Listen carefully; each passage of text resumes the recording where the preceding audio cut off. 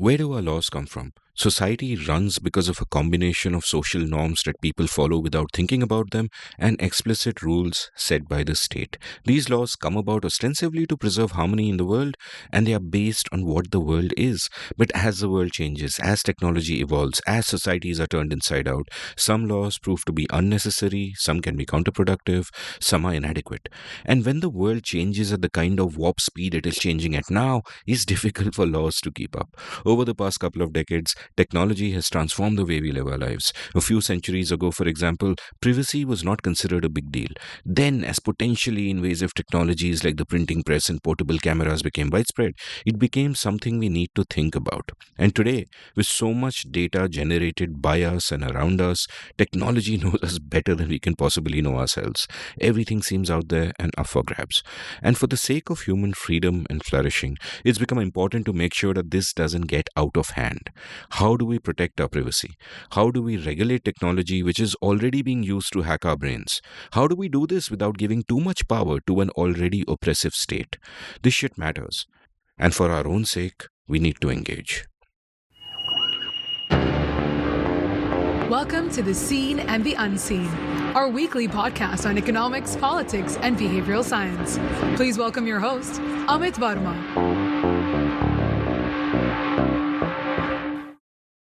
Welcome to The Seen and the Unseen. My guest today is Rahul Matthan, a founder of the celebrated legal firm Trilegal and an important player in the shaping of public policy for the last decade and a half.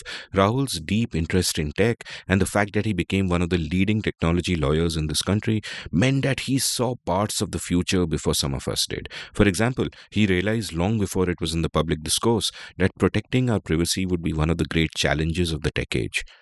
When Aadhar and India's digital public infrastructure were in their infancy, Rahul got in at the ground floor to work on a privacy law with the government. Spending almost a decade and a half helping the state with policy, he dived deeper into the history of data regulation and the challenges and the political economy of it. He also wrote two superb books about it. Privacy 3.0 is a brilliant book that contains a history of privacy, sheds light on the meta issue around it, describes the evolution of the right to privacy, and helps us understand how it evolved in India and the battles ahead. Is packed with insight and some great stories. His next book, The Third Way, is a supremely important book. It lays out first the US approach to data regulation, which was laissez faire and led to big tech companies that sometimes seem to have too much power. It lays out the European approach, which is so intrusive that it perverts the incentives of the private sector. And he argues that India is uniquely placed to show the world a third way, in which these values are written into the protocol itself, which makes a lot of regulation unnecessary. As an example, he offers us Aadhar and India's digital infrastructure. Now, I opposed Aadhar for years because it was basically mandatory, it was being coerced upon us, and that principled objection remains. But apart from the coercion angle, the design of Aadhar, and in fact much of our DPI, is actually pretty damn good. It protects privacy, it makes surveillance hard, and some of the misconceptions I had about this were cleared by Rahul's book and by these conversations.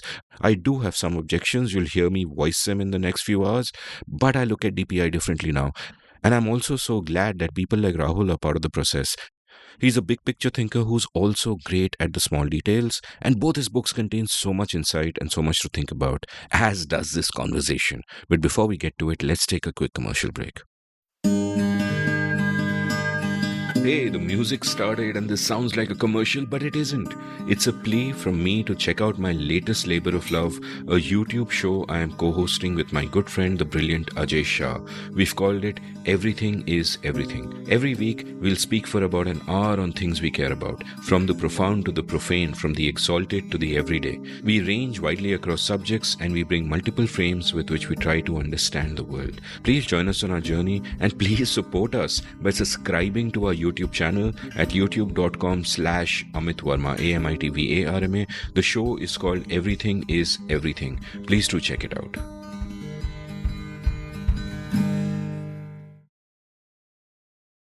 Rahul, welcome to The Seen and the Unseen. Amit, it's a pleasure to be here after listening to many episodes over many years. Yeah, you were just telling me about how you heard my episode with KP Krishnan, which was over 8 hours, and you were joking when I called you for the show that you'll come with adult diapers. But let me just tell you, my episode with KP was recorded over 4 sessions across 3 days. And the second and the third day were like a week apart and in different cities. So No, it was thoroughly enjoyable. KP is, I like to say, he's sort of my mentor in some of the public policy work that I've done, because he was extraordinarily kind to me when I was just starting out doing this kind of stuff. So, it was just very interesting to hear some of that Stephen's life of his, and just some mentions of the things that he's done before I knew him. So it was very, very enjoyable. Did you learn something about him you didn't know already? Oh, lots. I don't know that much about him, in the sense that we've sort of engaged professionally, and so a lot of I didn't know anything about the Stevens side of his life. So that was interesting, and just generally, it just pulled apart some of those things that I instinctively knew, that the work of bureaucrats is extraordinarily difficult.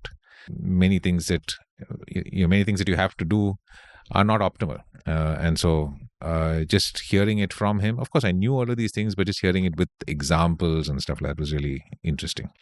So tell me something. I mean, I have a tangential question here. I have noticed that there are times I have sat down to record an episode with someone I know extremely well, and that I've known for 15 years or 16, 17 years, or, I've known them for a long, long time. And yet I realized during the episode that I just learn so much more about them. It's just they completely flesh out and become more HD, as it were. The resolution just goes up.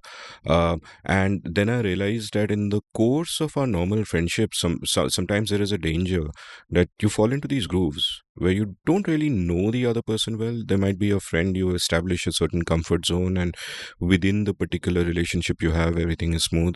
But you don't go much deeper than that. And sometimes I ask myself the question that how, if one is to be intentional about all our relationships, as I think more and more one should try to be, rather than just kind of let things happen in the background, then does that intentionality also include kind of making this kind of an effort? Because to some extent I fault myself that these guys are, I never asked them these questions before. It's never come up in conversation. I have never asked any friend outside of, without these two mics in front, that tell me about your childhood, your in your life, how have friendships evolved, and how has your approach towards friendship evolved? I guess it's also a stage of life kind of a thing. I think when you're much younger, you have a lot of friends. You know them all superficially in the context that you're saying. I mean, you probably know them well, but perhaps not with a level of depth that the older you get, you tend to want to know. I guess the older you get,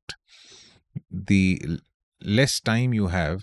And so you want to optimize the time that you have with people that are really worth it. And it's at that stage where you start to sort of get deeper into some of these things, and try and figure out, I'm spending time with this person. What exactly is this person? Is this a person I can have a conversation with without being guarded at all? In order to do all of those things, I guess you've got to know the person a lot better. So I think when I was younger, I had lots of friends. I still have a lot of friends, but as you're saying, the ones, I don't normally have a mic between me and my friends ever.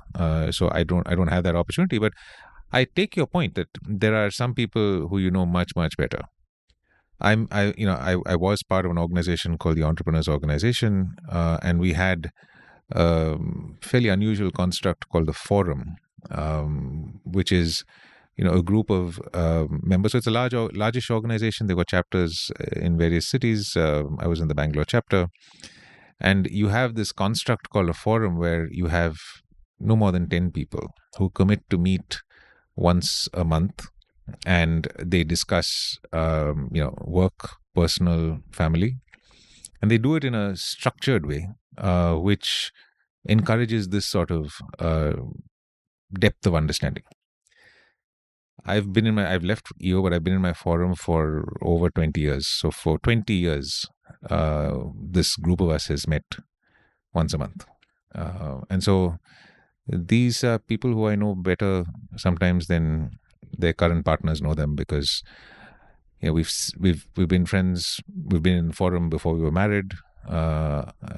After, some of them have been divorced. One of them is dead. So we've been through all of those cycles. We've they've not had children. Now the children are going to college. We've seen that whole journey. But I think the transparency that process allows is quite remarkable. So we these are the 8 people who can tell me to my face that I'm being silly about something, or my moral compass says something and I'm working in the opposite direction to that, and that's super valuable. So long story short, I think whether it's a mic between us, or whether we've got some kind of a structured way of interacting, and please, this is the once a month that we do the structured interaction, but we are really good friends otherwise. I guess that's the closest to describing what you're saying. It's very, very people describe the forum as your personal board of directors, and if you can think about it that way, it's who do I go to if I've got some problem at business or family or just my personal life, who's not going to judge me, who has complete context of everything that matters to sort of give me direction. It's these guys. So it's interesting. One of the previous guests on my show, Sudhir Sarnobat, who came on episode 350, has also been part of a group like this for I think about 10 years. Now, I don't know if it's the same organization or it's called the same thing, but it's exactly the same structure you described, 10 people meeting once a month. And I think he used the phrase personal board of directors either in the episode or otherwise. And I'm just wondering if there is something to that structure which engenders that sort of intimacy or that sort of trust. You may not have been friends with these people in the normal course of things or even wanted to, but because of that structure where you share so much, you begin trusting one another. And I've been thinking about form a lot. Like even both your books are a lot also about structure. Like in your book on privacy, there is a fascinating section on how just the structure of how you live, changes the person you are and the way you live. And, you have that there's that fascinating understanding of how walls as a technology really made privacy a thing and split ourselves into two selves, a private self and the public self. And we'll speak more about that as we go along. But I'm just wondering that even in this case, how you structure your friendships and the way those interactions take place possibly then has an impact in the quality of them. And I wonder if there's something to think about for all of us in how do we structure these, that even in the existing friendships we have, are there different ways to sort of think about it? Yeah, look, I think intentionality of things always adds a different dimension. And of course, friendships or our interactions are meant to be spontaneous and dynamic. So sometimes intentionality comes in the way. But if you want to get these outcomes, you have to be intentional to some extent. I know you also spend a lot of time with things like personal knowledge management, etc. Now, there's intentionality in that. You need a structure, you need form in order to be able to extract additional value. We can all read books, and when you read books, you're absorbing stuff. But if you want to really take that to the next level, you've got to create some structure around how, at least that's the way I see it. And I've read books all my life. It's only when I got intentional about that whole process was it that I could start extracting that sort of additional level of value out of it. So, I think relationships are extraordinarily important. The older you get in life, the more you realize that everything else you can sort out, but relationships and people that can, it's not people that you can turn to for help, because that's just sort of emergency kind of. It's people who you can rely on to give you a steer. So very often when I write a piece, I'm not comfortable with something. I'm worried that I've written this piece in a way that it will offend someone or get someone upset. And sometimes I don't really care, but I run it by someone and then I say, look, what do you think about this? And then this person will say, look, maybe you can say it differently. Maybe you can sort of back off a bit on this sentence. I won't show it to too many people. But those who I do and who I trust will give me sort of good advice. So those are invaluable because they understand where I'm coming from, but at the same time can sort of give me a steer. I think it's also really important to be actively listening to these people. Of course, if you go to them, you can't just go to them and they've said something and you ignore it. That's really not the point at all. You can't also just listen to whatever they say, because then they might as well write it. So how do we, you know, get the most out of it? It's an art. And I talk to a lot of younger people, and I more and more I'm convinced. I can keep telling them all of these things, but you can't take a helicopter to Mount Everest. You basically have to climb all the way up, and so there's no shortcut to getting this kind of experience. So I don't know. I think as much as if younger people listen to this, they try and imbibe this. Really, there's no way they can do it unless they've lived their life to a certain level and do it their own way, I guess. I mean, first time I'm thinking about it, you can't take a helicopter to Everest. I mean, is there an altitude No, limit of to course you could. helicopters? You can take a helicopter. You There. There's can. no problem at all. It's just that that's not climbing Mount Everest. Of course it isn't. You're on the peak. Yes, you can put a flag down there, but you have not climbed Mount Everest. And so, are you a mountaineer? No, you're not. If the idea of going to Mount Everest was to take a photograph of the flag, then yeah, of course you've achieved it. But Yeah, I was just wondering. I mean, I'm very tempted to just do alt tab on my laptop and look for pictures of Everest and helicopter and see if there's something there. So, a follow-up question, before we get to your childhood and the standard sort of things I like to talk about. But before we get there, sort of a follow-up question going down the same route, that you spoke of intentionality, that you also spoke of personal knowledge management. I know that you're a person who's deeply into tech, and I want to talk about that as well.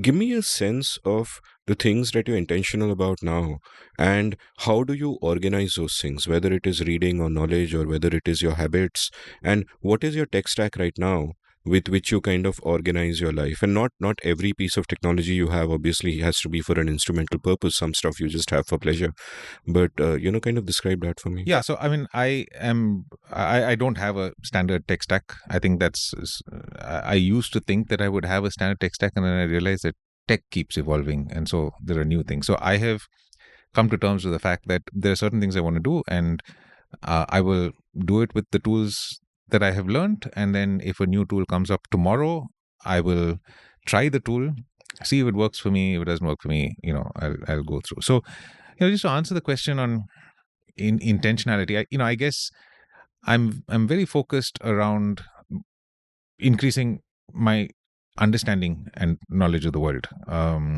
in my area. It's too vast, so it's impossible to know everything. So clearly reading is a very important part of it. Being a lawyer, that was always the case. I keep telling everyone who starting out at law, look, you just have to keep reading. There's no shortcut to that. Like, the Article 370 judgment came out yesterday.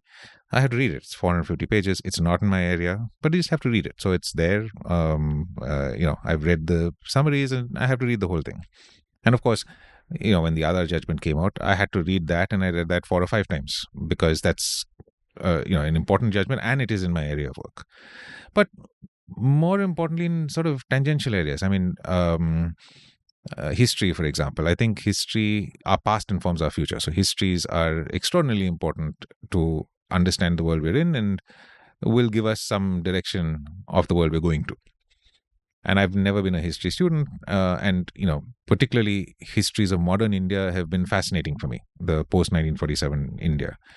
I'm still just scratching the surface. I realize that I have very, very imperfect knowledge. I also realize that histories are written by many different people, and so in order to really form a view, you've got to read different versions of the same thing, often told by people who disagree with each other, who have different ideologies from each other.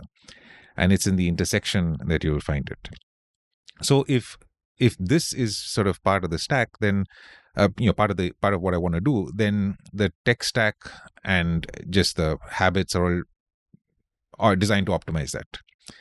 And so tools like Rome, which you use, I was a very early adopter of Rome.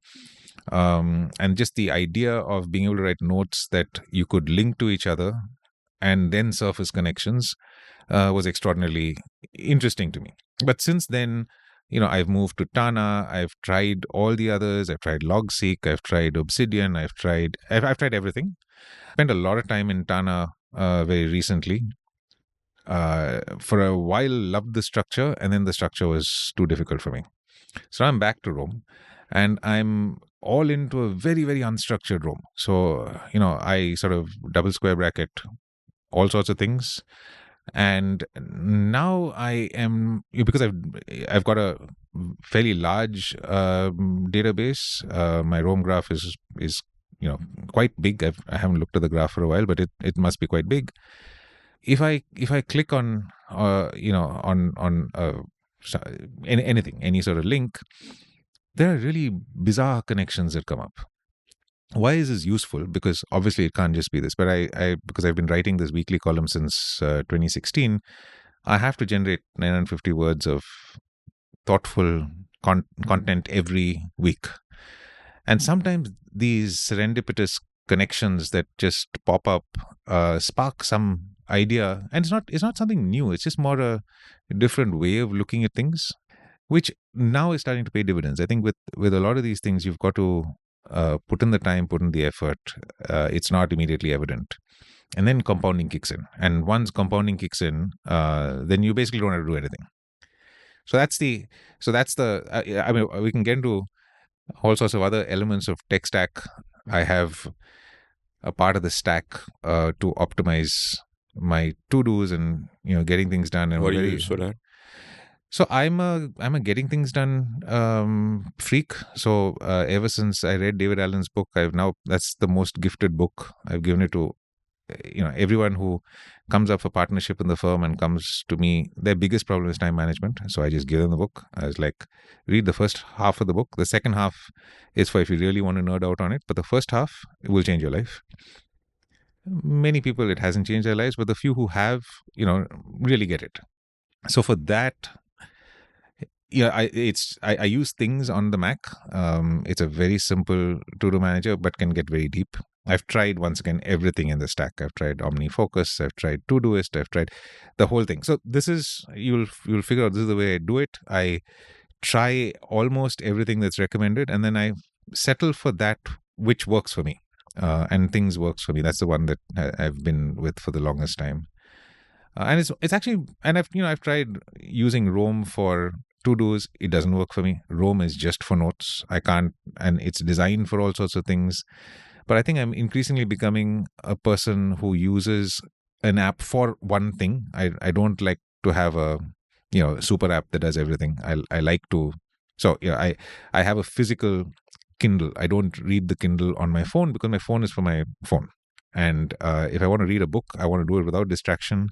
So I pick up a physical Kindle and I move to another device and I read it on that. And of course, I read physical books as well. But I try to use the phone, I guess, just for things that you need the phone for. Phone calls, WhatsApp, deliveries, I guess, those sorts of things. And everything else I try and do elsewhere, so that I can. The other thing, I don't know how it is for you, but I'm increasingly becoming laptop focused, as opposed to trying to do things that are better done on the laptop on a mobile phone. Mobile phone is for what that is. So there was a time when people said, look, Rome misses the fact that it doesn't have a mobile device. And I like the fact that it doesn't have a mobile device, because the kind of intentional note taking I want to take on a desktop or on a laptop or something like that. Not on a phone when I'm waiting for a flight or something. It wouldn't be a serious note. So that's sort of the way I've started thinking about this. I think I spent way too much time trying to improve my tech stack, because eventually I just get back to the things that worked for a while. Though Tana was a really, really interesting diversion, very, very interesting software. I just couldn't find the utility for what I wanted. Yeah, and it's interesting how the design of these apps can shape, the way you think, even if you're, using them as aids to that. Like, for me, using Rome was a game changer. It's the first app of the sort I tried. I looked at Rome, Obsidian, Notion, but I really liked Rome. And it just, in the way that it allowed me to structure everything. And I have a video on productivity with Ajay Shah for the YouTube show we do, so where I actually screenshot and I show how it works. So I'll link that from the show notes for the listeners.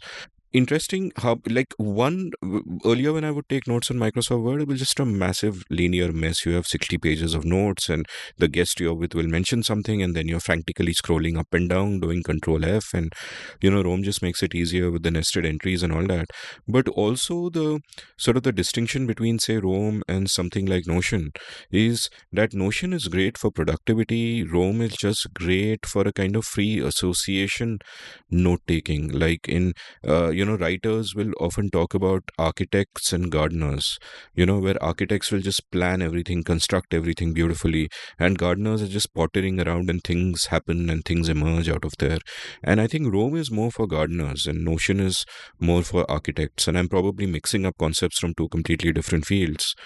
But Yeah, I mean, I think it's gardeners, and yeah, I guess it's probably the same. I think I'm somewhere between the two. I like structure, yeah. but once again, too much structure, and you won't proceed. I mean, you're so focused on the structure that you're trying to map out every single rivet, and at that point in time, it's pointless. So it's important, I think, to build the broad outline and then get into the more free association kind of stuff, because that's where the magic happens. I mean, it's no point sticking. You need to stick to structure such that you know how long you're going to go, where this is leading to.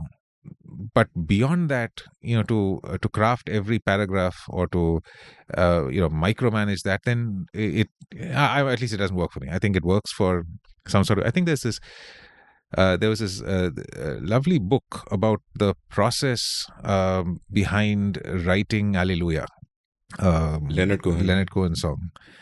I think there was a podcast as well. I think it was. Yeah, I can't remember which We'll link it from the show episode, notes, but yeah.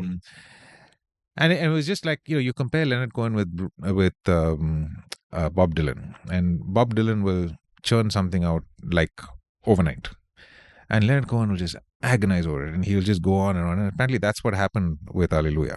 And actually, the story is that's just one part of the story. The whole story is how eventually, in a long and convoluted way, it lands up in the hands of Jeff Buckley, who then sings this completely iconic version of Hallelujah, and how that's very different. But just on the pain of that artistic process, depending on who you are and how you do it, I'm clearly not in the Leonard Cohen camp. Though I'm certainly not in the Bob Dylan camp. I mean, Bob Dylan is just someone who's got genius, and you don't need structure, but you come out with magic. But I think I'm quite clearly halfway in the middle. I really like structure, but I think too much structure really stifles me. One of the things when I write the book is, a very good friend of mine who's actually a very good writer, Lavanya Shankaran, told me, you just have to get out a shitty first draft. That's what she calls it. And so I've always focused on getting that shitty first draft out as quickly as possible. Once I've got that out, then sort of weight is off your shoulders. You can see it's really crap. You can start afresh, but at least you got something in front of you that you can pull apart. Yeah, you mentioned the phrase shitty first draft, and where Lavanya probably got it from, where all of us got it from, is this great book by Anne Lamott called Bird by Bird, which is one of the great books on writing. And I just want to kind of read out the full quote for those of my listeners who could take inspiration from this. Lamott writes, "Perfectionism is a voice of the oppressor, the enemy of the people. It will keep you cramped and insane your whole life, and it is a main obstacle between you and a shitty first draft." Stop quote. And, so I have a slide in one of my writing webinars where I use this, and what I point out is the way that phrase shitty first draft is used as a feature, not a bug. That it doesn't matter that it's shitty, you kind of have something to work with, and that's sort of important. And the Dylan versus Cohen thing is also interesting because Dylan would churn them out. And are you a Dylan fan? Yeah. Have you heard the new Basement tapes? Yeah. Where all these guys took discarded lyrics from Dylan and made songs out of them. Yeah. So what's your favorite? Oh God, it's been so long since I've listened to Dylan. I can't pick one up. Out of the new Basement tapes. Yeah, which these other musicians took his discarded lyrics and turned it into, like, my favorite from that, though they're all good, is Mumford's Kansas City. Yeah. You remember that? Yeah. Yeah, and that was also a wonderful thing because like there was a film made on it, and it's great to see them look at these lyrics and they're locked up for 2 days and they have to turn it into Yeah. songs, and they're just putting their own spin on it. So you know that okay, the words are Dylan, but it's there's another sensibility sort of in the music which is kind of fascinating. So let's go back to your childhood now. Like when you entered my home studio, you mentioned that you were a Bombay Scottish kid. You'd grown up in Mumbai and all of that. So take me back. Where were you born? What was your early childhood like? So, I mean, I was born in Chennai, but that's because my mother's family was there. My father was in Bombay, not Mumbai, because it was Bombay then. And we spent a little time in Delhi because my father was setting up a project there. My father worked for BSES, which is now Reliance Power, or has it now become something else? I have no idea. So BSES and BST were the two private power suppliers in Bangalore, in Bombay, and my father worked for BSES, and so I spent my most of my school days till the 8th standard in Bombay Scottish, and then my father moved to another company. It was called General Electric, which is actually GE, but it was in those days called General Electric, and we moved to Calcutta, where I studied in a school called St. James till I finished the 12th. And then by that time, my father, with the same company, had moved to Chennai and eventually to Bangalore. And it so happened that I got to National Law School. And National Law School is in Bangalore. So, I came back and I was in National Law School. So, I mean, it sounds like my father had a like a sort of a traveling job kind of thing, but it wasn't. It was just sort of that's the nature of it. He used to set up power projects, and so he would go where the projects were. He spent some time in Saudi setting up a project there. But we've been in Bombay for most of my school life. It was a very different Bombay. And then Calcutta, which was a great experience because I think Calcutta is a very interesting city for someone at that particular age. The cultural stuff is great. There was quizzing. There's a lot of literary and debating activities. The theater was really good. I mean, theater, of course, in Bombay is excellent, but for amateurs, I think Calcutta is better than Bombay because you really have a chance. In Bombay, it might have been harder to do. So I did all of those things. And then law school, of course, I was the second batch of law school. So my parents were not so sure about this because if you just think back to the second batch of National Law School, the first of the 5-year colleges, at that time law was the thing that you did if you could do nothing else. And to be completely honest, that's exactly why I was doing law. That's how I used to think of journalism in the 80s. But well, law was, I think, in those days, you enrolled for law school. It wasn't even called law school, it was called law college, and no one went for class. You'd pay the peon some money to give you attendance at the end of the year. You'd, get these exams from past years and do some mugging, and you'd sort of get through, and you'd spend the whole day actually in a law firm or in a chamber. You're not qualified to practice law, but you were learning on the job, and sort of that's the way you really learned. And so, my parents knew that, and they saw me getting into this thing, and from the get-go, it was a very different experience. So National Law School was none of these things. It was extremely rigorous. But, your priors at that point are lawyers are those who, are ambulance chasers or hanging around the court and doing your power of attorney or something like that, right? So I think it was, my parents were like, look, if you do well with this, then great. But otherwise, this seems, and remember, National Law School, when we joined, didn't have its campus. So we were on a borrowed set of buildings, 3 classes in the Central College campus in the heart of Bangalore, but this was like an asbestos roof little shed, and we were there. But the glorious thing about that was that we had just the most outstanding faculty. We had Madhav Menon, who's like just an icon as a jurist, who would teach us legal method. I remember, of course, this was maybe while we were in the Central College campus, but within a couple of years, we moved to our campus. But Ram Jetmalani taught me murder. And when he was a visiting professor, and he would spend a week or maybe 2 weeks teaching us sections of the IPC. And the regular professor who had who had the responsibility of doing the bulk of the teaching would recite some case, and Ram Jetmalani would stand up and said, "Yeah, no, that's what the case says, but I argued this, and this is what happened, and this is the reason why I did it." And so you just get a completely different perspective.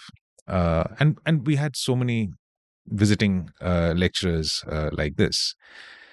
So it was a very different experience, I think, to what anyone was getting in a law education. So it was a extraordinary experience. And then National Law School, of course, has gone on to become a very good, well-reputed institution. And so I think my mother, despite all her reservations, is now reasonably glad that it ended up the way it did. Ram Jetmalani taught me murder is such a great T-shirt line. You should, get that made ASAP. But why law? I mean, did you kind of drift into it, or were you attracted to law for some reason? How did that decision kind of come about? Was it a happy accident, or? It was a complete happy accident. I'd love to make it romantic and say, but quite frankly, this was absolutely the last thing I wanted to be. I knew I had an aptitude for it because I would debate, and I had sort of I could hold my own from a logical perspective and things like that. But this was just not even on the menu. If you think about those days, you would either become a doctor or an engineer. It's just that you wouldn't even think about business, because that's something you did after you became an engineer. It's not something that you would do upfront. And law, journalism, all of these things were just not on the menu. And so, like a good Indian in those days, I applied abroad, did my SAT, did all of those things, but with a certain amount of I guess optimism, I decided that I wouldn't go abroad unless I got into one of the Ivy Leagues. And of course, none of the Ivy Leagues would have me. So, I did the IIT-G without studying for it, thinking that there would be some stroke of genius and I would make it through. I didn't make it into any of the medical colleges. One of the people who was 1 year senior to me in St. James was in the first batch of National Law School, Nikhil Nair. So Nikhil came to us and said, "Guys, just think about this as an option. It's a really good place." And so we signed up for the entrance exam. Now, if you sign up for the entrance exam, basically the odds are against you that you will get it. In those days, it wasn't. No one had heard about it. And Nikhil Nair hadn't come and spoken to me, I would not have signed up for it. So I got in. But that just goes to show that happy accidents sometimes are just the way that things are meant to be. Because when I think back, there are probably few things that I'm better suited for than what I'm currently doing. Now, whether that's nurture or that's nature, I don't know. Put in that environment, I got the skills, and so I am what I am. But I have no regrets. I mean, this is exactly what I guess I was meant to be, a technology lawyer that of that time and doing the things that I'm doing right now. In a parallel universe, you're an unhappy doctor somewhere, maybe, if you get through one of those. Exactly. I don't know if I'll be an unhappy. One of the things I really regret is medicine. My wife keeps saying that I should stop thinking that I'm a doctor, because I keep trying to do my own sort of quack research as to what would happen. I think doctors hate me also because I would have read up on the internet before I've gone to see them about something. But that's, I guess, I think in a parallel universe, I would have really been unhappy as like an engineer somewhere or something like that. That's certainly not my cup of tea. And is there a certain kind of temperament that thrives in law, or that perhaps, and maybe it's a positive feedback loop, because I would imagine that if you are someone who likes to think in a structured, systematic way, studying law is something that you might find enjoyable, or at least it's easy for you. And then, the study of law would also then enhance those faculties for rigor and structured thinking and so on.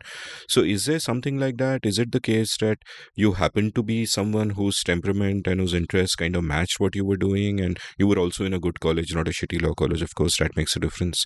Or is it the case that that really doesn't matter, that anyone can just Yeah, I don't know the answer to that. Once again, going by my personal experience may not be a good way to extrapolate things, because I know there are others who perhaps have switched out of law with very similar circumstances. I think I was fortunate in that after law school, I was part of the first campus recruitment in any law school. Now it's sort of part of the way in which law schools run.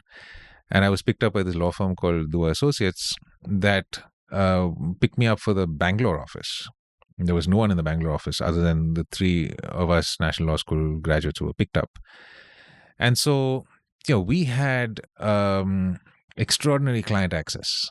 So we were, because there was no one else to do the job, we were front and center. We also had a lot of experience with just doing silly things like office administration, because really there was no one else to do it. There was a full-fledged firm in Delhi, very well-established firm, but Bangalore was in a sense an outpost. There was a gentleman called Padmanabhan Paddu, who ex-general counsel of Hindustan Lever, who was, in his retirement sort of running this office. So as a result, a lot of that was left to us. Now, I think it was all those circumstances, plus the fact that I was in Bangalore at a time just before the tech boom had become, what it was. Look, I graduated in 94. Got to remember back to year 2000, the Y2K, which was really that big event where, everyone thought the planes would fall out of the sky because we had only 2 digits instead of 4 digits for the year. And I was in the middle of all of that with direct client access. So I was fortunate in that I could get to do things that really piqued my interest and curiosity. If I was stuck in a firm pushing papers, or just going to court for adjournments, or 3 levels down, so there's some partner doing the client access and I'm just churning out documents, maybe life would have been different. But I think certainly temperamentally, it's important in law to be curious. It's important in the type of law that I and we do to have the intellectual curiosity around the business of the client, as opposed to just the specific legal problem that they've come to you with. I think it's important to be constructive in providing advice. Many lawyers, when they give opinions, it's just a yes or a no. You've been asked, is this possible? And you say no. And that's really not helpful to a client that's, not fighting a case. I mean, if you're fighting a dispute, then perhaps that's okay. But if you're looking to structure a business and entry into the country, you want to know, okay, it's not possible. What is possible? And for all of that, you need to have a wider frame of reference than just the laws that apply to it. You've got to understand the business and how it works. You've got to understand the intentionality of the clients, what they want to do. And I think all of those are attributes that are necessary in order to become a good lawyer in this area. So my friend and co-host for the YouTube show I do, Ajay Shah, and a mutual friend, as I believe he is extremely fond of you. He was saying good things about my recording with you. He introduced me to this phrase which I love, called below the API and above the API. I think he got it from Venkatesh Rao of Ribbon Farm. I'll link that essay from the show notes as well.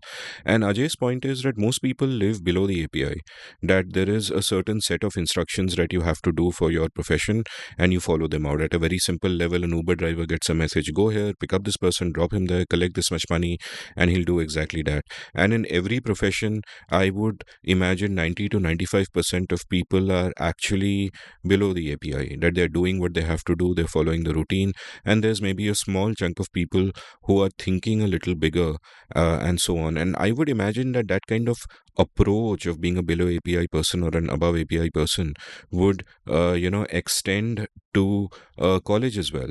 And you mentioned that you had all these great teachers, inspiring people who've teaching you not just about what the law is like, but going back in history and foundational stuff and all of that.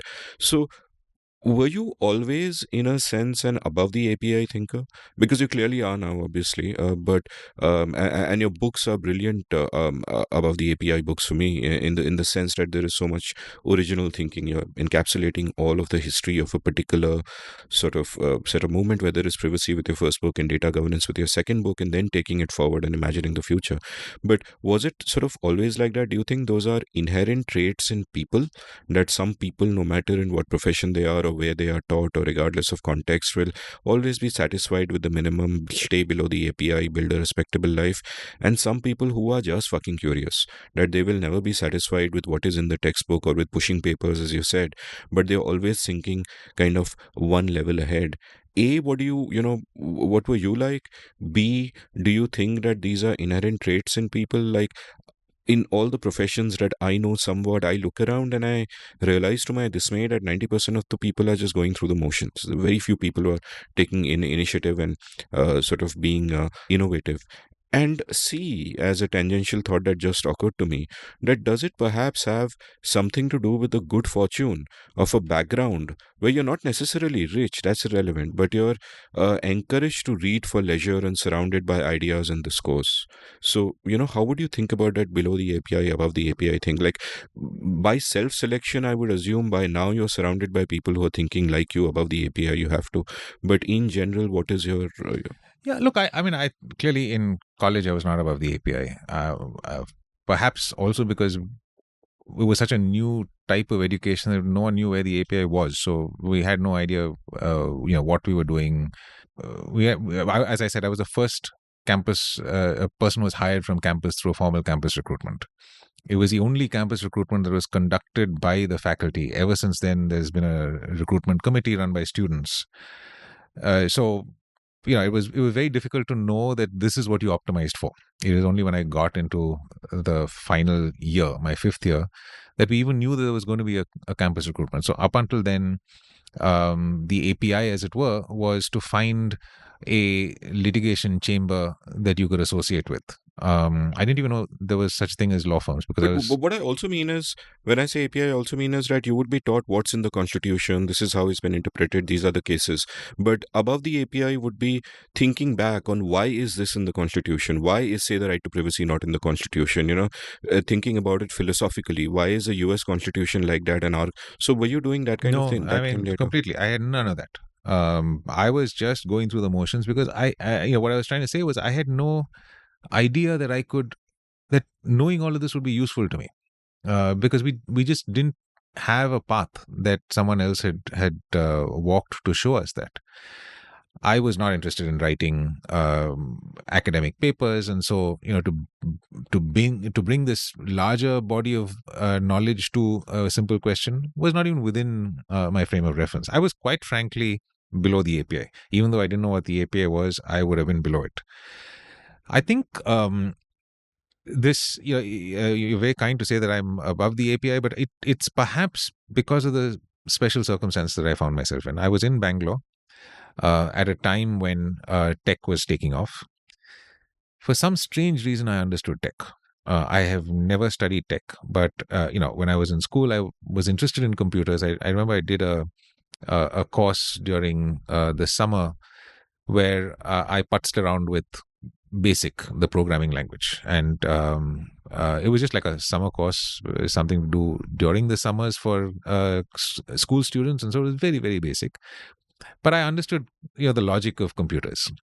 And so in our office in Dua Associates, there was one computer that was connected to a modem. This is a 2400 baud per second modem, which screamed.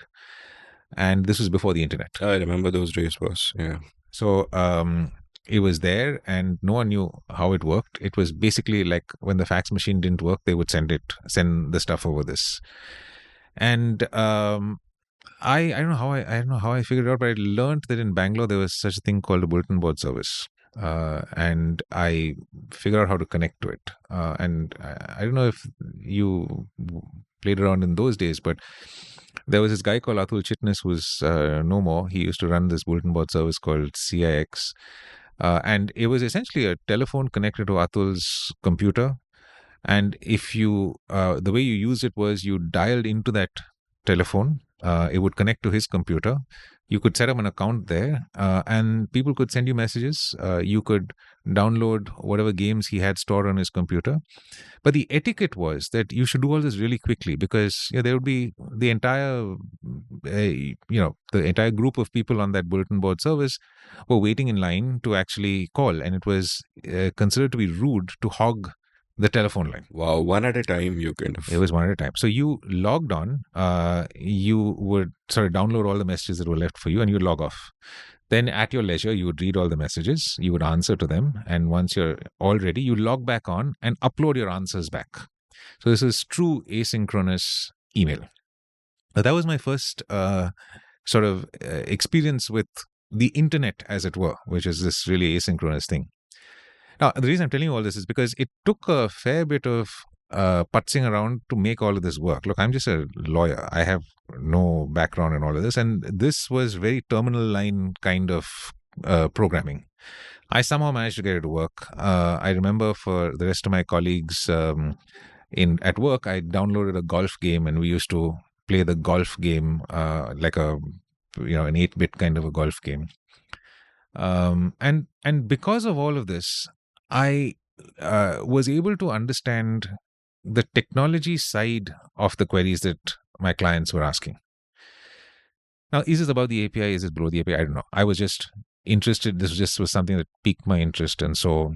But the fact that you did something as radical as learning a programming language when your day job is as a lawyer is itself above the API in a way, isn't it?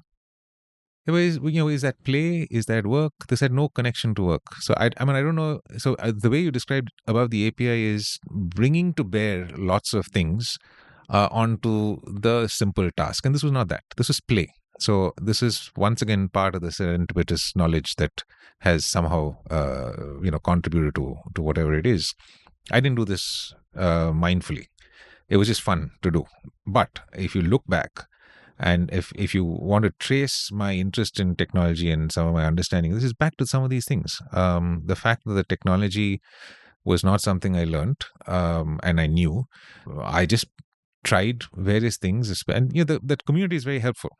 So they say, no, you just do this. This is all you have to do. Get there, and then there'll be like an FAQ somewhere on the site. You download that, read it a bit, make a few mistakes, make lots of mistakes, and then you figure out how to do it. And then I think the most important thing is that the fear of technology was beaten out of me. I'm not afraid of any technology. I think if I read enough, I don't think any technology will be too difficult for me to understand. And so, when the Satoshi Nakamoto paper came out, there's a bit of maths at the end of it, but I just sort of went at it. This is like literally when it just came out. So there were no explainers, there were no lovely YouTube videos on how Bitcoin works and double spending and stuff like that. But I was like, look, I just have to figure this out because this sounds like something really interesting in the tech space. So I think the really big thing that gave me at that time was it just broke the fear of technology. And I think a lot of people are just afraid of technology and so don't engage. I think I lost that fear very early on. Did you buy any Bitcoin after reading that? I bought a Bitcoin. One Bitcoin, I think it would have been like $100 or $200 for one Bitcoin. I've never bought one since. I bought a Bitcoin very early on just to sort of figure out how to buy it, what it was and how it works. Is this, you still have it? I still have it. Oh, you still have that Bitcoin. So if it's ever $1 million, you've kind of... I'll never sell it. You'll never sell it. I'll never sell it. So for me, now I'm fooling around with L3s. So, Bitcoin is fine. I'm now sort of on Ethereum. One of the things I'm playing around with a lot now is this Farcaster protocol, which is Twitter for Web3. My newsletter is a Web3 newsletter, which means you can actually collect it, mint an NFT off of it and stuff like that. It's not particularly useful to anyone. Not a single one of my readers has minted it. I've not gated anything to prevent people from accessing it unless they have ETH. But it's more just to. I think the real value of the blockchain is going to come in the L3s, and so I feel I just must play around in that space to understand, how that works. Because when it happens, I need to explain what the regulations and the laws are at that point in time, and I can't if I don't know. Yeah, so I mean, I like to just dabble in some of these things. Perhaps it's a waste of time, but I feel it sometime it'll pay off. I had an episode of The Seen and the Unseen with Vitalik Buterin, and I was absolutely terrified going into that because I know I heard that with Ajay was with you to help you out. I made Ajay co-host it with me. I mean, we were at a conference, and the day before I said, listen, I'm recording tomorrow with Vitalik. Who here can sit down and explain to me in half an hour what the hell is going on? Because I just had really basic knowledge of Ethereum and that entire ecosystem. But he's a very profound thinker outside of this. He is absolutely above the API. Like, Ethereum is like 1% of what he can talk about. Just a phenomenal thinker on philosophy and politics and so on. I don't agree with everything he says or all his views, but that's the reason why I like listening to him, because it's good to see what he thinks and try and say, does it work, doesn't work. He's got incredible clarity around a lot of understanding of how society works, what society should be, its limitations. I think he's quite wise to the limitations of this completely decentralized protocol that he promotes as well. But he's a strange guy. I mean, he's he's a complete nomad, as you discovered on the podcast, and I actually, he's got a little. I follow his blog, and he had one post on what is the ideal setup that you need to be a nomad. These are the things that you need to have. Like, this is the electric toothbrush that you need, which is powered on battery, so that you can even use it when you don't have a plug point. I mean, it's just, so of course I went and bought it. I find that it's an underpowered electric toothbrush, so I think that's a bad idea. But yeah, so he's an interesting guy to just completely non-Bitcoin blockchain pieces of wisdom will come out of his mouth. Yeah, he sparks thinking, and I'm just thinking aloud here and thinking that there are maybe these two kinds of interesting thinkers, and one is someone like Vitalik who'll spark new thinking in you, and someone like Paul Graham who'll present frames which suddenly makes things clear to you that were not clear before, and they're both probably. And Venkatesh Rao is also part of that. I mean, Ribbon Farm is just a fount of wisdom. Balaji is another guy, completely different type of thinking. Network state is, I don't agree with it in many ways, but he's a spark your thinking kind of guy. You're forced to engage with it. Who are the other thinkers you like these days? I mean, these are the ones that you name them all. Paul Graham is another sort of a great sort of the way he puts it is really good. But literally, you've listed that entire name, the entire list. Venkatesh Rao is the other one that I would say. Balaji is also really an outstanding thinker. These are the people who, when they put out a post, I will sort of listen to it. Mark Andreessen keeps coming up with these oracular posts, but it just so happens I don't agree with a lot of the things that he says. So it's interesting to read the posts that he comes up with, but I don't necessarily always agree with him. On the medical side, I think someone like Siddharth Mukherjee, in the vast volume of information that he brings to the page and the way he strings it together. Outstanding. I mean, he's a storyteller. So I think that's sort of what he is. Carlo Rovelli for science. Gosh, there's anything by Carlo Rovelli is worth reading. He's just got he's an Italian. It's a remarkable way of putting these things together. I like all these guys as well, and I actually like Mark Andreessen a lot. I think I agree with him more than you do, but agreement is often not the point. It's just who can really sort of stimulate very you. Provocative. I think effective acceleration as a rebuttal to effective altruism is a great position at the other end of the spectrum. I don't agree with it. I mean, once again, when I say I don't agree, I don't like black and white. I think there's always a midway between the two. So if his idea was to provoke, full marks to him. He certainly did. I don't agree with everything, but I kudos for him for seeing error there. You mentioned doing things for play. Tell me more about your play, because I have heard from informed sources that you play the guitar, that you're deeply into music, that you're deeply into food. You're a connoisseur of food. Your wildlife photography is, of course, legendary. By the way, you mentioned a zebra photograph in your privacy book, and I googled for it and looked for it, but I couldn't find it. So you can send it to me after this, and maybe I'll link it from the show notes. But Yeah, gosh, no. I can play the guitar, but I haven't played for a really long time. have you sung? Like, I looked for you on Spotify, and there is Rahul Matthan artist, and there is some album from what looked like a music school, and there is one Rahul Matthan singing in that. Is that you? Yeah. So there's one song that is on Spotify.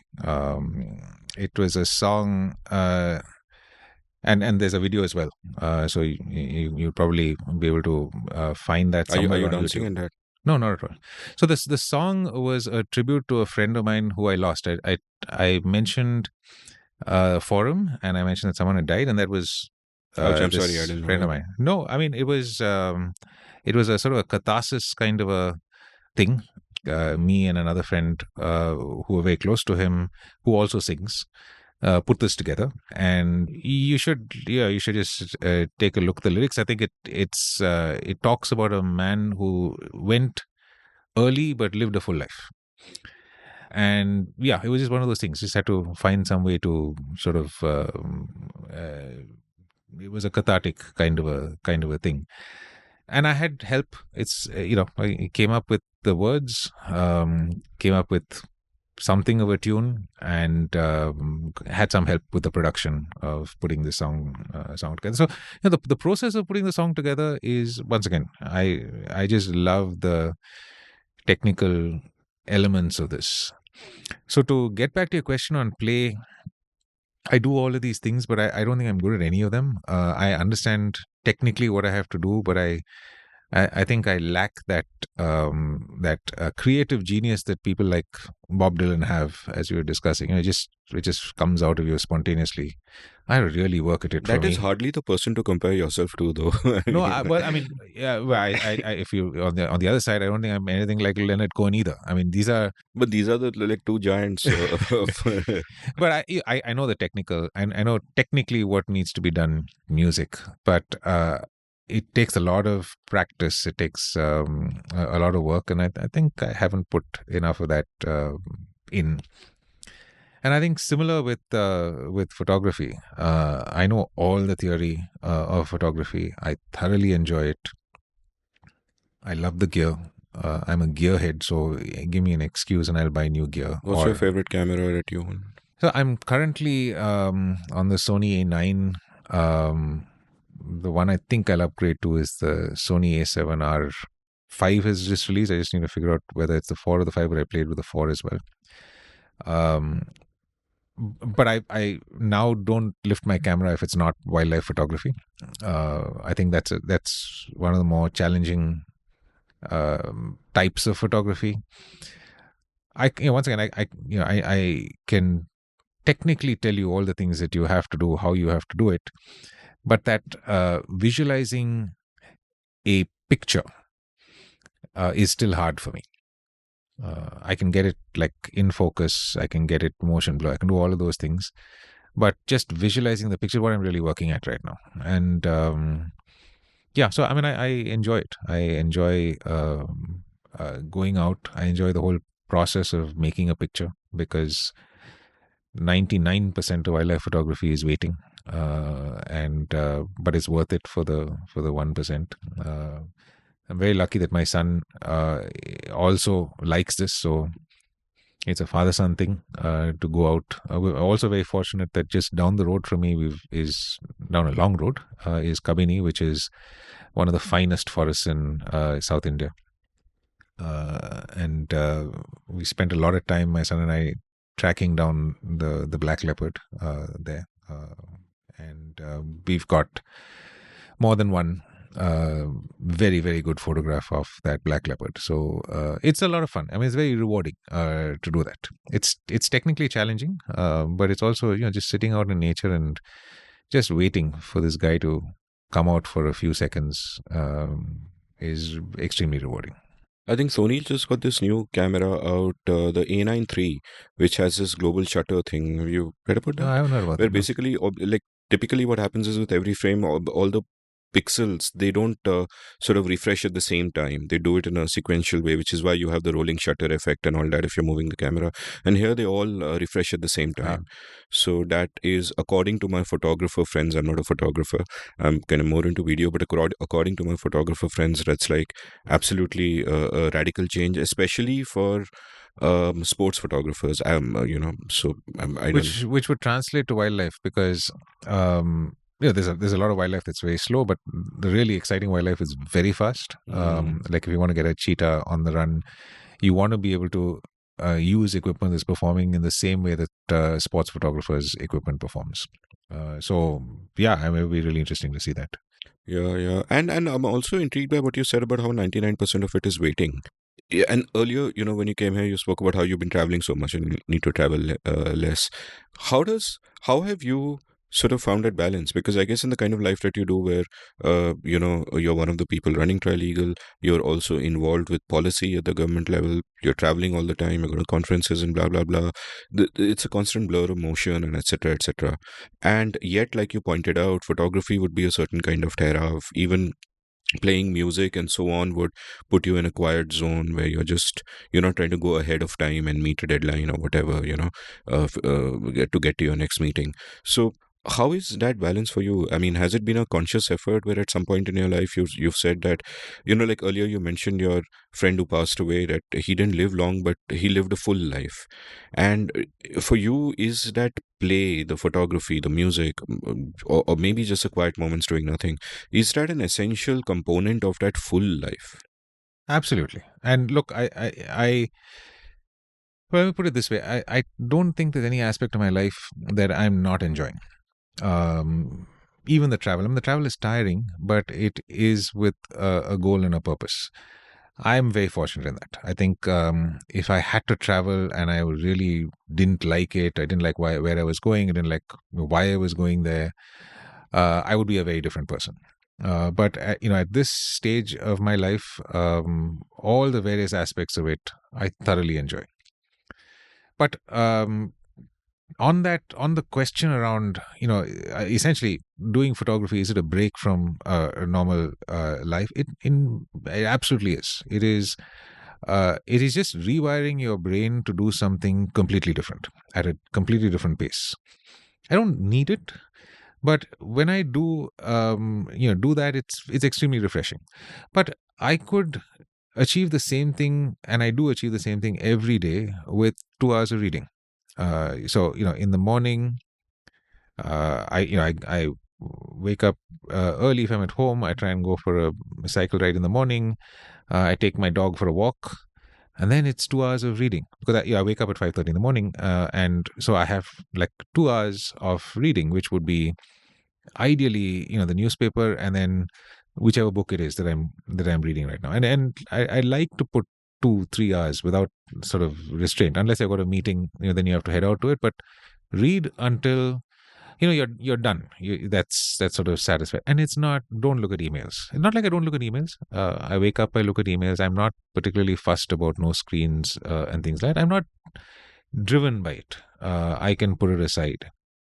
But the conscious slowing down of the pace of regular life by picking up something else, and for me, just reading a book is enough. I think that's really important to be able to actually speed it up and go about things at the pace that life demands. But most importantly, I think the reason why I can do all of these things is because I enjoy every single one of them. I even enjoy the travel. The plane is when I'm going from Bangalore to Delhi, which is my like once a fortnight regular schedule, if not once a week. It's 2.5 hours to read a book, and so very often I finish a book going and coming. That's lovely. I absolutely do not. I used to have an iPad, but it's gathering mothballs somewhere. I don't watch videos on the plane. Not like I don't watch Netflix. At home when I come back from work, that's what I do. I don't read a book at night. I watch some stupid inane Netflix and or maybe some movie I absolutely have to watch. But it's not like I don't do video. But on a plane, I just think that it's a great time and opportunity to read, and I get a lot of reading done. Early in the morning, I get a lot of reading done. Were you always a reader? Always. Very recently, a nonfiction. Very recently, as in maybe over a decade and a half, a nonfiction reader. Most of my life, a fiction reader, and particularly science fiction. I've been a science fiction reader since I was a child. My dad used to say, at some point in time, you'll grow up and stop reading these fantasies. But if I was to read fiction now, it would almost always only be science fiction.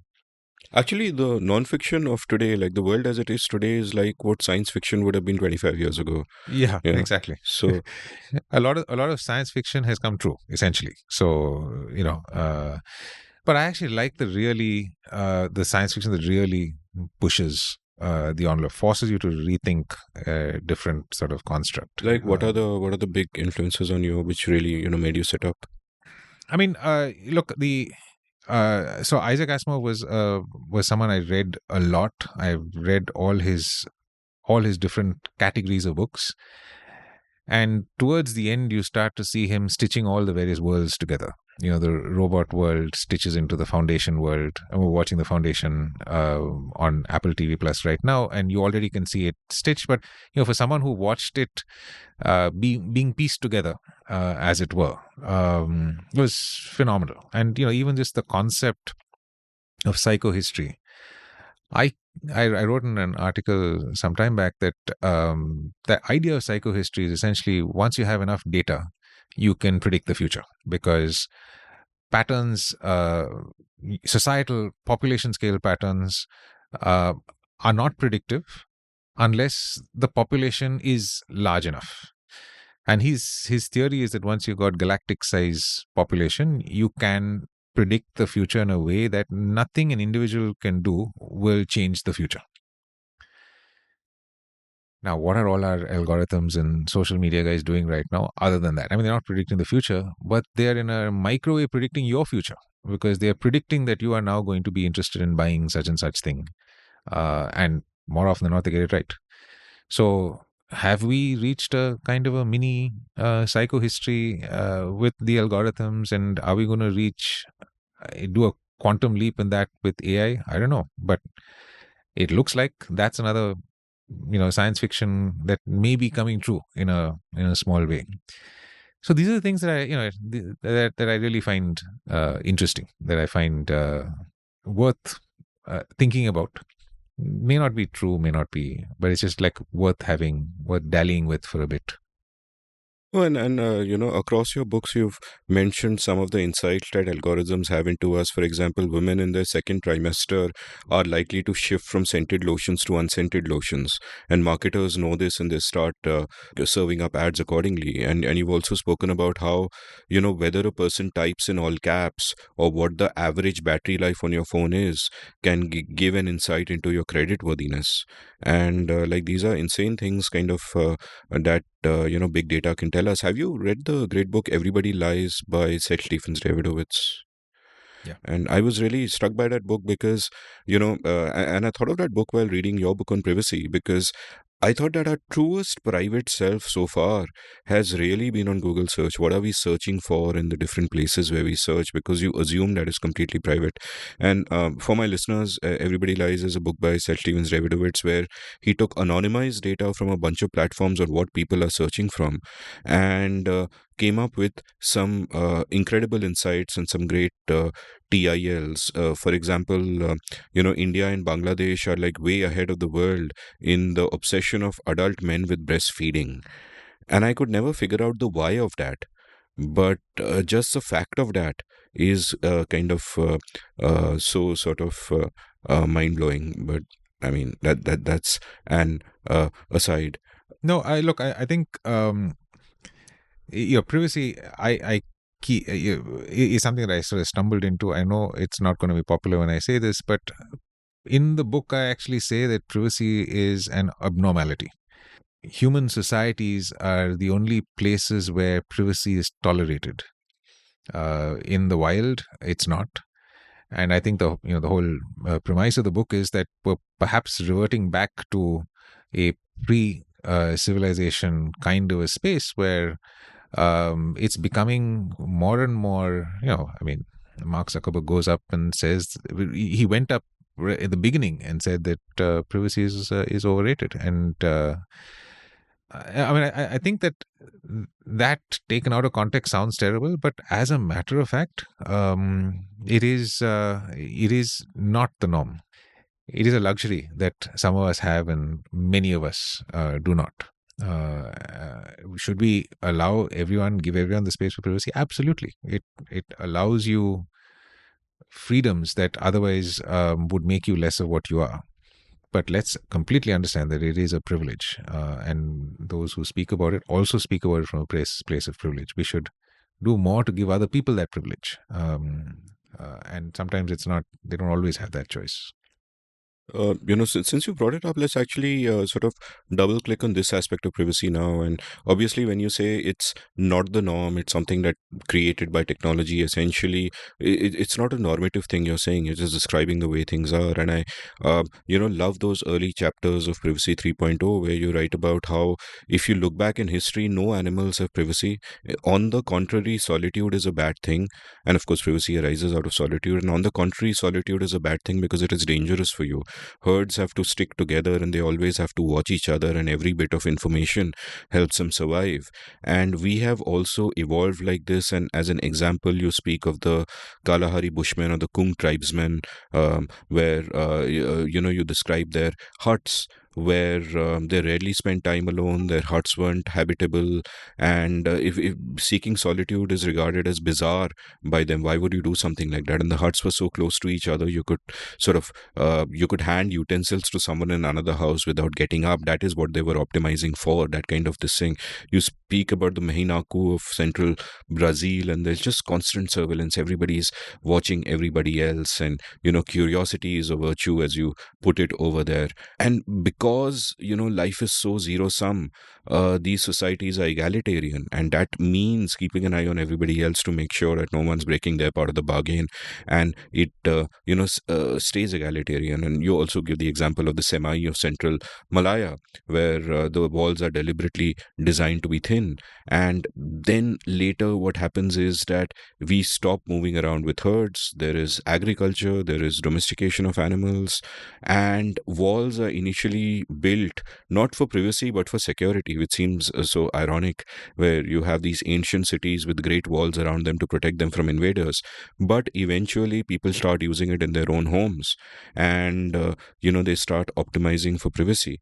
And this was such a revelation to me, because we just have to sort of step out here in India, here in Bombay, and look around you, and you'll see vestiges of a time not so long ago where you had no privacy. Like the typical Indian joint family design was, you would have the open courtyard in the middle, and then everything is looking inwards, and everybody within a family can kind of see everybody else.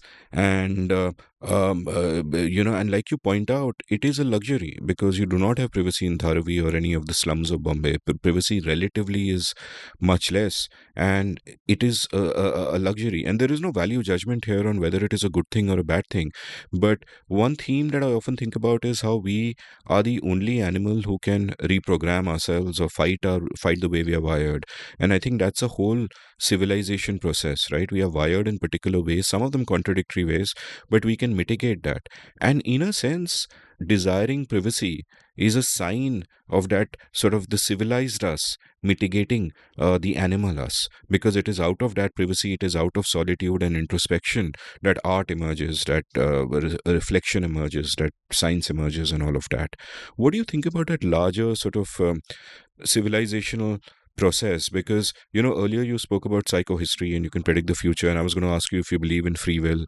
And at some level, I think most of us do not realize how much our civilized self is just a veneer, and really we are in control of the animal self. And a lot of the time, all that the civilized self is doing is rationalizing what the animal self does. And there's a huge cognitive load on doing that, and that's the reason why privacy is important. So I don't want anyone to think that I'm a privacy lawyer. That's essentially what everyone knows me as. But the fact is that for 99% of our lives, we have a veneer that absolutely no one can get through. Not our spouse, not our children. That is that is the last frontier that you have to crack through to really see the true person. And in some societal constructs, it's extraordinarily hard to create an environment where you could let that last wall down. And as you say, in the slums in Dharavi, in very early civilizations, even though houses grew to have walls, they had external walls, not internal walls. It was only when the fireplace was, and I only have anecdotal information from the West, so there was the need for a fireplace. So the fireplace was located centrally within the house, at the center of the house, that you needed to create a wall around the fireplace to support the house. And then by that, you divided the house into two. And so there was some modicum of privacy. But beds, beds are a new invention. And so when you had a bed, you had one bed that everyone slept on. Cows and the goats slept on the floor, and the human beings slept on all one together. And you look at the pictures of the plague hospitals, everyone was on one same bed because a bed was an expensive thing to construct. So this concept of privacy is something that is an evolution. But why is it important? It is for the reasons that you talked about. The fact that once you have the mind space, you have the ability to drop that last veneer. It is out of that creativity comes. When the cognitive load of keeping up these false pretenses, it may not be false, but it is slightly, it's unreal. I think somewhere in the book I talk about the fact that there is in your bedroom, you put on your face and then you open the door and you get out into your living room where your guests are. But in your bedroom, you are your real self. That's when you're all alone. But in order to be able to do that, you need to have that wall to be able to do that, because the moment you're in a public space, even if it's your closest friends, you're still putting on some sort of an appearance. And there is a cognitive load to that. And I think that cognitive load comes in the way of creativity and all the wonderful things that we can do when we're completely free without the burden of having to do that. Now, in the slums of the Ravi, and that's a modern, even today kind of an example. But as I did the research, we had slums in New York, and the New York that you see now was a very polarized world, and particularly in Boston, which is where I start the idea of the right to privacy. It was a very, very fragmented society. There were the really, really poor people who lived in slums that were no different from the Ravi. And there were the rich people who could, sort of walk around and get into their houses and take the veneer off and were perfect outside. And the technology that broke those barriers was photography, and particularly, the Eastman Kodak portable camera. If you think back, cameras were on a stand and you had to sit still while the photograph was taken. And then Eastman Kodak came up with this thing that you would carry around with you. And people who would walk around without a veneer on the streets realized that they had to put on a new veneer because someone might catch them in an unguarded moment and take a photograph. And then that would be published and they would see this unguarded version of them. And so, the paparazzi of that time, it wasn't a word that existed, stripped away one more layer of privacy. And in response, we've all become that much more guarded outside because, particularly now with mobile phone cameras, you don't know when someone's going to take a photograph of you where you are. And you've got to be even more conscious of, if you don't want to get into trouble, of maintaining these appearances, even when you're outside, even when you're in a party, even when you're among friends that you trust. There's a tremendous cognitive load with all of that. And so privacy is important. So these concepts of privacy are important. So it's important that people, even if they have access to information about you, are prevented from using it in a way that violates, your rights, your personal space, and things like that. And it's out of that laws around privacy develop. I'll come back to the evolution of those laws and all the sort of contextual reasons that they came into being, but a couple of things to double click on first. And One is that to begin with, I think that in many ways, we don't even know ourselves. What is our true self? In some ways, we are putting on an act for ourselves. And we are finally at a time where technology can strip through that as well. That I would argue that technology, if I'm using the term in an abstract way, knows us better than we know ourselves and even shapes us, perhaps into a more extreme version of that by sort of going down that direction. But what really fascinated me in thinking about how the form of living, that you have walls and you have privacy and you live in a different way, and you've also pointed out how, for example, the different civilizations then started building inward looking houses, and your outward facing wall would have a window that was high so no one could look in, and etc etc. And that leads to these two selves. And one is the outward facing self and one is a self in the bedroom. And I'm imagining it is not just that you leave the bedroom and you put on a face, but when you leave the living room also you put on a face. You are constantly changing faces and perhaps becoming mukhotas. And I wonder what the feedback loop is. Like, a term I learned recently from an episode with Gurvinder Bhogal was a looking glass self, which is a term in psychology which indicates that your self is shaped by the reflection you see of yourself in the eyes of others, which is a great reason, I think, to keep good company. And here's my question. I'm trying to think back on how, before this kind of separation of the personal life and the public life happens, where everybody is watching everybody else, how the shaping of the self happens, right? And one analog, and again I'm thinking aloud, is I used to be very fascinated with Big Boss once upon a time. I think circa 2008, 2009, I even tried to live tweet it once, and everybody was like, "What the fuck? You're a serious person. Are you crazy?" And I'm like, "No, this is great." Because even though these people know they have cameras watching them, after a little while that It vanishes. it vanishes, and then I think you see the true selves. They cannot hide the true selves. It is kind of there. And I imagine that in a tribal society where everybody is kind of sleeping around in the open, and whatever little hutments there are for storing grains or whatever, I would imagine that in those moments, that at one level there is no pretense. The pretense kind of drops and you are who you are.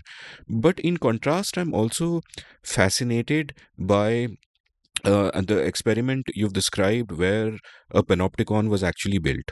Right now, for my listeners, I'll just sort of simplify this a bit. You might have heard the term panopticon, and this is basically an idea Jeremy Bentham had, where his idea was, how do you build a good prison? You build a good prison, according to him, where the prisoners are being washed all the time, so they won't do anything wrong because they think they're being washed. So it is a circular structure, and in the middle there is this tower, and you can't look into it, but you can look out, and all around there are these prisoners' rooms with open windows, or they just open to the tower. They can be watched at all times from the tower, but they don't know when they are being watched, and therefore it is like a constant whatever. And luckily not many of these were built, but one was. And Bentham, by the way, was completely serious, not saying this as a metaphor as I first thought it must be some thought experiment. But one of those was built, and in your book you describe, quote, prisoners incarcerated in panopticon style prisons suffered debilitating psychological side effects that stayed with them long after being discharged.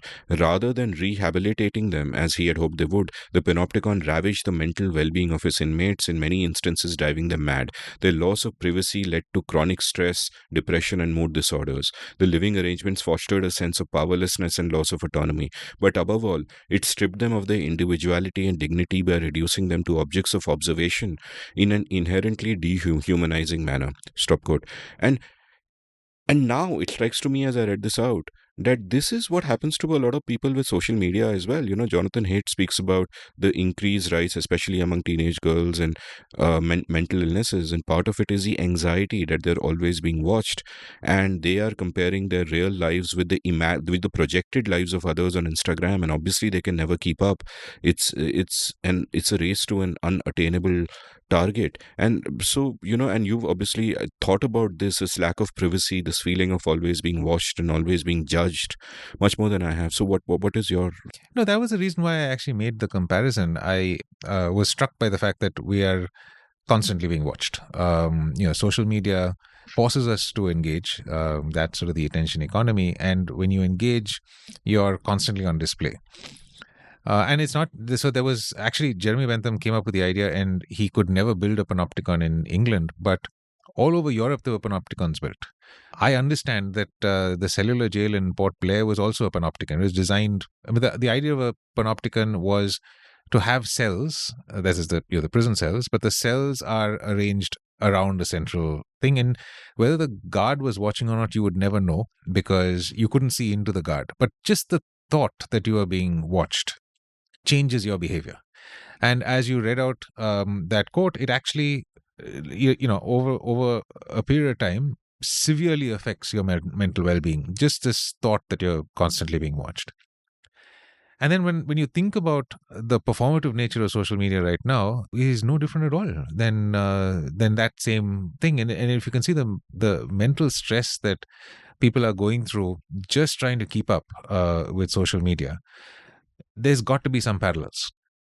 It's not like you're confined to a space, but in a sense, you're confined to a space. You're confined to performing within that thing. I mean, you just think about Snapchat as an example.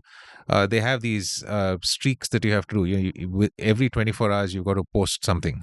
Now, that's as good as being shackled to a jail. You're shackled to your camera. You've got to post something. If it's like something inane, like, your sneakers or something like that. It is, the pressure of not breaking your streak is high. There's social pressure with not breaking your streak, and your entire peer group is like, we kept it going for 100 days, and this fellow sort of slacked off, and so now we all have to start from here. So it's like a lot of pressure. And then, of course, there's all the Instagram stuff, the unreal body image issues, all of these sorts of things. And you can see how it's taking a toll on our lives right now. Now, the reason I'm saying all of this is more by way of explanation, because I think that as much as we have opted into it, there is clearly something that we get of value, whether it's entertainment, whether it is vicarious pleasure. So I'm not qualified to explain all of those sorts of things. It's not, the Panopticon, Jeremy Bentham's Panopticon, people had committed a crime and they were incarcerated. It's not the same for us. So I think that the larger message there is really around, I guess, the addictive nature of some of these technologies. And then to say that once you're caught into it, once you've been dragged into the grip of these technologies, that the mental health and well-being and the stresses on them, if you look at what happened with the Panopticon, you can now start to explain why some of these are happening. Now, I as much as I am an observer of technology, I'm a huge techno-optimist. And so I think that we will all sort of figure this out and get past this. We're already seeing Tristan Harris and people like that who are weaning us off the use of technology. Now the technology itself has figured out ways in which to warn us that we've been on Twitter too long and things like that. And so we will get past it.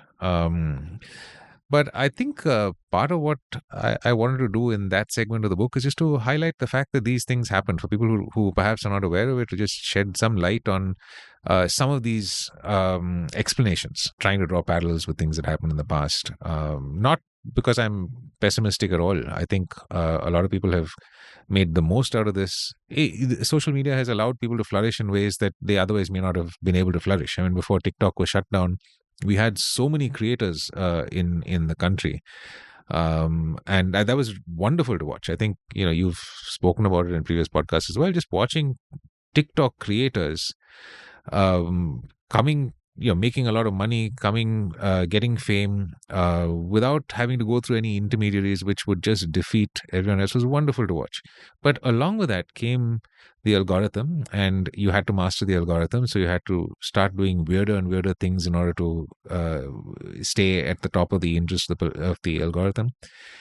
There is a fine line between these two. I mean, I like the democratization of access, but I worry about what the algorithm will force us to do, and at what point in time does your the very human need for fame and acclaim force you down a path that in your right mind, and if you were thinking straight, you wouldn't probably do. I don't know at what point in time do you cross over that line.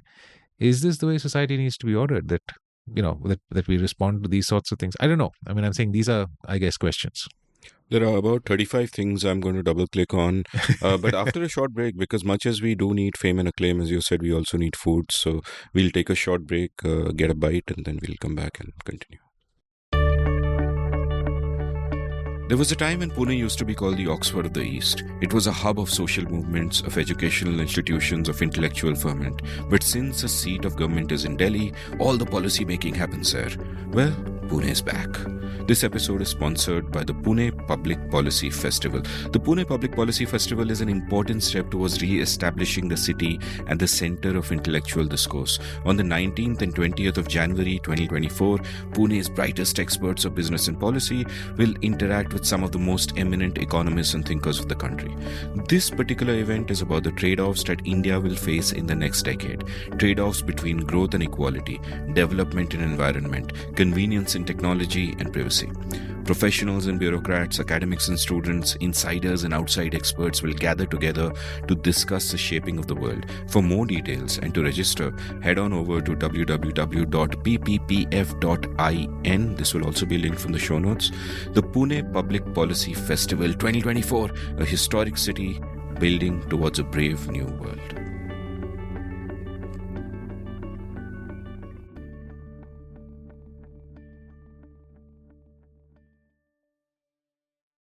Welcome back to The Seen and the Unseen. I'm chatting with Rahul Matthan and we're talking about his life and privacy. And in the break, we were just talking about coffee and you mentioned the KP Krishnan episode. And I just got a comment, I think this morning from someone about that on Twitter or somewhere, that he loved the way Krishnan described his coffee making method. So take me through your journey with coffee. So I don't have anything like KP's method for making coffee. Once again, I've done the traditional route with coffee. Started with Nescafe because you don't know any different, and then of course you realize there's a huge world out there. So right now my coffee ritual is just a very simple AeroPress type of a ritual. But I've selected a set of beans that I like from a friend who gets it roasted in his roastery in Auroville, and he ships it to me. And a small batch because you want it fresh. Grind it myself, put it in the AeroPress. That's my sort of morning ritual. It takes me 2-3 minutes and I make my coffee, but I really like that coffee. And the reason why we were talking about this is because I'm about to go down a rabbit hole with espresso machines. I don't know, maybe I've been tempting fate, but the algorithm has been showing me a lot of really delicious espresso machines. Like once you click on one, it'll show you every other. Yeah, but and this is this insidious thing. You don't have to click. You just have to pause longer than normal on the feed, and then they know. And some of these are just delicious. I mean, you just watch the espresso coming out. So I've been slowly sucked in, and now I feel that I should perhaps start doing the research on what's a good espresso machine. And then let's see. I don't know. What's your relationship with food? I hear you're quite a foodie as well. Yeah, I like food a lot. I like food a lot, and I like just a wide range of experiences with food. And because I have the good fortune of being able to travel with work, I end up going to a lot of interesting places. And you can do all sorts of things there. You could go to a nightclub and you could drink a lot. And for me, I just said, look, I could buy things or I could buy experiences. And some of these things are really, they cost a lot to buy a good meal at a Michelin 3-star restaurant. But man, that experience is worth it. And it's just the inventiveness of the chefs. It's the conceptualization of each individual dish or the whole thing put together. And that's really interesting. Those are, experiences really worth investing in. It's evanescent. Some of these meals will not last more than 2-3 hours. And then you have to remember it after that because it's gone. Sometimes those places shut down and don't exist. So I've made it a point to whichever place I go to try and do the research in advance to try and find, the restaurant worth eating at. Sometimes that's not enough because these restaurants open reservations 3 months in advance, and within 1 or 2 hours, the reservations are all gone. But when you can make it work, these experiences are just worth sort of doing even for that short time. Well, what are the most memorable food experiences you've had? So I ate at Noma when before it shut down and before it sort of came back up and now it shut down again. That was so interesting because it was the number one restaurant in the world at that time, and we were because I guess we were the only Indians eating there. We were waited on by an Indian stage called Garima, who went on to stage with Gagan in Bangkok, and then opened her own restaurant called G, which is doing really well in Bangkok. And so that was a I think that the story around Noma is that they will only cook with ingredients that they can forage, and it's in Denmark, which means if you go in winter you're probably going to get moss, and that's the only thing that you'll get. And the other really interesting thing is that there is no lime or no citrus that grows in Netherlands. It's just not native there. So if you want to get the citrus taste, what do? Well, he took fire ants, he flash froze them, and he garnished the dish with fire ants, because if you bite into, if you squash an ant, the formic acid is out. But if you allow the ant to be killed with the formic acid still in there, when you chew on it, the formic acid comes out and it tastes like lime. So it's just incredibly inventive to put yourself under these constraints and then deliver. So so Noma was interesting because of that. There was that constraint. I think some of so Gagan is just wildly creative. I ate at Dinner by Heston in London, where Heston, other than he didn't do his really complicated molecular gastronomy, he just took old, really, really, really, really old English recipes, which you would think would be terribly boring. But he put a Heston twist on it, and it was modern interpretations of very old English recipes. So yeah, I mean, look, one of the best weekends that I had with food was at San Sebastian, where we went through a very traditional restaurant, and then a completely crazy restaurant where the last item on the menu was not a dessert; it was a savory thing. No cutlery was served; you had to lick it off the plate, and it was a big dot, which was like the full stop, symbolic of the end of the meal. So crazy things. It's as much the taste, is as much the the texture as it is the story and that experience and things like that. And if you do it with some friends who really enjoy this, it's absolutely worth it. They're expensive in the context of that's a lot to pay for food, but we pay a lot for holidays, we pay a lot for buying vehicles and stuff like that. You put some of that aside and buy yourself an experience, and force your mind to remember it, because there's no other way you can do it. And that's, I think, what's beautiful about it. I can take photographs, but the taste, that experience, there's no way to do that unless you fix it in your mind. Is there pressure on you to be mindful in those moments? There is, in a sense, but it doesn't really matter. You're not being graded on this afterwards. And some of the memorable meals just stick.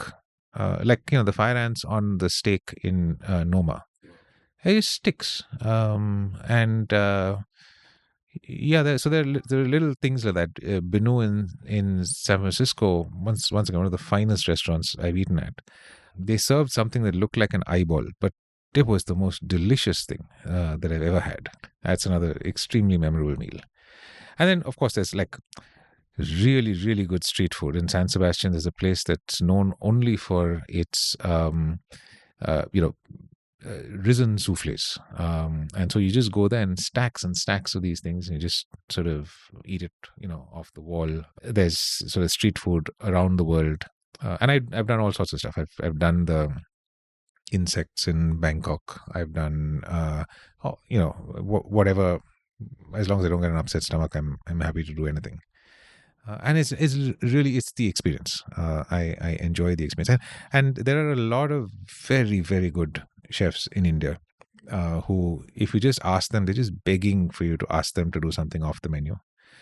Extremely talented, and you don't have to go to Denmark to eat an outstanding meal. You've got really good chefs in the country, even people who are not known, who are sort of slaving away with a set menu because that's what the commerce demands. If you just give them the opportunity to do something outside, there are many in Mumbai, there are many in Bangalore and Delhi, and I don't know all the other cities, but it's really worth doing that. Food as an experience, as opposed to food as just energy to get through the day, is another way to think about it. So last week, before I released the latest episode, I asked my writing students that, hey, the next episode is, you have to guess what it is. I'll give you a one-word clue, and the word is Copenhagen. And they were all going off in different directions. One of them said Noma. And of course, there's a dad joke at the end of this because it was a Danish Hussein. You get it? It's a Danish Hussein. So they were most upset with me, I think. But anyway, that aside, I remember, I think circa 2017, 2018, I went off with a bunch of my friends on this kind of thing which we called a spice trail, where we rented a bus, and 10 of us and a couple of people had flown down from England, etc., etc. And we took a bus and we went around Mysore and Bangalore, eating basically 8 meals a day, eating at all the kind of great places. And it is just mind-blowing. I mean, you are so lucky to live in Bangalore. I mean, forget the fancy spice trail that we did, the different kinds of biryani. For the first time in my life in Mysore, I had this pork biryani, and it was just, the fat was melting on the rice. It was magnificent. But just Bangalore, the food is, I think, amazing, and the best dosas in the world. Like, oh my God. I'm glad you said that, because there's a big fight between Bangalore and Chennai as to which is the best dosas, and clearly we think that the Bangalore dosa is the best dosa, because it quite frankly is. I mean, It is. I mean, how can you dispute it after eating no, all of this? I just find that there are people who do dispute it, and I'm shocked that anyone could think that anything other than the Mysore masala dosa is the best thing on the planet. But I mean, I don't think it's just Bangalore. I have a theory which at some point in time I will have the time to prove, which is that if you start at the southernmost tip of India and you drive up to the northernmost tip of India, stopping for breakfast, lunch, and dinner, my theory is that you'll eat a different cuisine for every meal. Yeah. I have to prove it. Even within the state of Karnataka, from the bottom of Karnataka to the top of Karnataka, there is a different cuisine as you're going up, depending on the path that you're I going. mean, even within Mysore, one of the local guys who was with us pointed out that in a 3 square kilometer radius, you get 6 different kinds of biryani or something to that effect, which are all authentic to that place. Yeah. And they're all, so it's just, so, you earlier said that the great chefs in India also, like, our food is amazing if you just Amazing. look hard enough. Like, what a place to be, and if you love food, this is the place. Yeah. So, I mean, I think just, you go out and you see this great, these great feats of cooking, but you just have to just step out of the cloister of the restaurants that you're so used to and go to some other places. And it's just amazing food that's coming out of holes in the wall. And, just a wide variety of things. We just look at the types of sweetmeats that we have from the south to the north to the east to the west. Such a variety of desserts and sweets that you can eat. It's just mind-blowing. Not to mention all the different ways in which certain things are prepared in this country. It's as much as I've eaten around the world, there's so much to eat and enjoy in India, and also just the experience of finding these places and eating there. Understanding the history of why a certain thing is cooked a particular way. So very often it's just constraints, and because of the constraint, a new type of cooking or preparation came about. Yeah, I had an episode on this, both with Krish Ashok a couple of times on the Seen and the Unseen, and on Everything is Everything as well. I'll link those from the show notes. But you should totally write that travel book where you're going south to north and I have to eating. do it first. It's a theory. I've been testing it with people to see if I'm wrong, and most people like you are agreeing, because it is actually that's even not enough. We could probably do 5 meals a day and still find Still find it. variety. I mean, I think it would be ludicrous and unbelievable if you got the same meal anywhere. There's so much diversity. Good YouTube show in there, boss. This is your moment to. I know. I just got to take time off from the other stuff that I'm doing and go on a 3-month road trip, or however long it's going to take to finish this. Yeah. I mean, come on, man. Data governance, privacy. It's so boring. Let's let's get back to talking about privacy, where the first half. In fact, I love Privacy 3.0. I love both your books, and what struck me about Privacy 3.0 is that it's actually two books stitched together, where the first half is just a sort of history of privacy and how it's evolved and how we eventually landed up with privacy as a right in the West and so on and so forth. And then the second half, or the second part of the book, is really a detailed look at what happened over here. And they're both fascinating, and they're both really good books in its own right. And we've discussed some of the first half of the book in the first half of this episode before the break. And I want to sort of continue down that thread, where we've spoken about how privacy is actually a consequence of technology. You have, when we are no longer in herd, cities happen, walls happen, and privacy happens. And out of privacy emerges self-reflection, emerges art, emerges the time to contemplate your navel, emerges science. All of these things happen. But tell me about how, even in different parts of the world, though they evolve differently. You've written in your book about how in Europe there is, at one level, these monks need solitude to practice whatever they practice. There is this practice of the confessional, which just in the concept itself, there is a design of privacy, because you're confessing in private to something you did in private. Right. And the privacy doesn't evolve in a social sense necessarily the same elsewhere in the world.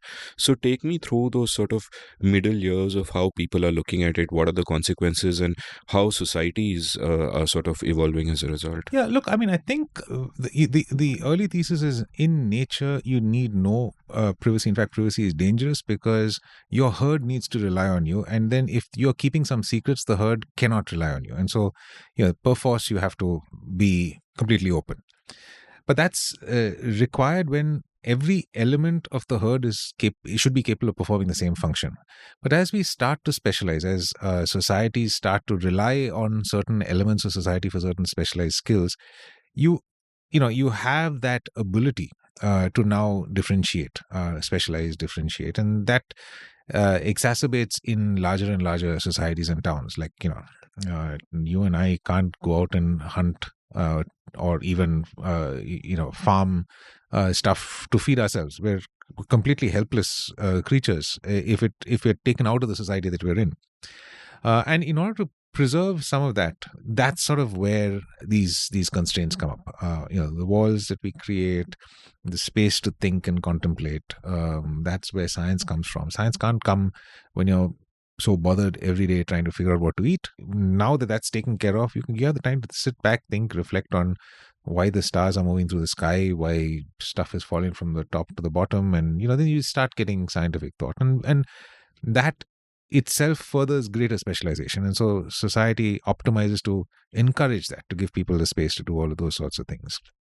But I think, as we're doing that, equally there is just the pressure to listen in on some of those conversations. The flip side of that is some of our very, very early man instincts of keeping a watch on other people is fed by our need for salacious gossip, our need for trying to basically pry into that which the person is keeping private. There is a deep desire, which you see in paparazzi. You see this as you were saying, this big boss, this whole interest in reality. Why are we interested in all of this? Because we really do want to pry away at that veneer that people keep, so that we can figure out who the real person is. And given these competing features, there is a need to keep certain things private. There's a need to impose legal restrictions on the ability of someone to pry apart that veneer. And you discussed that the whole confessional thing. It was quite remarkable for me that you were given so much privacy, but in the eyes of God and in to his appointed representative, which is the priest, in the confines of that confessional, you were expected actually to say things that would be criminal. If the king heard about it, you could be killed. And there was still that protection that was given, and continues to be given in some societies even today. So that idea that there are private spaces, there are spaces where you can unburden yourself in the confessional, the societal need for doing that, and in Catholic societies, you need to do that regularly. You need to unburden yourself regularly. It also, in a sense, talks about the burden of carrying this private self, of the cognitive load of having to carry it, which could be released every now and then when you confess and you share it with someone else. And you would only do that if it was a trusted space. So that sort of existed in, I guess, in the concept of the clergy, in a religious concept. But in the book, I talk about how technology keeps pushing at this. And we spoke about confined spaces in the Ravi and slums around the world. I think every city in the world has had slums at some point in time. You go to them now and it looks like they never had it, but they all had it. New York was no different from Mumbai and the Ravi at a time. And into that, this new technology comes, which is the camera, which strips away the protection that you would otherwise have, just because no one could record your presence in a public space. And it was in reaction to that, and just the whole concept of journalism, the fact that journalists were selling newspapers on the basis of some salacious gossip, that the first treatise on the right to privacy came about in the US. Warren and Brandeis wrote that treatise, that the right to privacy, that was published in one of the very, very early issues of the Harvard Law Review, is even today cited as a seminal document that articulates that right. It was quoted in our privacy judgment of the Supreme Court. It's quoted literally everywhere. And if you look at that, the reason for that was really technology.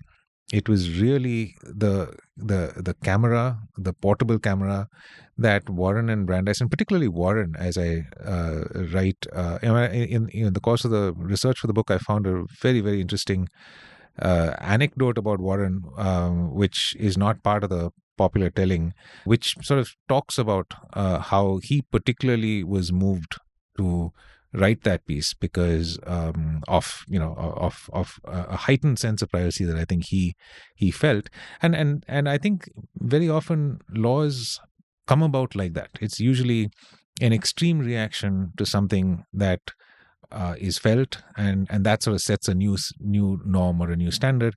If it wasn't an extreme reaction, there would not be the need or the desire to enact it into a law. But once there is such a thing, then that's when laws get written.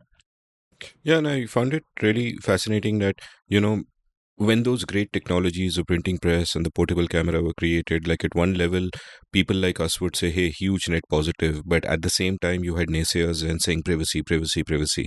And with some justification in your book, you've sort of written eloquently about the explosion of newspapers in the United States, where you point out that between 1850 to 1890, the newspapers grew from 100 to 900. And why? There was a market. It wasn't people looking for insight or news. It was people looking for salacious gossip on those better off than them in the squalid cities, as they then were, that they lived in. So you have the printing press and you have portable cameras, and from these great technologies come gossip rags and the paparazzi and all of that. What I also found both utterly logical and also moving was a story of how one of the things that motivated Warren to do this was the fact that his younger brother Edward was homosexual and was in the public gaze, not treated well in the public gaze and so on. And Warren felt a sense of personal responsibility and anger, and he felt aggrieved by this. And it sort of reminded me of that great saying, where you stand depends on where you sit.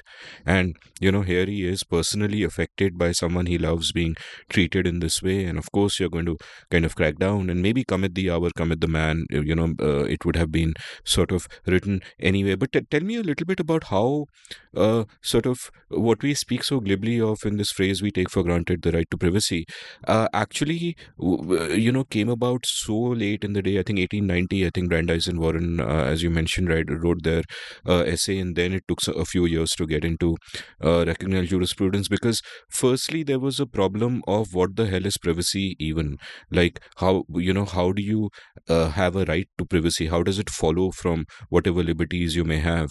And then later on, there are conflations with copyright, that what is copyright? And obviously copyright doesn't they seemed similar in certain respects. Something you have written privately has been released when you did not intend it to. So there was at some point, as you mentioned, conflations between that and people trying to kind of figure that out. And then you had all these gossip rags saying, hey, First Amendment, and the First Amendment is also a great technology for safeguarding free speech, but equally they're using the whole First Amendment thing.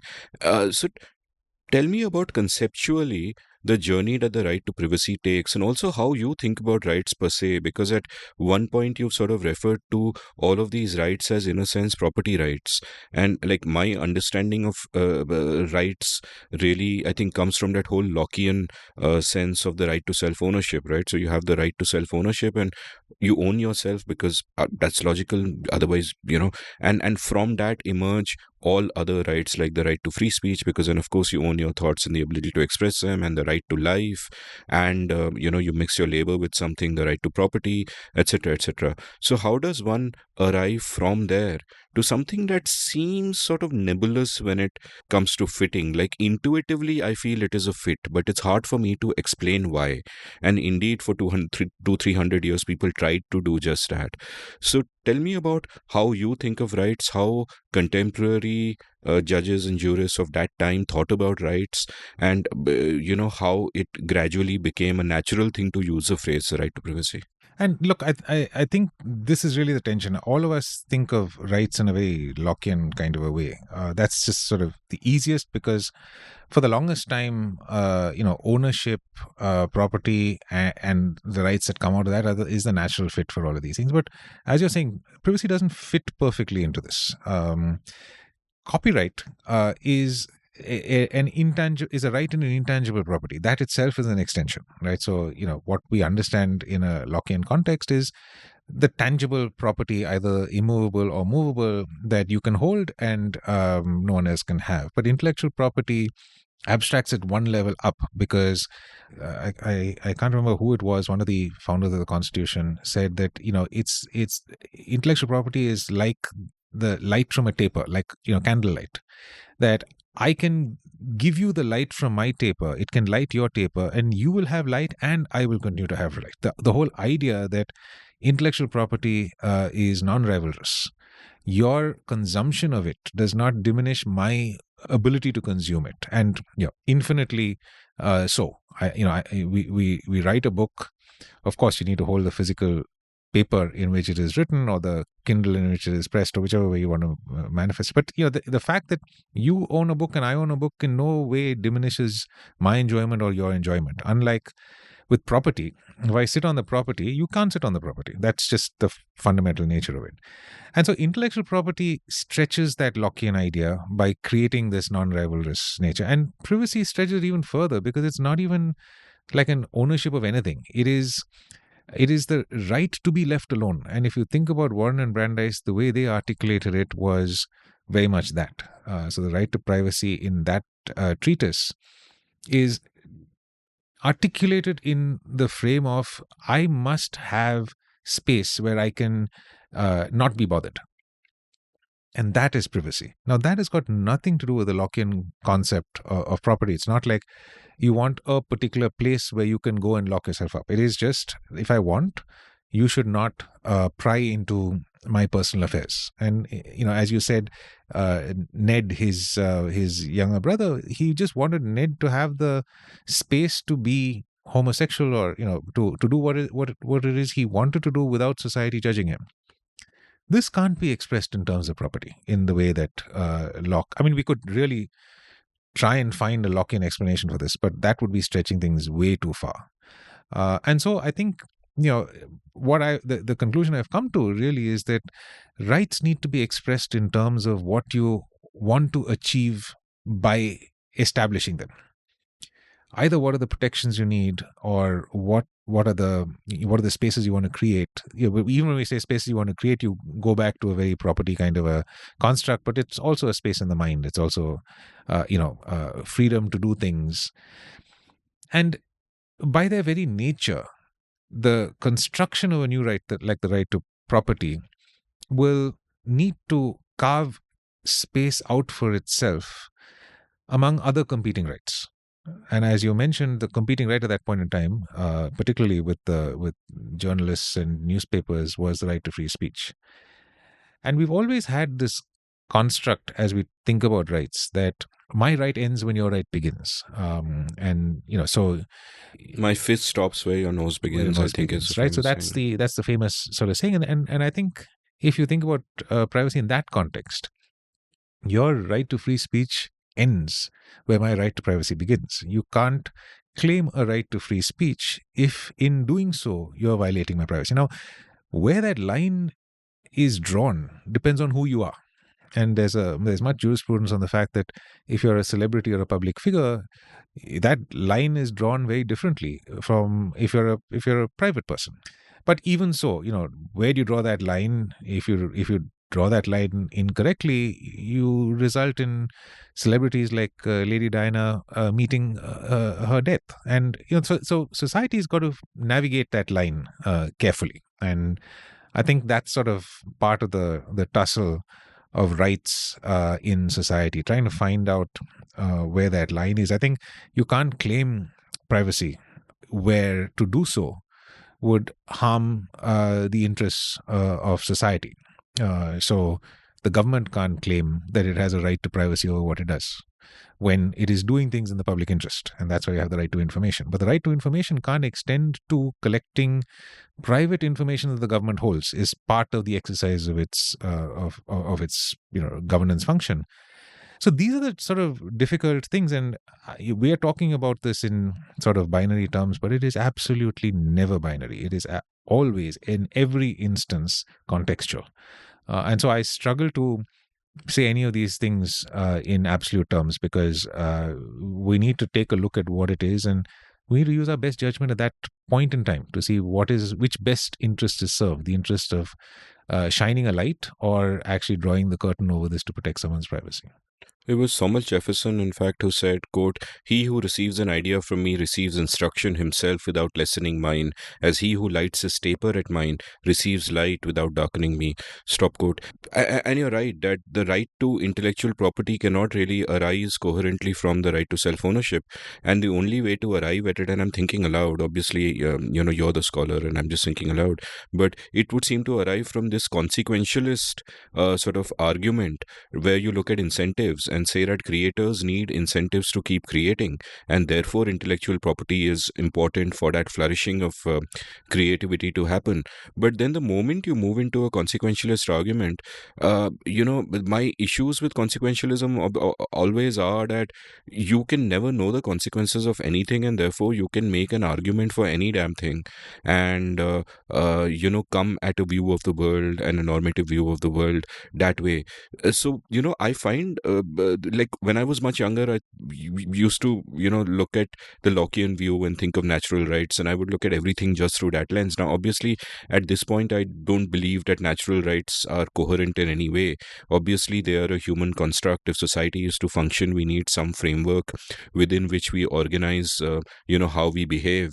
But what is that framework? How do we arrive at it? Like, is this a question that you've struggled with? What is your conception of rights from which one can arrive at all of these? So I don't necessarily have. So I think you're right. The natural right idea is outdated in our current context.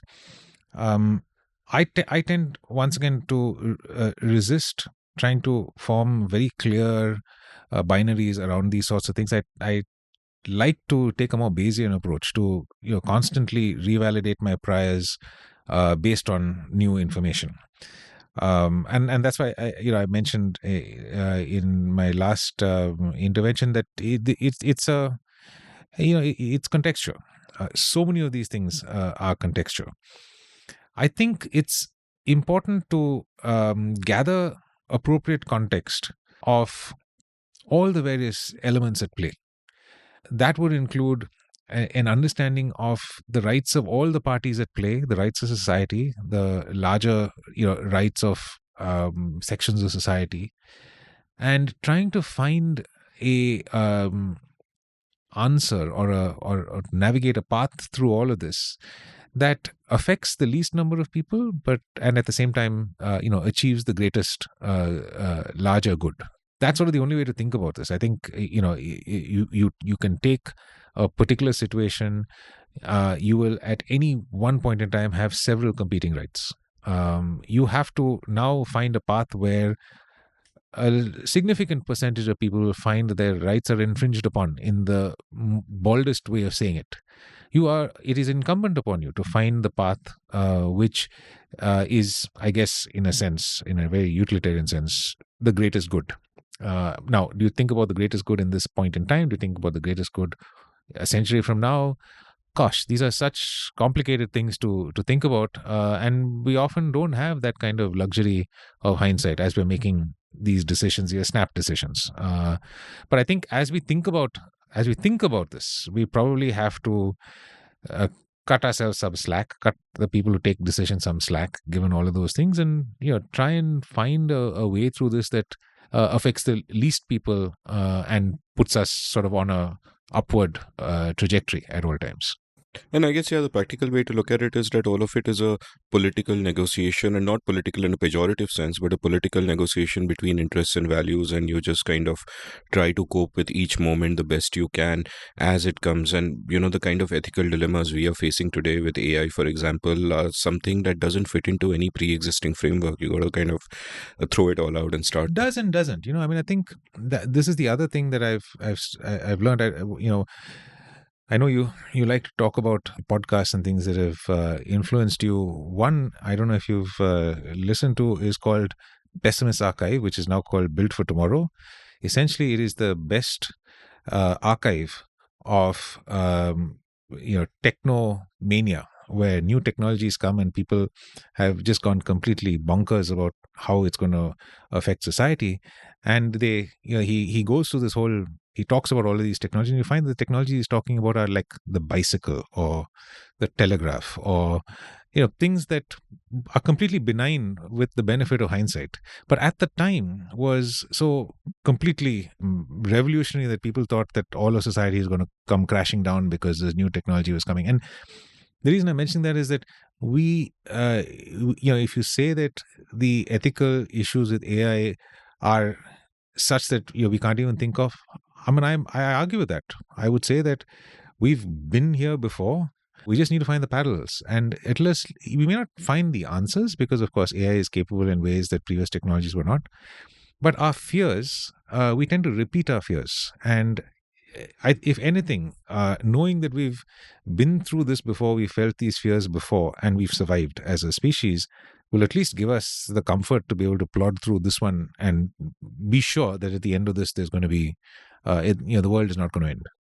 To sort of go off on a tangent here, but one situation that we haven't encountered before in any form, and that raises a meta question about us, our own morality and self-regard to begin with, is a question of what happens in that hypothetical situation. And I think at some point, inevitable situation, only when it happens is a question, when we have AGI that is sentient in a sense, or a metaphorical sense at least, and that asks of us a question that I am superior to you in every way, except I don't have the weaknesses of being organic matter that is doomed to die, but in every other way I am superior.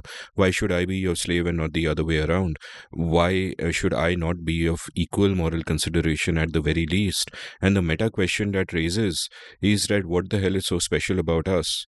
Like, by default, because we are thinking, walking, culturing creatures, we put ourselves on a pedestal above other animals, and most of us would say that morality ends with human beings. It's restricted to our species and whatever. But I think for the first time ever, and no technology of the past has done this, as far as I can think.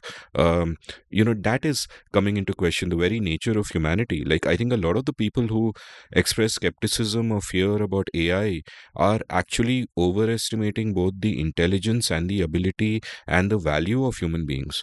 We are not really as smart as we think we are.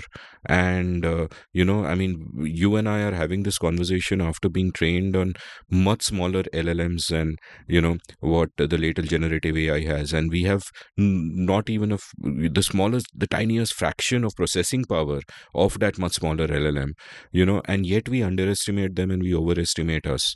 But leaving intelligence aside, just a moral question is something that has never struck us. I mean, I don't have any existential fears about this.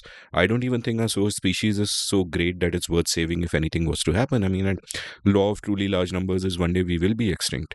But, this is a sort of a new question and there is new I mean, territory look, here. you've so this is an entire podcast, Yeah, tell me. and to go down this path, I think we probably don't have the time. Many things that you said, which now I have to unpack. Please, please.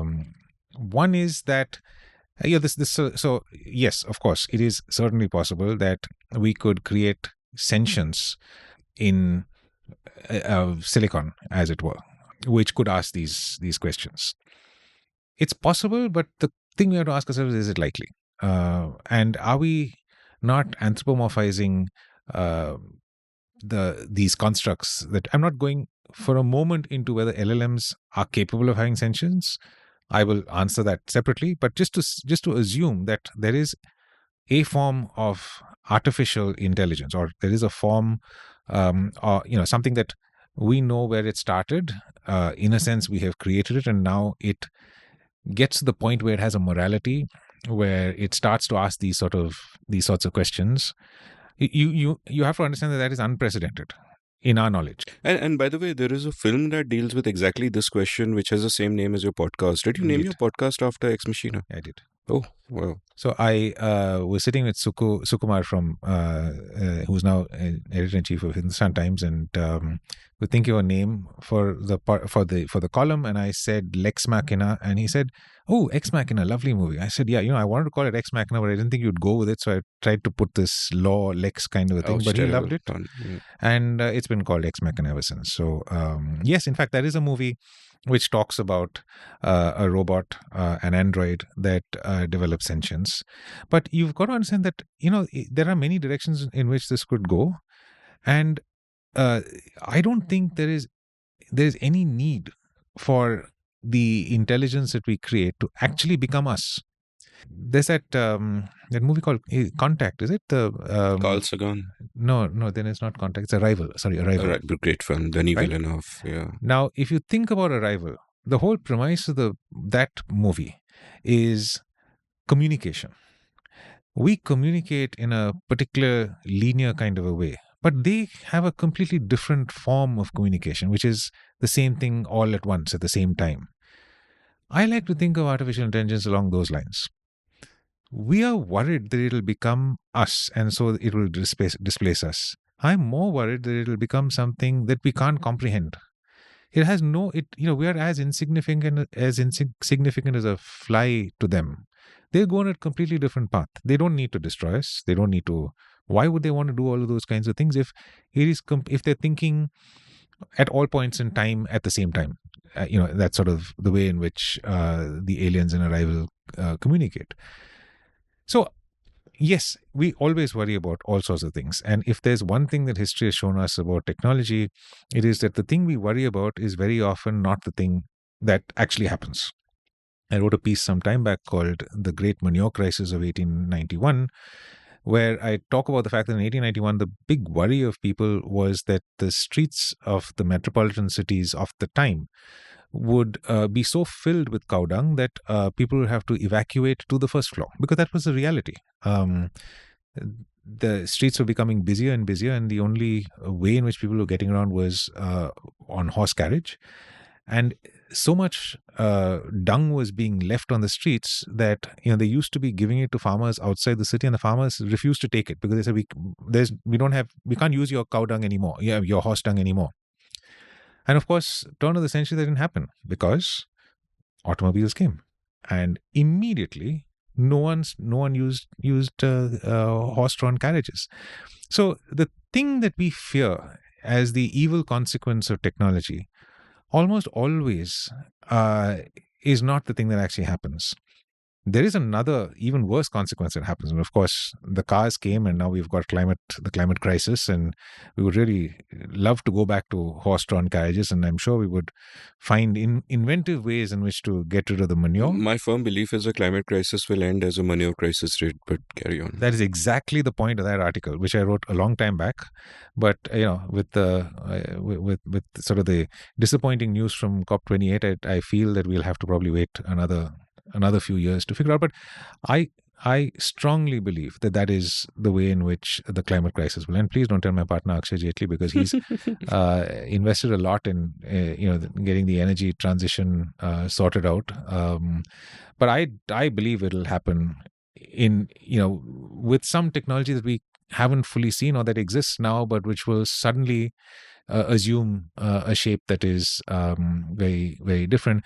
I don't say that just because I'm hopeful. I say that because time and again this has happened. We have had many opportunities to destroy ourselves as a planet, as a species, and somehow by the skin of our teeth we managed to get past that. And I feel it'll be something like that. And so to come back to the AI question that you asked, I think that the real fear may be something completely different.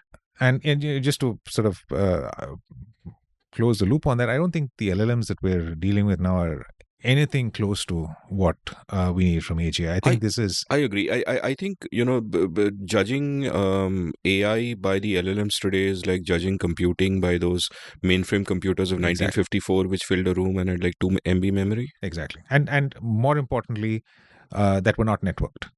I think, the moment networked computing came, everything completely changed. So the internet fundamentally changed everything. And so the LLMs today are autocomplete on steroids. Very, very interesting. But I don't see these things gaining, knowledge and gaining the ability to do things. It's very possible that there are other computational paradigms that could go in that direction. I look at machine learning eventually getting there. I think. See, there's a very interesting book by Daniel Pearl, which is called The Book of Why, and he says that I'm paraphrasing. There's a lot of maths in that I don't understand, but essentially, LLMs are what comes next. Daniel Pearl says that there is a way to also get intelligence around the question of why. So if you give a baby a fruit, the orange, and then you give a baby an orange ball, there's no way that the baby is going to confuse one for the other. It's never seen an orange ball before, but it knows the fruit from the... How does that happen? It's this ability of relating, similar but different things that humans are uncannily capable of doing. But the current LLMs and this current way of thinking about this are not able to do that, not able to answer the question why.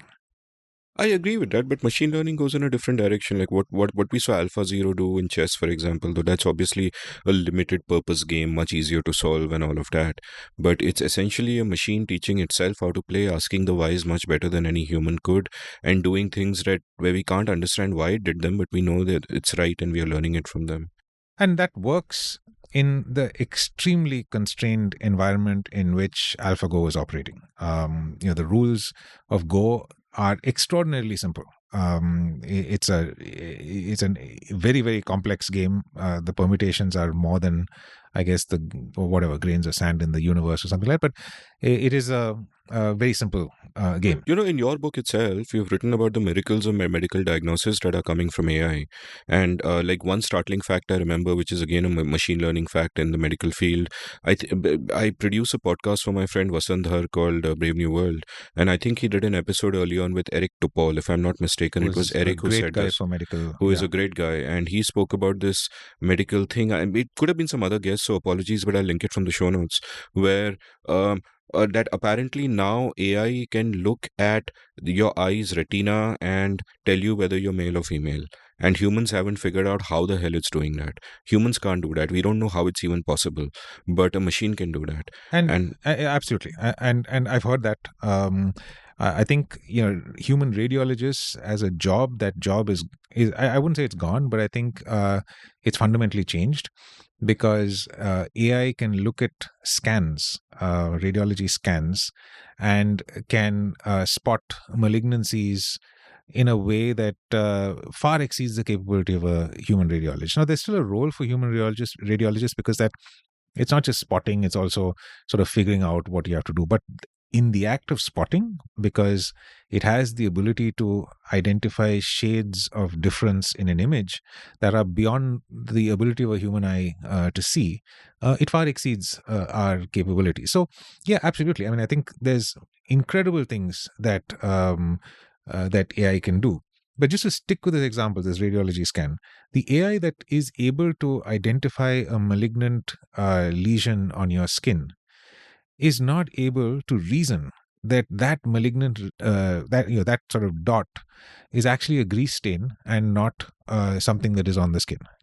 So we've got very powerful narrow intelligences that are capable of doing one thing, but humans are brilliant at actually correlating these completely different things, bringing that intelligence, bringing that real world understanding of not believing what their eyes are seeing, correlating it to other things, and coming up with answers on their own. And I think LLMs and this sort of transformer based knowledge is limited in this way. Daniel Pearl's idea of going down this reasoning. And so, when this whole Sam Altman thing happened and they talked about Q star, there was a big controversy after he got reinstated that this Q star is the LLM's understanding maths and therefore being able to reason. Because, it's one thing answering a maths question on the basis of 1 million maths papers that you have ingested. Here's another thing, reasoning out the answer to that from scratch. Now, that is pretty scary. And if the reason why Ilya Sutskever actually threw Sam out of the board was because we had got to that level, I mean, I would completely endorse that decision. I think that would be something we've got to be really careful about. So is Q star that? I think everyone sort of rubbished it and said Q star is not that and whatever, we don't know. But if we've got LLMs that are, or if you've got intelligences that are capable of reasoning maths problems, that's certainly something that I would be worried about, because once they're capable of doing that, then they're capable of sort of putting orthogonal things together and maybe asking the question you asked when we went down this totally unnecessary digression. What's the point of this human who's pulling the buttons? Is there something better to do? Maybe we could. Nothing that I've seen so far seems to suggest that the LLMs are doing that. But if this Q star is what they say it is, who knows? Maybe it is something to be worried about. First of all, no digression is unnecessary. You speak about, you speak like time is something that is finite and it's a scarce resource. And come on, life is meaningless anyway. I'm totally in the e-acceleration camp, by the way, frankly, that if the faster we get to AGI, it's cool. I don't really care about the consequences for us. I don't think there'll be any. I think we'll just find better ways to be better versions of ourselves and live much better lives. And I don't think it's an existential threat. And even if it is, so what? But, and another sort of data point from your book itself, like when you speak of malignant tumors, if we go a little upstream, we come to the genome, which is the root cause of so many things. And as you pointed out, that all the big data that is coming from the genome can now be processed and used by AI to figure out stuff about us that again we don't know. So I'm sort of an optimist about that. But my original question wasn't really the alarmist question of what if AGI comes and makes us as slaves, slaves. Jefferson had slaves, we'll be AGI slaves. That wasn't my question at all. It was more a question of what is the basis of our morality, which I was but I mean, that and orthogonal questions like, what kind of laws are justifiable are just will lead us down endless rabbit holes. Let's instead go back in time and go back to another great technology which must have seemed so incredibly scary at the time, which is a post office. And I want you to take me through the evolution of understanding the spread of data. Like, if you're living in prehistoric times, your data is very limited. It is based on what you see and hear. You keep it in your brain. And over time, there is a slow growth in that. The printing press, of course, happens. But with the post office, those fears kind of explode, and privacy fears especially explode, because you might think that the act of writing a letter and putting it in a sealed envelope is a guarantee of privacy. But somebody at the post office could easily, read it. I was just watching a crime series yesterday where the postman did it. And the person explains that nobody ever sees the postman, so you can blend into the background. So, and you speak about how Benjamin Franklin, when he was in charge of the post office, he made all his men swear that they will never open envelopes. And if I was made to swear that and I wasn't given to opening envelopes anyway, I would begin just because I had been Yes. forced to do such things. Franklin coercion. So tell me a little bit about that, because to me that's when, as you you have an eloquent chapter in your book called The Currency of Information about exactly this. Tell me about this, because the explosion of data and the easy dissemination of data then plays such a huge part in privacy coming center stage. Yeah, no, I mean, absolutely. I think all sorts of technologies allow information to move, and if you just go right back to the beginning, information was in our head. Once we invented script, not language, script, which came many, many centuries after language, we were able to then make that information permanent by writing it on a clay tablet or on paper, etc. But because we had no technology other than just this amorphous technology of a script, it was not disseminated. And of course, as we discussed earlier, the printing press makes it possible for it to disseminate.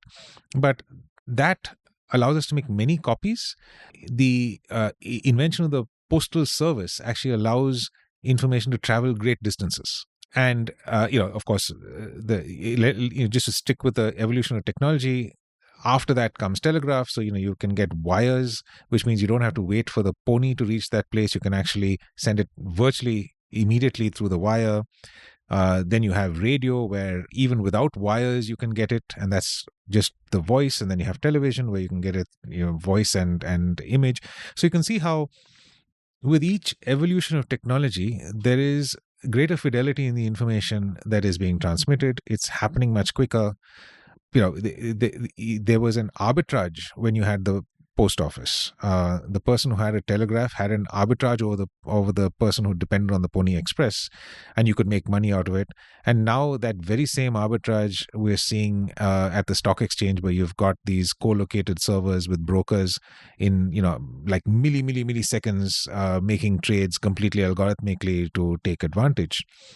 So the point in all of that is that technology has allowed information to flow. One has just allowed it to flow, and to allow it to flow increasingly quickly. And there is a huge value to all of us in having information move very quickly.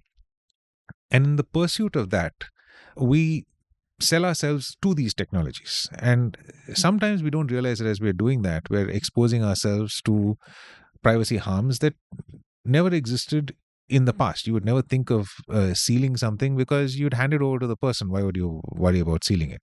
But if you're handing it over to an intermediary who's carrying it, and there is some interest in knowing that information, either just the vicarious knowledge of what's happening, or there could be some, as Jefferson was worried, there could be state secrets. There could be concerns about other people knowing certain information that was important to the state.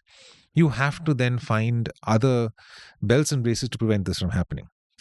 And I think that's the origin of laws around privacy, where he's made people swear that they wouldn't. The next evolution of that was to make a law that makes it punishable to do that. And that's how things like the Official Secrets Act come out, because that's the best you can do. You can make it a law, you can make it a capital crime because it involves risk to the sovereignty of the state.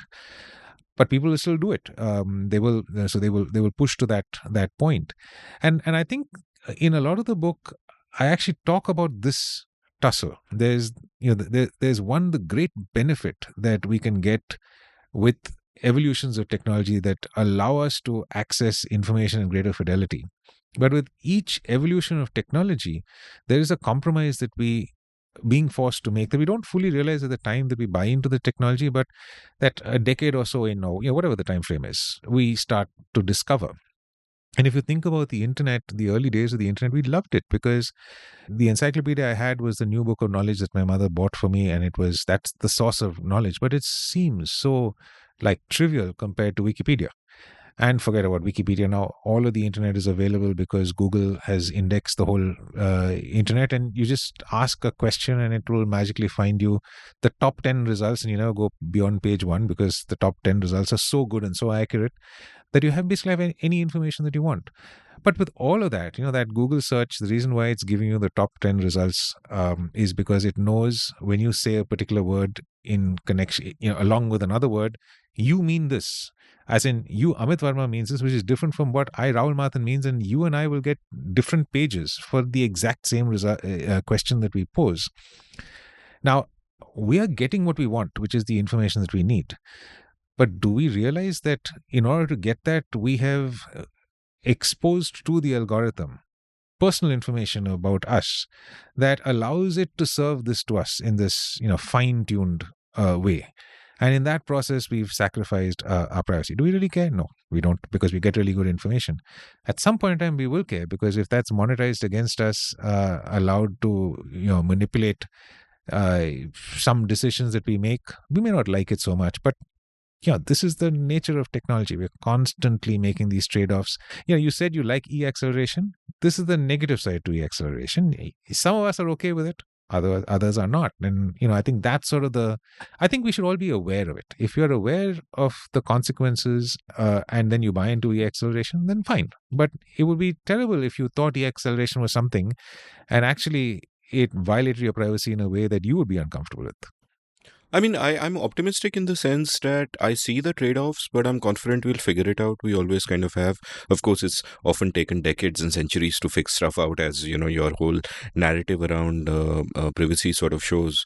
Your book has a wonderful narrative which gets us all the way to the present time. And earlier we mentioned the Brandeis and Warren paper, and then it gradually makes its way into jurisprudence and all that. And India is sort of an interesting case because, in a sense, Aadhar is that explosive new technology like the portable camera and telegraph. The same kind of objections come up against it.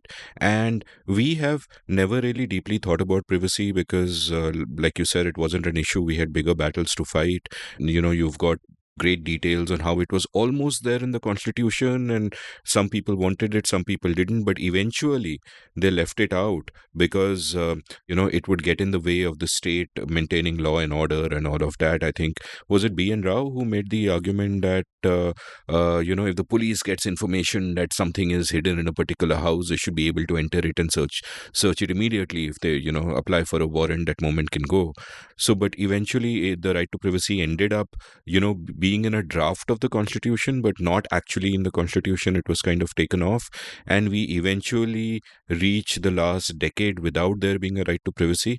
But as you point out, culturally, contrary to what many people say, your case is that privacy was actually a part of ancient Indian culture and it was kind of respected. So elaborate upon that a bit, because my sense of sort of India is that living here has been more communal than individual in a sense, and privacy has not really been considered a big deal. But you make a convincing case for why that is not the case, and everything you say of India, the opposite is true, of course. Yeah, no, I think the tropes are, we've got this concept of a joint family, so how could there be privacy?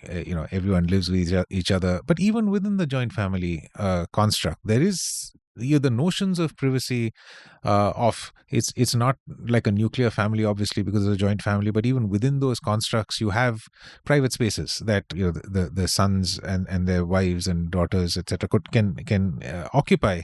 I think it would be wrong to say that because we are communal, we are early man communal. And I think, in any specialized society, and of course India was a highly specialized society, and has been for a long time, um, there is always this concept of privacy that exists. Maybe not in the Warren and Brandeis type of sense, because obviously that was not relevant, but certainly it did exist.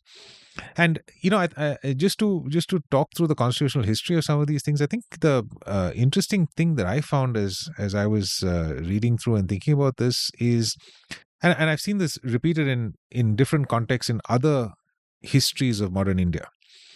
At the end of the day, the Constitution of India was written by people who eventually occupied the civil service, the British civil service.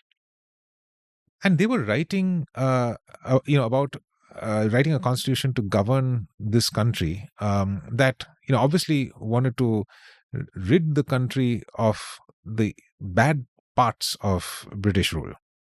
But at the same time, they were doing it within a frame that they understood. And that frame that they understood was an administrative frame that they were very much a part of. So B.N. Rao was very much part of the civil service. He was a judge, and he was an administrator. Many of the people on the Constituent Assembly, many of whom were part of that, the Committee on Fundamental Rights, were all civil servants. So they had an extraordinary faith in the fact that the administration, that the police, the administrators, etc., would not abuse this trust that had been reposed in them. And so they felt that they should be given the ability to do what they needed to do to prevent a crime from happening. And if that meant, going in and seizing the private letters of a person, they would never abuse the trust that was placed on them, because they were upstanding administrators. And so the need for the right to privacy, or the inclusion of a right to privacy, was seen to be an impediment in the way of the orderly running of society. And it's so ironic that today, when you look back, it's really, that's exactly what's perhaps been misused, and this faith in the administration was completely misplaced. And so I think that dissonance is something that is not very apparent to us many decades after the fact. In the first decade or so, where the very early privacy cases came about, and there was an 8-judge bench that I speak about that actually said there's no such thing as the right to privacy, and they were absolutely right. There was no such thing as the right to privacy, because actually the fundamental rights were listed, and not one of them had anything to do with privacy. And so they were right to say you don't have a right to privacy. There may be other ways in which you can invoke privacy, but not through the fundamental rights. And since then, there have been many cases that articulated this right to privacy, but didn't really take the trouble to set aside that very early decision that said there was no right to privacy. And that's sort of where we end up in the modern day, challenging this right to privacy. So, while writing about Rao and the constitutional debates around this, at one point you say that while trying to arrive at a balance between the interest of the individual and the objectives of the state, B.N. Rao might have tipped the balance too far in the direction of the state, stop quote. And later you describe the seminal Kharak Singh case. Kharak Singh, basically, a dacoit. He was found innocent, but the police kept surveilling him, and they would go to his house at all times of day and night and ask to check it and all of that. And he eventually filed a case against them and said, hey, it's an invasion of privacy or whatever. And the court ruled against him, though Subbarao, had this legendary minority opinion which you've written about and which forms a basis for a lot of the thinking after that. But there, I thought what is happening there is it's a clear illustration, of which countless illustrations abound, of the Indian state treating its citizens as subjects. And you began the third way by, in fact, talking about terminology and pointing out that when, in a completely different context, Justice Sri Krishna, when he was asked to look at, the terms a data subject and data controller, which are the terms used in the West for the person whose data it is, instead said the terminology is wrong and that you should not say data subject because we are not subjects, and instead you should say data principal. And the person who has the data is not the data controller, he is a data fiduciary. And I love this principal and fiduciary terminological change that, a subtle change that B.N. Sri Krishna, the great justice, very wisely made. But my question to you is about that pervasive mindset, which I imagine would have been an obstacle at every point in this struggle, where the design of a constitution puts limits on the people, not so much on the state. And it is this, it's the same colonial apparatus. We've taken exactly that model where the state rules us instead of serving us. And I imagine when you speak about something like the right to privacy, something that you worked on for so long, over the last decade and a half, that a lot of people must just have said that, hey, like, and earlier you said privacy is a luxury, must just have said that, hey, what is this first world fashion? Yahan pe kya? So tell me a little bit, like, do you think there was sort of a conceptual boundary to get through there in the first place? That No, absolutely. And I think the person much better suited than me to answer this question is Orgo Sengupta, who's written a book now called The Colonial Constitution, which goes into this in a lot of detail. And he unpacks the reasons why the Constitution was colonial. You can question whether it is or it is not, but he, in some detail, argues that we perhaps had no option but to create a colonial constitution that was very much mapped on the lines of what the British had created to govern India. It was extraordinarily difficult because we had to stitch together a set of principalities, and there was no other way to do it other than to actually create something like this, use the apparatus that exists. Others, had to create institutions from scratch, and we didn't have, once again, the luxury of time to do all of those things. I don't think it's worth getting into the why. I think that is what it is. If we think of counterfactuals, we perhaps may not have had the independent India that we have where right you stand now. depends on where you sit. When the Once country is again, falling exactly. apart, of course you'll centralize. And that Nehru had so many other things to worry about. The Nizam of Hyderabad was planning to, in a landlocked state, become a part of Pakistan. Goa was doing its own thing, and various rulers had to be. People had to get them all together to form this, and in that process there were many compromises. One of the compromises was clearly this. Perhaps the Constituent Assembly could be faulted for designing a administrative framework that treated us like subjects. But I think that is what it is, and I think that second guessing that is perhaps not helpful. Today, the reframing that Justice Sri Krishna did is extraordinarily powerful. I think beyond reframing, he didn't do much more, and I wouldn't fault him for that. I think I think there are various constraints that people work under. But it would have been nice if he had actually reflected more of that into the draft law. But even just the reframing has resonated around the world. When I speak about this in other countries, there is a very instinctive feeling that, look, this is the right way to do it. And once again, this is hindsight.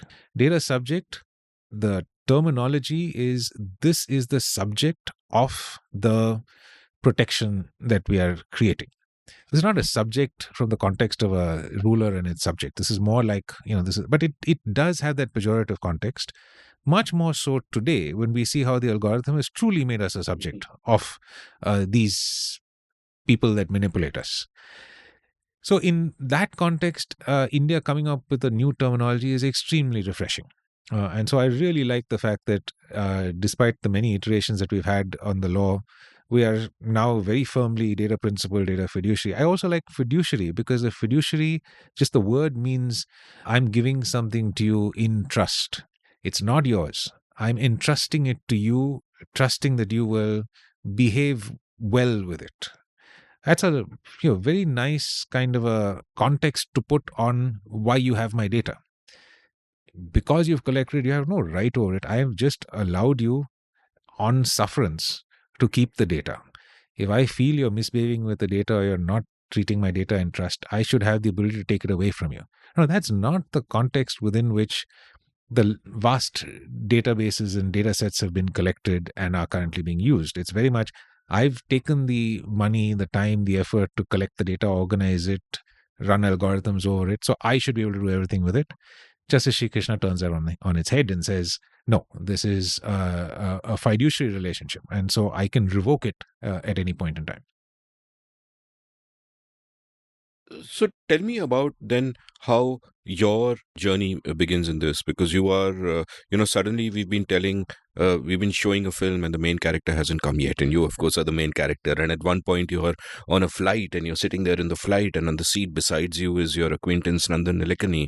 And you get talking, and as legend has it, or rather as I read in your book, you tell him that, hey, Aadhar is all okay, but what about privacy? And he says, what about privacy? And then you have a conversation. And then for the next few years, you are, the person driving the creation of a privacy law, which is even plagiarized by another government department, but that's a different matter. So tell me that entire You're story. romanticizing this way more than it actually. The moment Aadhar was announced, obviously, at the same time, UK was also doing a similar identity project, was facing rough weather. So it's not like, I sort of got onto my white horse. But if you make a film on this, who would you like to play you?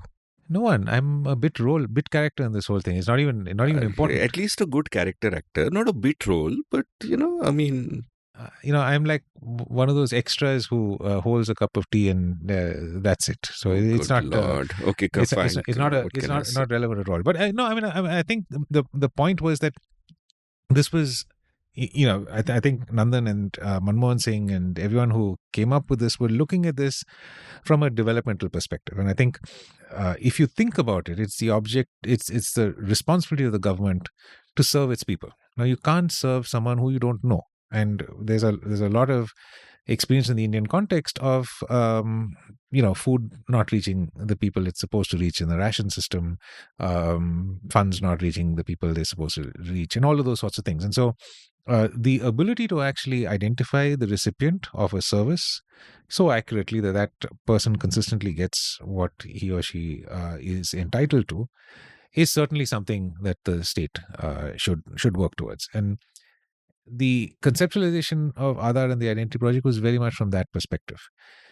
But at the same time, I had a privacy lens because I've worked in the space. By that time, worked in the space for a while, and I could see that we're going down this path. But one, we don't have this right to privacy in our constitution.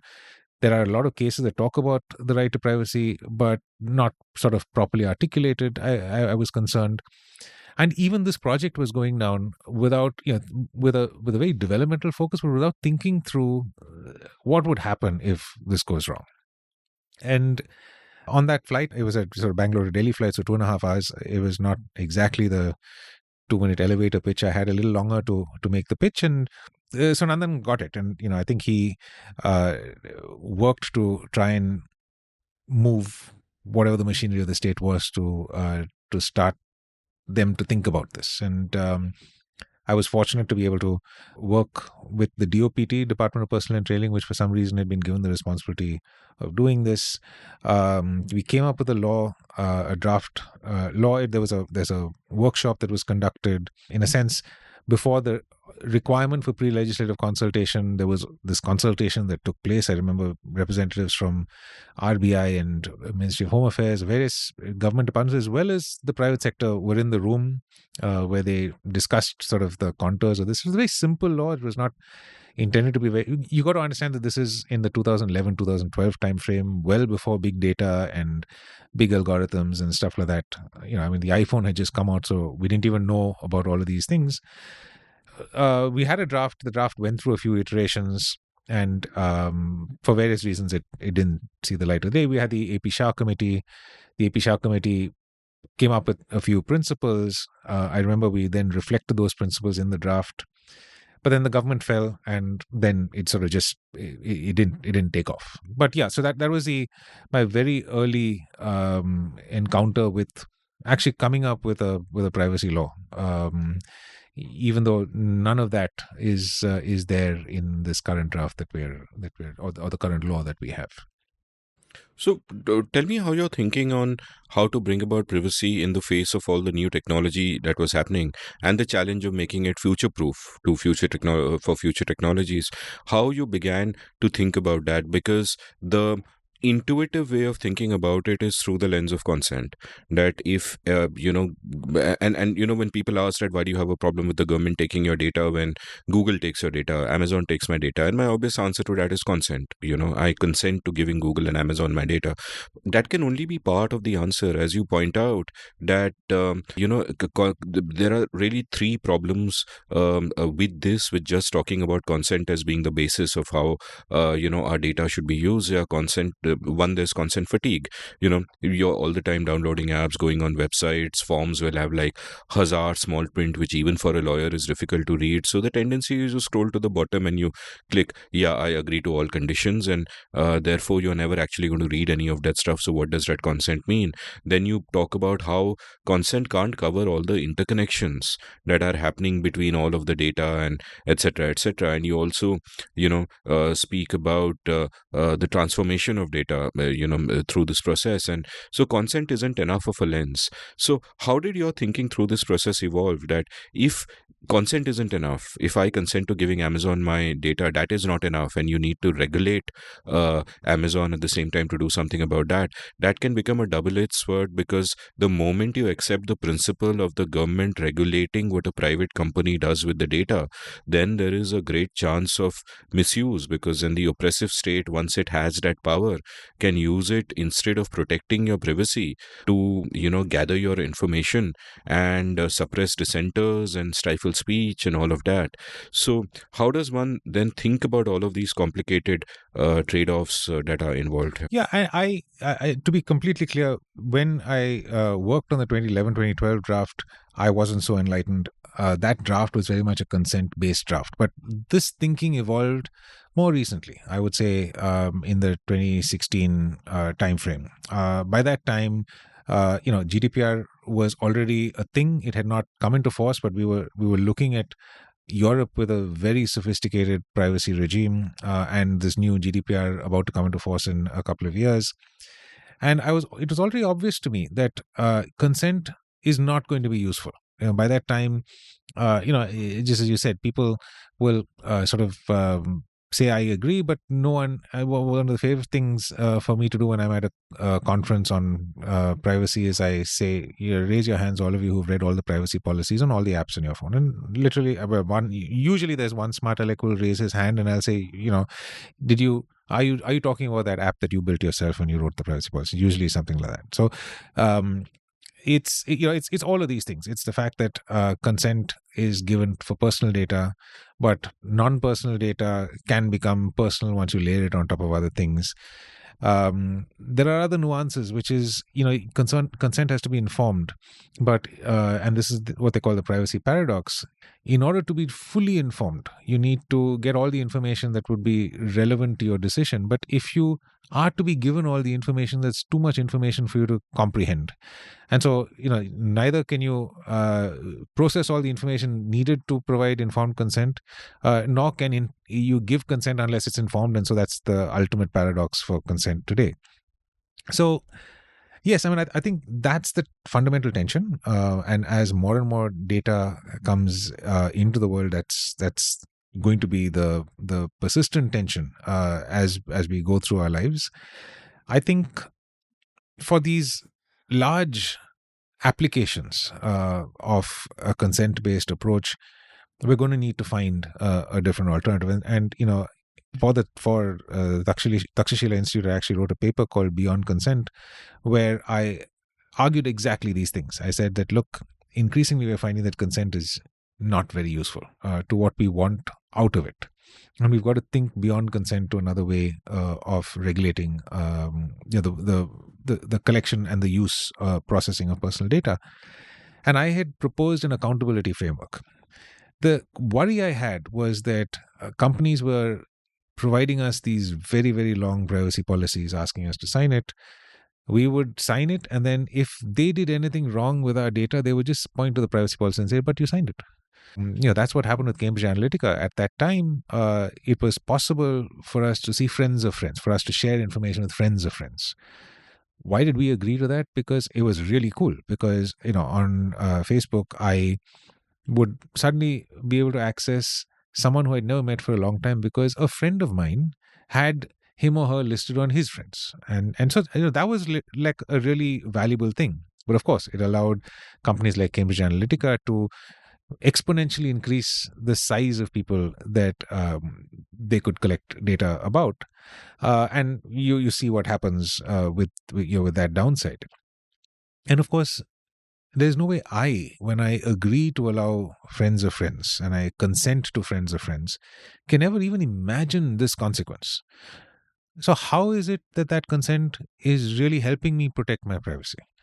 Who can actually take this decision? It's the company that is deciding and allowing this use. They, if anyone, can not only see what the full scope of this consent would be, because they have access to all the information. They can also see how it's being used, and if they observe bad behavior, they can quickly shut it down, much quicker than I could. I mean, I would only know when this big Cambridge Analytica scam bursts in the press, but certainly the company who is intermediating it could do it sooner. So the idea that I had in the Beyond Consent paper was to say that it is those who collect and control what is done with the data who should be accountable for any harms that result from its misuse. And that the fact that they have collected my consent to allow them to do this should not get them off the hook. And that's the simple point that I made with the accountability framework. And the idea was, let us not say that consent is a get out of jail free card. Yes, you can consent and you must consent. It's not to say that there will be no consent. You cannot collect my data without my consent, but you cannot use my consent to shrug off your responsibility to continue to ensure that the way in which that data is used does not cause me harm. And I think that's sort of the idea that I talk about in the accountability framework. So, we'll take another short break shortly, and then we'll come back after that break to talk about the rest of your journey and your wonderful book, The Third Way, which I can't, and it's suitable that we'll talk about it in the third part of this program. So everything's falling into place. See, this is just how it should be. But sort of a final question about the privacy journey, and this, I could do an entire 10-hour podcast on that book alone. It's a wonderful book. I'd encourage everyone to read it. And, one of your chapters there is about the Puttaswamy judgment, which is, of course, where it is upheld, the court decides that the right to privacy is a right. And my question here is this, that I welcome the judgment. It's a great judgment. But a question that can be asked about that is that really in the court's domain to make law? Shouldn't the legislators be doing that? If the court starts doing that, what kind of precedent is there that you assemble a 9-bench justice, because you've earlier had previous judgments going against the right to privacy in a sense, which had 6 and 8 or whatever. And now you so you do a 9-bench thing, and you're basically legislating from the court. And does that kind of make sense? And I think that's also sort of an important question, because it's again a question about ends and means. That if you've set up a constitutional democracy, then all the institutions have to maintain what their role is. And today the court may have made a judgment that is liked by you and me, but tomorrow it could be the other way around, and it could go in a direction of less freedom and more oppression. So just in a principled sense, shouldn't institutions function properly? And isn't this really the job of the legislature if a new law is to be made in this way? Yeah, what a deep question to end a segment with, particularly on the day after the Article 370 judgment has been announced, where one would argue that something similar has taken place. No, look, I think you're absolutely right. There should be a separation of the various functions of the state, and it is the legislature's duty to enact new laws, including, approve amendments to the Constitution. There's a reason why it's very difficult to amend the Constitution. It's the most difficult legislative exercise to do. But the courts, and through the basic structure doctrine, through a number of various judicial pronouncements over the years, have allowed themselves a limited right not to make new law, but to interpret existing laws, existing constitutional provisions in a more expansive way. And I think it's important to understand that the first judgments, MP Sharma and Kharak Singh, these were judgments that were passed at a time when the Supreme Court had a very literal interpretation of the Constitution. So, if it was not explicitly written in those very words in the Constitution, they were not willing to look at it. But that changed, after Keshanand Bharati, after many of the cases, after a decade and a half of the existence of the Constitution. And I think rightly so, because no matter what you do, no matter how abstract, in what abstract terms you articulate the Constitution, you are articulating at a particular point in time. And it will very quickly become meaningless outside of that point in time unless you allow the Constitution to become a living document, which means that the interpretation of the of the various provisions of the Constitution need to accord with what society is at that new point in time. Now, within those constraints, it should be possible for the judiciary to wring out of existing provisions of the Constitution a new meaning. And that's what they do in not just so Puttaswamy just articulates something that for over 45 years the courts have been holding.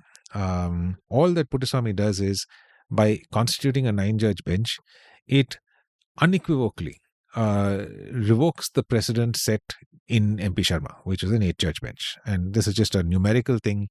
If there is an 8-judge bench, it has precedence over any smaller bench of the Supreme Court. And so we needed to constitute a 9-judge bench to definitively lay down the law. What is the law that they laid down? They essentially laid down the law that had been accumulating through precedent over the last 45 years.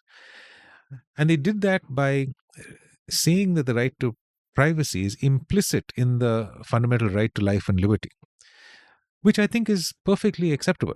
I think, if we say that the right to privacy that Warren and Brandeis articulated was the right to be left alone, that is very much the right to liberty. And if we are saying that now we need to say that that right to liberty encompasses a fundamental right to privacy, I don't see anything wrong with that. I certainly don't think that the judges are, in some way writing a new law. I think they're providing clarity in the modern context of something that perhaps at the time of the framing of the Constitution, no one felt the need to articulate in this way. Now, the irony of all of this is that, as we just discussed, they did consider it and reject it at the time. And arguably, if the judges who decided the Puttaswamy case were given that information, they may have thought differently of the reasoning for their, to say it's implicit in is wrong when it was considered and rejected. So it's a very different sort of framing.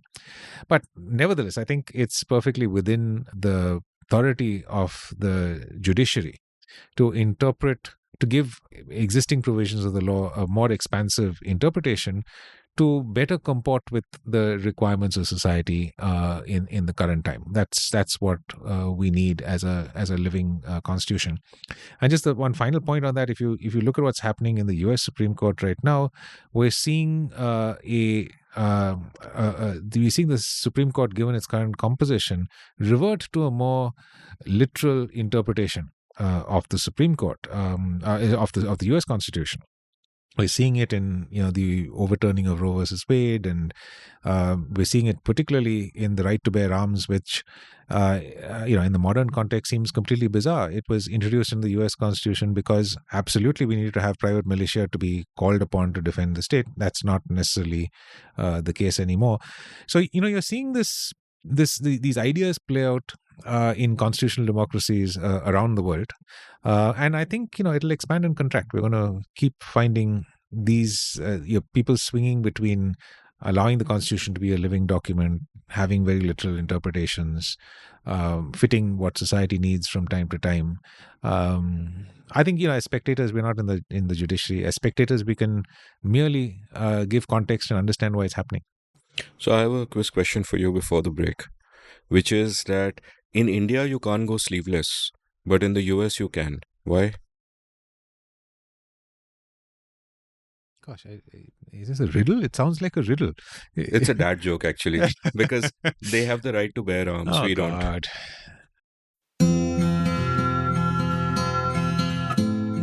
Have you always wanted to be a writer but never quite gotten down to it? Well, I'd love to help you. Since April 2020, I've enjoyed teaching 27 cohorts of my online course, The Art of Clear Writing, and an online community has now sprung up of all my past students. We have workshops, a newsletter to showcase the work of students, and vibrant community interaction.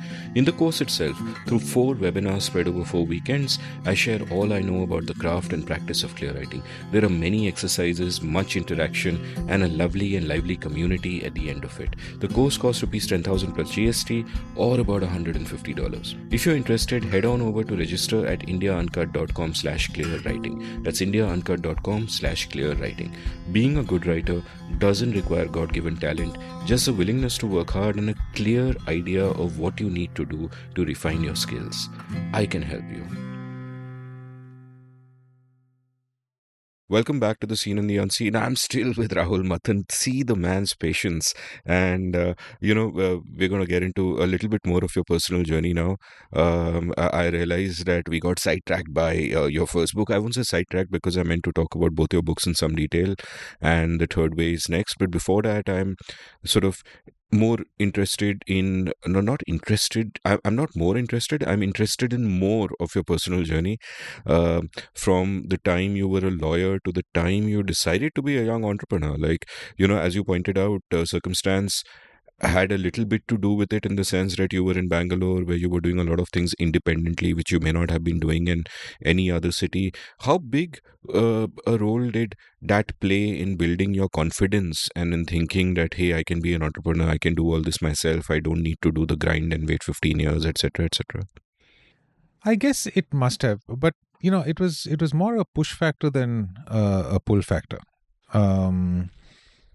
So I was working for a firm called Dua Associates, and of course we all have ambitions, and I was really hoping that I could eventually go up the ranks, become a partner, and actually very early on I realized that it was not going to happen, and despite many promises that were being made to me, none of them were being fulfilled. And so, quite frankly, 2 years in, I realized that this was not going to go anywhere.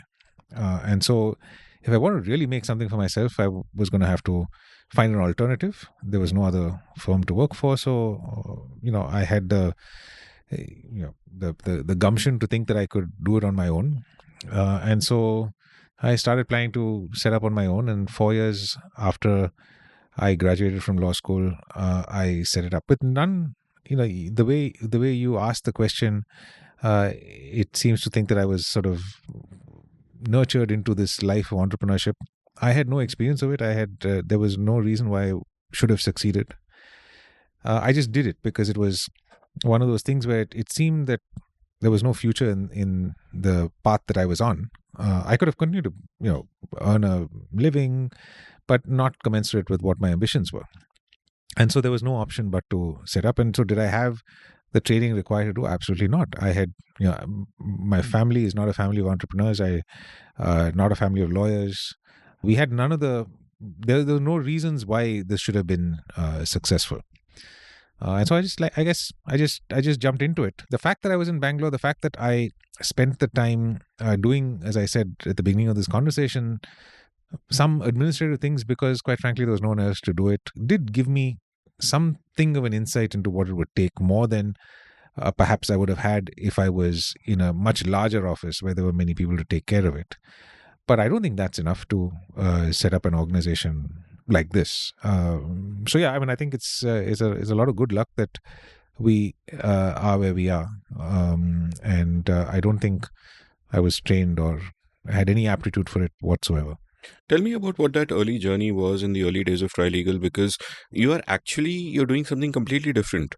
Earlier you were practicing law. Now you're also an entrepreneur.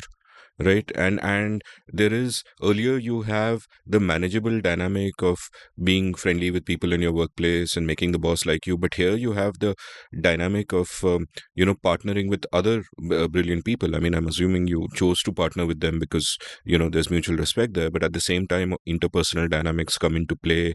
I would imagine, like, all of you are young, all of you are ambitious. There might be random kind of all too human resentments coming, that, oh, he's working more than me, etc., etc. So what were those early days of entrepreneurship like, about learning the ropes, about learning human nature, learning yourself, learning how to. And I've, by the way, done an episode, of course, with one of those partners, Akshay Jaitley, and he had so many bad things to say about you, boss. What kind of a colleague were you? I'm kidding. But I've listened to the episod in great detail, so Amit. So I can't fool you. you can't fool me unless there's lots that's left on the cutting table, which is entirely possible. No, Akshay loves you as yeah. But so what was that process like of learning something, like almost by jumping into the water? No, it was sort of very, very rewarding and enriching in hindsight. But while we were going through it, obviously, in places very difficult, in places very exciting, I think we were very fortunate. And you said that you picked people with that you respected, but we were 28, 30 at that time. How did we know anything about these people? Yes, many of them were people who I knew, but quite frankly, Akshay didn't know Karan and Sridhar at all. So how could any of us? And even though I knew them, did I really know them? Had I ever worked with them? No. So I think we were extraordinarily lucky, and I think why were we lucky? We were lucky because these were people who, regardless of the path that they thought was the path that was needed to get to where they wanted to get to, all of us wanted to get to the same place. And so, more than anything, we knew what we were not. We knew that we were not going to be a family firm. And so, one of the very first decisions we took was not to name the firm, as a combination of many surnames. We chose the word Trilegal because we wanted something that had nothing to do with us. We made it a rule that this was not inheritable. None of us, I can't remember if any of us, but I certainly was not even married at the time. So many of us didn't have children. Probably all of us didn't have children. So the idea of inheritance was just such a faraway concept. But still, we had we said very clearly that we didn't want to do that. Why did we do all of this? Because we had all come away from organizations where we could see that inheritance could be a complication.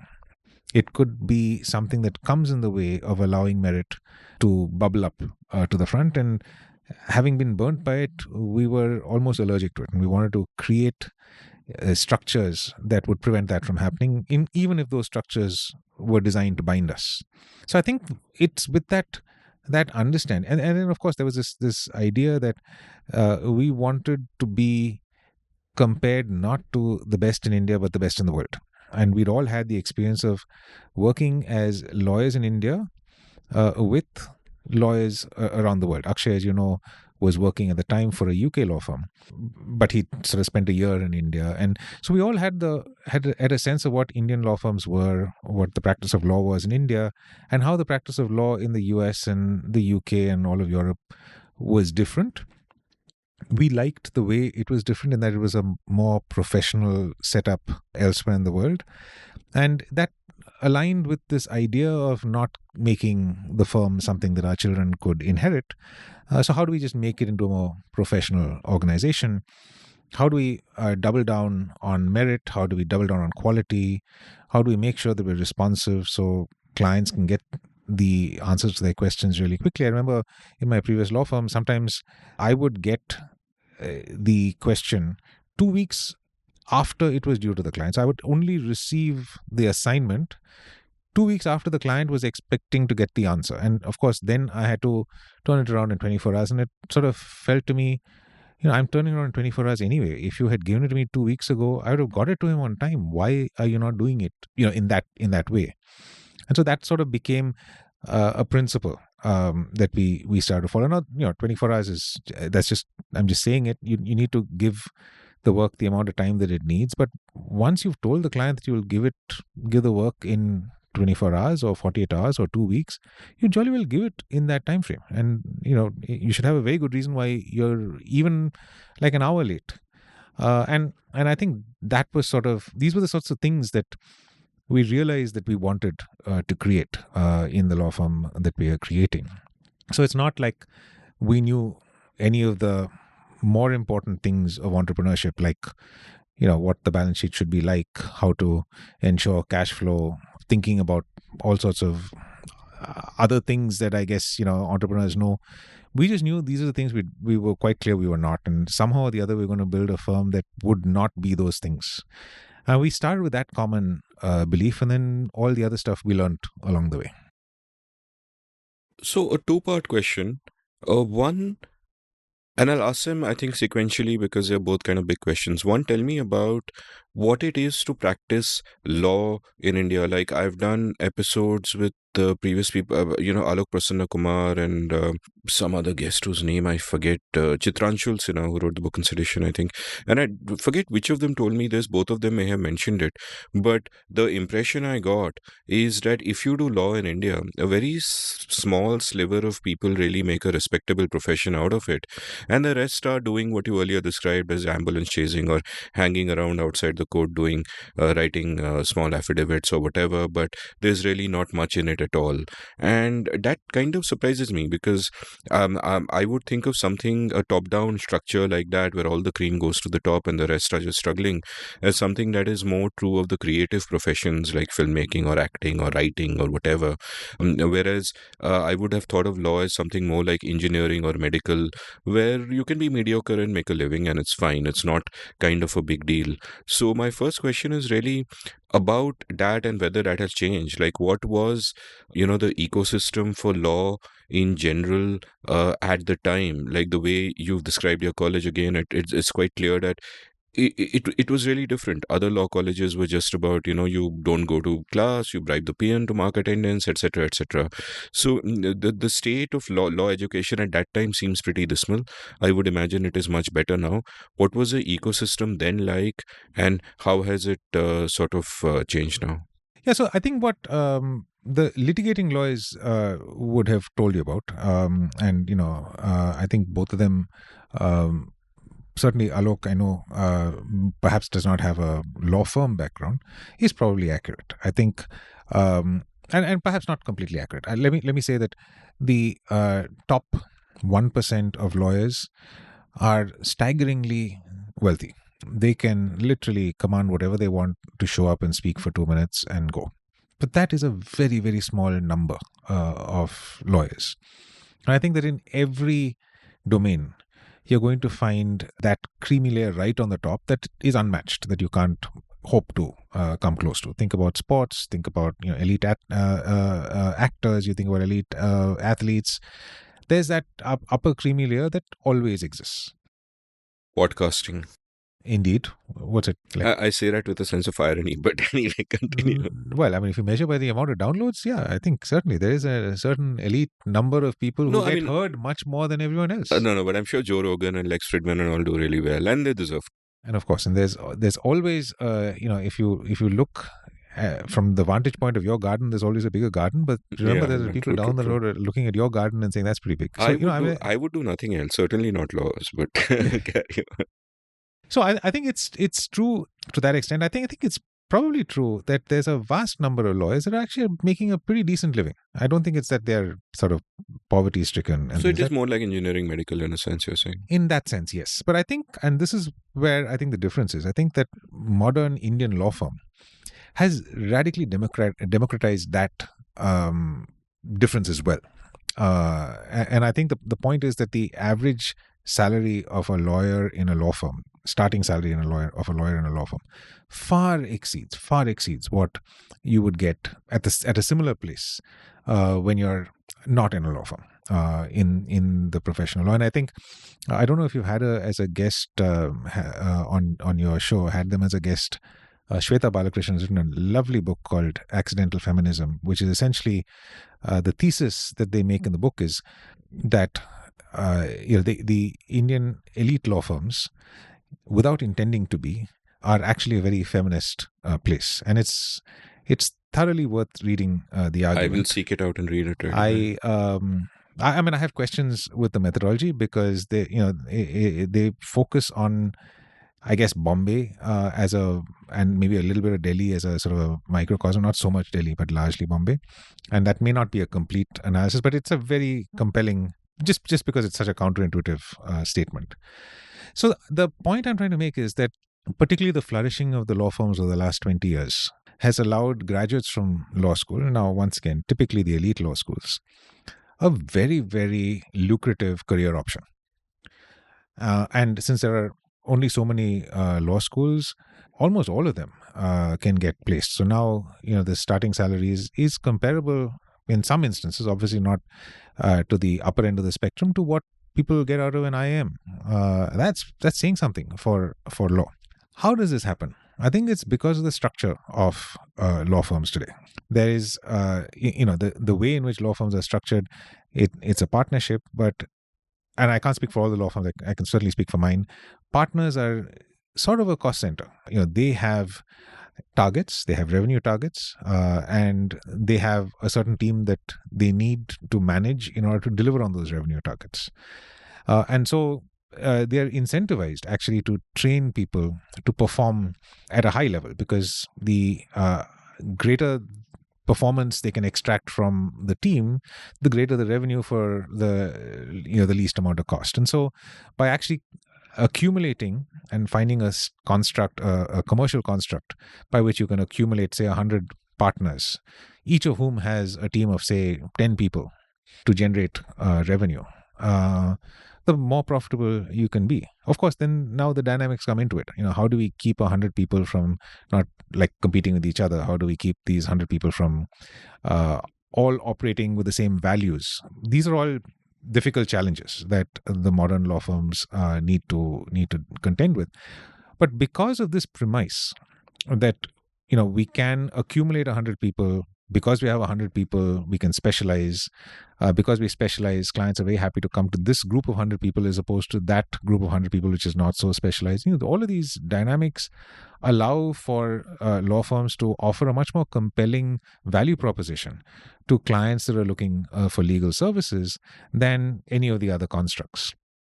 And I think that is really the reason why people like Alok, who talk about perhaps the world of law, and I don't want to, I haven't heard what Alok had to say about this. I don't want to put words into his mouth. I'm now feeling like I haven't heard it either, because I'm worried I might be misattributing it. It might be some other lawyer. So, but look, I think the point though is that I think this point that I'm making, which is that that there is a faster progression to greater value or income generation in a law firm as opposed to in a litigating chamber is probably true. And as a result, there are more people who can be commercially successful, have commercially successful careers in law firms than in the traditional litigation route. Because really, it's very, very, in that sense, it's extremely competitive in the traditional litigation route, with none of the support structures that a well-run firm can offer. We are forced to train our people. We are forced to ensure that not only are we training them on the law, we're also training them on soft skills. We're training them on, if you're in front of a client, how do you deal with those kinds of situations? We're forced to find internal mechanisms by which we adjust very competitive, alpha type type A people who are the partners from tearing each other apart as opposed to together working for a much larger goal. And this is a constant effort. But I don't think, but for this construct of a law firm, I don't think we could have even hoped to achieve some of that kind of success. My second question was actually going to be about exactly that, the ecosystem of law firms. Like, I would imagine what happens is that you have a set of firms to begin with, which function in a particular kind of way. Maybe they're family firms, maybe they're whatever.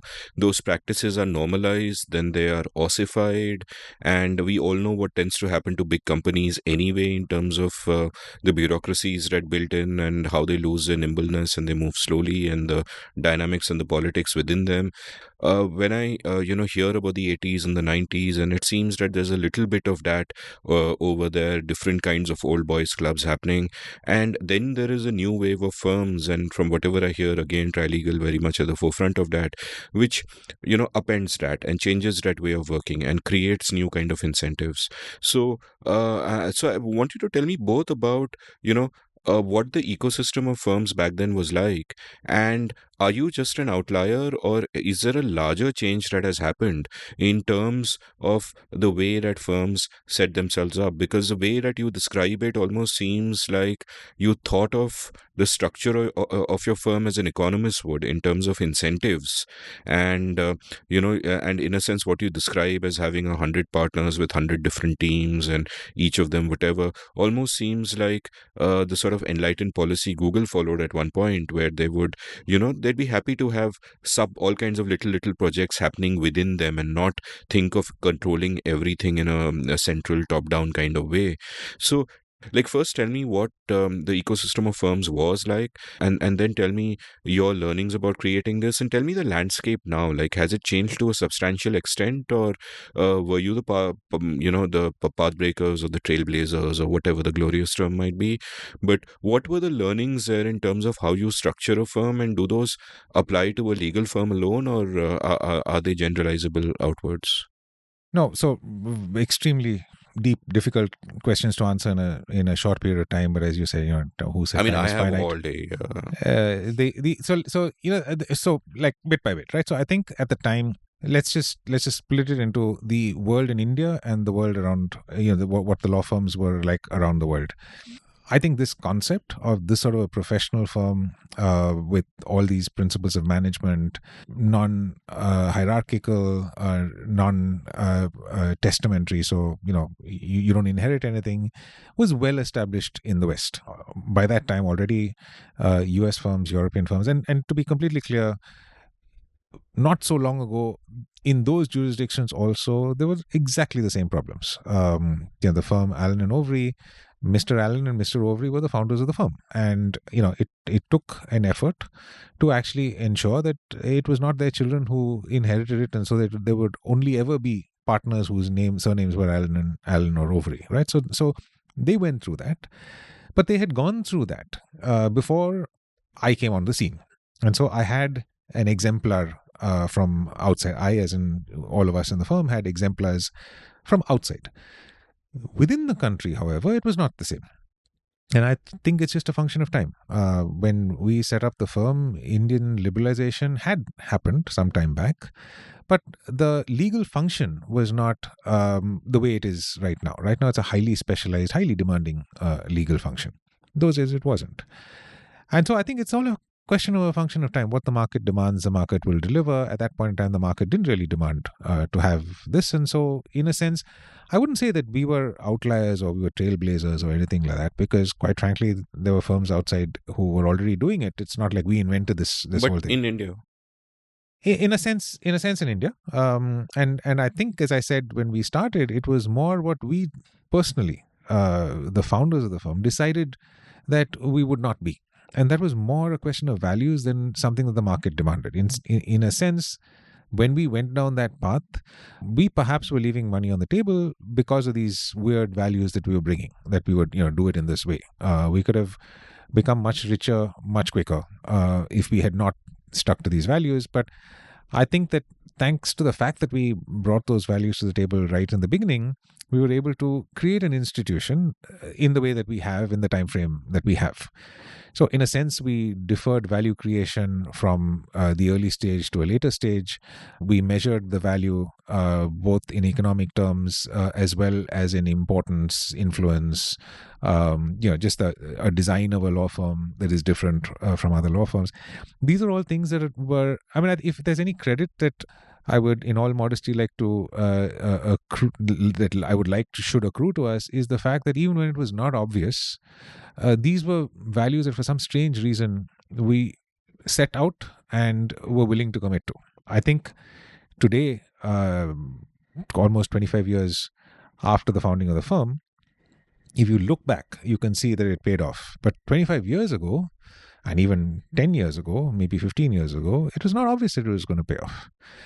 So I think that was, I think if there's anything that I would like to take credit for, that all of us would take credit for, is that we believed in a future that could potentially exist for the firm. That was not obvious. There was no evidence in the history of Indian law firms up to the date that it would succeed. There was no evidence that this particular group of people who had come together to create it would be able to pull it off. But we still sort of stuck with it. Almost like, Yuval Noah Harari says that humans invent these futures that they would like to aspire to. And that's sort of the unique thing about humans. And that was sort of the unique thing about those initial founding days, where we was envisioning a future for ourselves that we had no hope of creating. And so, yes, I mean, I think therefore, I wouldn't say that we're trailblazers in that sense, but I think the fact that we were lucky enough to have each other, to constantly hold each other accountable, the fact that we were willing to have tough conversations with each other, perhaps curb some of our instincts for the greater good. We got to where we got to slower than we otherwise could have, but more aligned with a sort of lowest common denominator of values. I think all of those things sort of play out. We very rarely have the luxury of a 25-year time span to measure things. I think the fact that we didn't fall apart is also quite remarkable. We could have, along the way, had irreconcilable differences amongst ourselves. There were many occasions, I don't know how much Akshay told you about this, but there are many occasions where even the founding team had to have challenging conversations with each other. But I think the reason why we're here now is because those were conversations that had to be had, and once they were had, we moved on. We sort of realigned.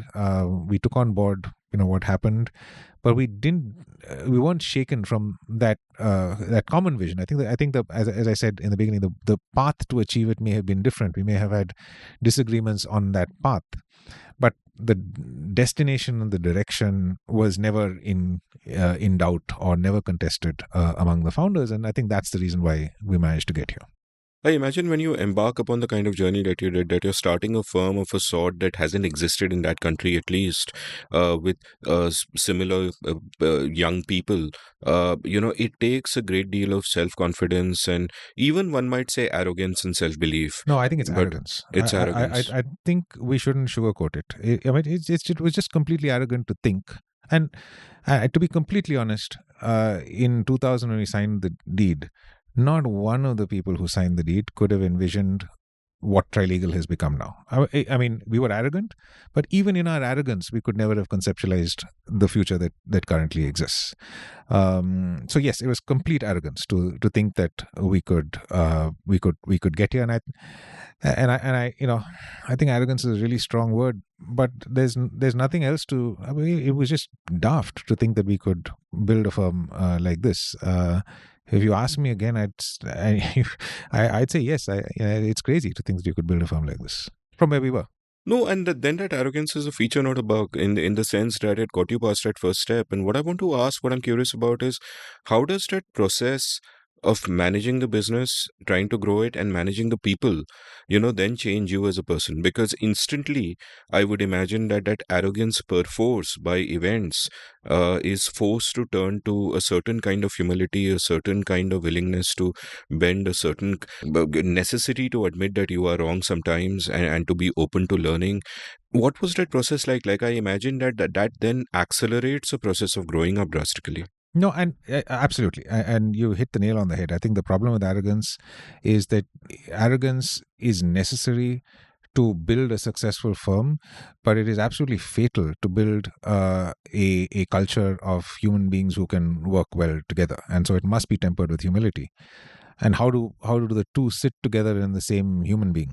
And I think in that, I think our great value was the founders, because we were all arrogant, but luckily we were not all arrogant at the same time, and we each could come in at a particular point in time to just remind the other person that, look, now is the time for a little humility. And we've each told each other this. And what's really remarkable is that we've all listened. It could be that our arrogance could just say, no, I don't know. I'm just going to go ahead and do it. I'm successful. This is how we do it. But we all took the time to listen. And once again, these are all the lucky things. We could have had a bunch of people, one of whom would not listen, and then things would happen. And so I think I think, as you said, it's a feature, not a bug. Without the arrogance, we just would not have got to where we are. But at the same time, without that arrogance being tempered, and that also, in a sense, is a feature of the construct, we would not have got to where we are. So we're really lucky to have all of those things. I think if you're looking for this to be replicable, I don't know how to make it replicable. It just happened. Perfect storm. The show that Ajay and I do, the crew that works with us are these two young people called Vaishnav Vyas, who's a 22-year-old playwright, and Namsita Haritasya, who's a 19-year-old self-taught filmmaker, editor, etc., etc. And they performed together in a musical play that Vaishnav wrote recently called The Magic Fruit. I'll link to the Instagram from the show notes. And I went to watch it, and I was completely blown away. It was like so good. They had it's a musical play. They had live musicians, a band playing on stage and performing the songs, and it was just great. And halfway through, the thought struck me that, fuck, thank God these guys are young. Because nobody who's age 40 is going to have the audacity to be able to conceive of doing something like this. Like, by that time, you just sort of, life has sort of weathered you so much that that audacity is gone. So we need, you could call it arrogance, but I guess audacity is another word for it. And these people in, their real selves are like full of humility, wanting to learn, fantastic attitude. But there is that audacity, ki karna hai to karenge. We won't let self-doubt hold us back, and that's such a beautiful quality. Yeah, no, and that's perhaps a better way to say it. It's a less, I guess, it's a kinder way to say it. I doubt that I could have done it later on in life. I think the fact that we all did it when we were, 28, 30, 31, 32, right? At that point in time, it was a lot easier to do this. So yeah, so many counterfactuals. I think all of them, just forget about the counterfactuals. This is exactly what happened. Many things had to fall into place. We're really lucky that it did. And looking back, I'm actually, I'm proud not of what the firm is, but also what the firm shows is possible. And I think that's also important. You don't have to make another Trilegal, but and in fact, I hope no one does. I hope you create your own flavor of this. But there's a lot in this that the art of the possible is made evident. It is possible for 5-6 people, completely different, all type A characters coming together and creating something which requires each of those type A to become type B in the moment, because that's the only way that we can get past a hump. And I don't think that there's one path that you have to take for this, but at least this shows that a path is possible. Yeah, going back to that whole theme of, the joys, the audacity of being young, just as youth is, there's that old saying about how youth is wasted in the young. And I'm now thinking, hey, wisdom is wasted in the old, because like, what do you do with it, right? Yeah. So tell me about your journey through the aughties then, because what begins to happen then is that, like, I don't know if you were always tech-centric from the start, but you essentially become an expert in that field. That's where your interests are focused. And when I read both your books, what I am getting out of them is a deep sense of history, not just the history of law behind the right to privacy or data protection or whatever, but just a really deep sense of history where you're going back all the way to prehistory, and you're trying to figure out the structure of societies and how we lived together and how we interacted and what came out of that. So is this stuff that you got into once you were deeply into the weeds, or perhaps even once you decided to write these books, or were you always tell me about that process of your intellectual evolution to the point where you are not just doing API stuff, but you're addressing all these larger questions with such rigor. Yeah, I think I was a technology lawyer. I was in the tech space right from the beginning, from 2000, from 1998, before Y2K, and ever since. And that's largely because I was sitting in Bangalore, so just by sheer percentage, a very heavy percentage of my clients were in the tech spaces. So I had to deal with this all the time, and as a result of that, I was asked questions about regulations that apply to technology. I mean, I've been answering these questions since 1998. So what that has given me is a historical perspective on the evolution of these technologies. So your question around history, yes, I think what I started to realize after having done this for, say, a decade, was that clients see value in explaining the absurdities and incongruities of Indian regulation if you can bring a historical context to it. So I started finding that in order to explain why this absurd requirement exists in telecom regulation, I could tell them, look, it started with this, then it evolved into this, then it evolved into that, and then now we have this. And then they were like, okay, now this makes perfect sense, because otherwise I thought you guys were smoking something. Why do we have this weird requirement?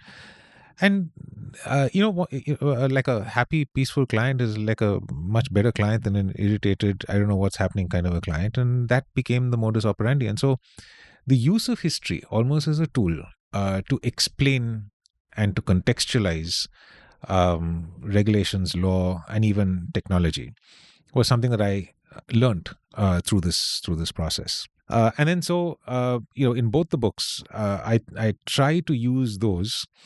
Once again, it has a very calming, I don't know if it calms you, it calms me, certainly. And that's the reason why I pointed to Pessimist Archive earlier on. Just the fact that we've gone through these cycles of technology, that with each cycle we were completely anxious. And then that anxiety we found was completely misplaced because it's not as bad as we thought.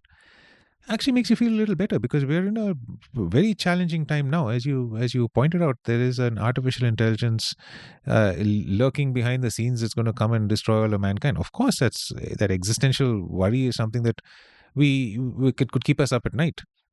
In that context, knowing that there is a history of these evolutions of technology is, I guess, calming in a sense, and that's the reason why I engage so much with the histories of all of these technologies.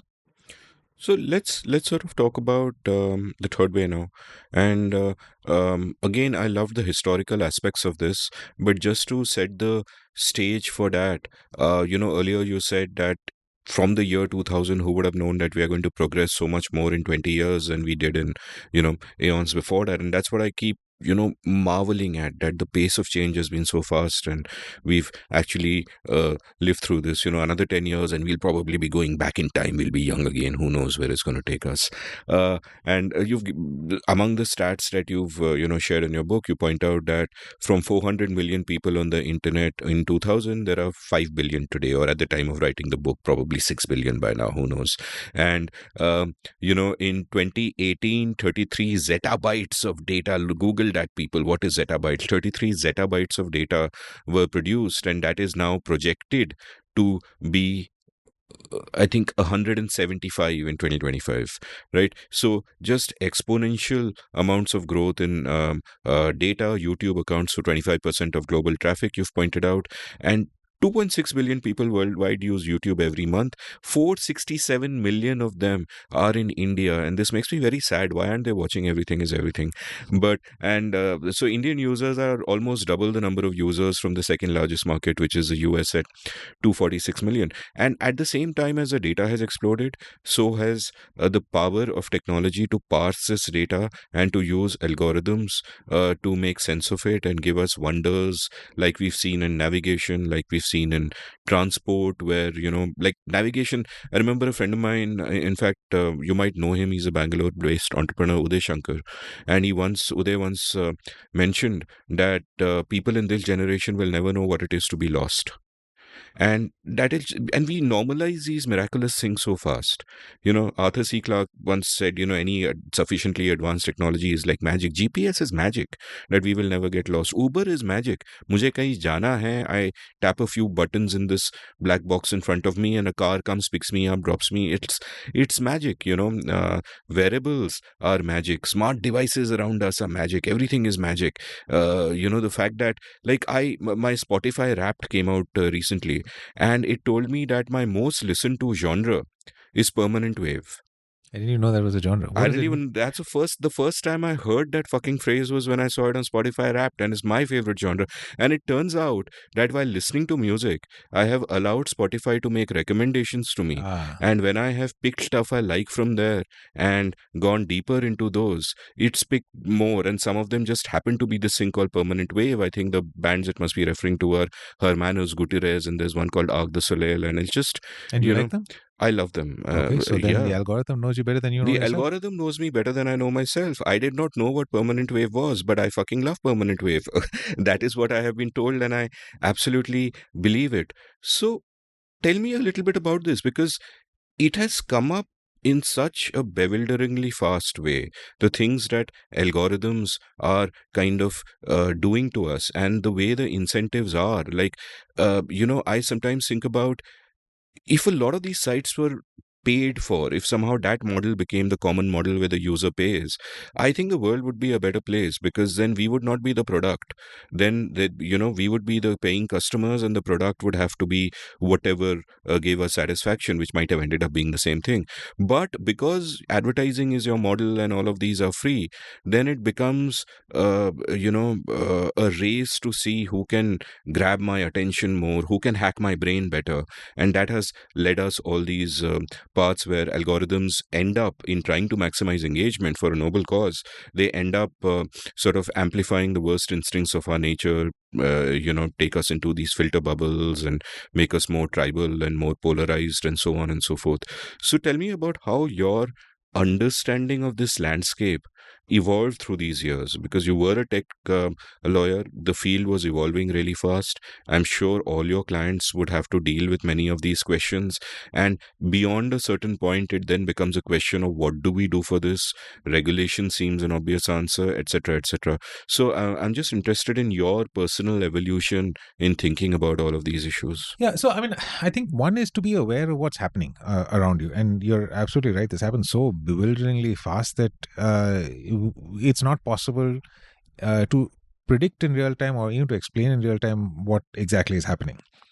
And so maybe it's worthwhile actually slowing it down to just say how we got to where we are. And if we think about it, we just had computers in the beginning, extraordinarily powerful things. They could crunch numbers, and the very first computers were used to crunch the census, because once you could actually categorize people according to gender, age, profession, you could start then delivering services to them, identifying them better, all those sorts of things.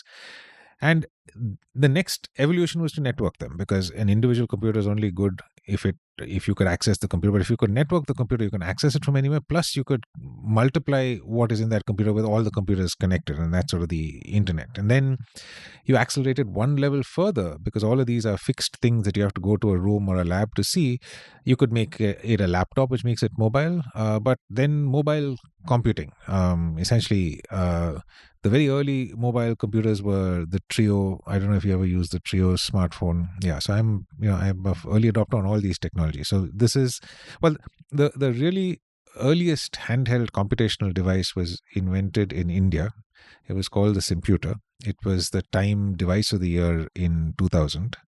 And of course, it was 7 years before the iPhone, but it was like essentially what the iPhone would do. After that, we got the Palm Pilot, which in the phone form was the Trio, and then we got the BlackBerry, and then eventually we get the iPhone. I'm saying all of this just to say that once computing became mobile, always on. And then in the iPhone, one additional thing was they also stuffed it with a bunch of sensors, gyroscopes, accelerometers, and now there are so many sensors in all these devices that computing and the data that was being collected exponentially increased. Now, the reason why we allowed all of this to happen is because there was tremendous benefit that we were getting out of this. And the Uber example, Ola example is actually just completely mind bending. I remember just before Uber came out, I was in DC. Literally, I'm saying, one trip to DC, there was Uber. The next trip, there was one trip, there was no Uber. The next trip, there was, right? And I remember standing on a road waiting for a taxi, and no taxi was coming. And, you just have to wait because you just have to wait for the taxi to come. And then I remember, getting a taxi, and then the taxi goes around the block, and as it goes around the block, I'm seeing just one block away, there's a line of taxis waiting for passengers. We were a block away from each other. Neither of us knew the existence of the other. So when you think about Uber, essentially what Uber does is it brought demand to supply. That's the fundamental economic logic that it serves. It was not possible to serve this logic but for the invention of the GPS on the mobile device. Because the GPS on the mobile device was a unifier. It showed the location of the passenger and it showed the location of the driver and allowed the two of them to communicate. There was a smart algorithm that allowed people to choose. You could choose the rider. You could choose what type of vehicle. You just think about how many things were unlocked just because GPS on a mobile phone could be then integrated with real-time maps, could then be integrated with traffic, could then be integrated with, the traveling salesman problem, which is how do I get this driver to intersect with this. Look at the amount of things that came together with the algorithm and gave us this magical result. Now, of course, the same thing also started showing you, this is permanent wave. You didn't know it was permanent wave, but you liked it. And it did it in a way that it doesn't understand music. It doesn't understand, what it is you're selecting, but it does map you with many other people like you who also like similar things. It also, tries to identify things that a group of people find similar, even though not one of them would choose it next. These are remarkable things that is only possible when you have the ability to run algorithms across vast amounts of data and keep in a Bayesian kind of way, revalidating their priors with each new step. So yes, I guess the point of all of this is that technology, these evolutions of technology, the accelerations of technology have been tremendously beneficial to all of us. And I think for a good part of the book, I actually, I start with this. I say, these are all the wonderful things. Because I think we very often, we are so worried about the harms that technology cause that we don't stop to think about the absolute miraculous benefits that it has provided us.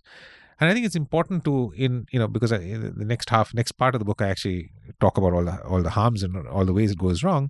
But it's really important to sort of say that we are all hugely benefiting from what these technologies are.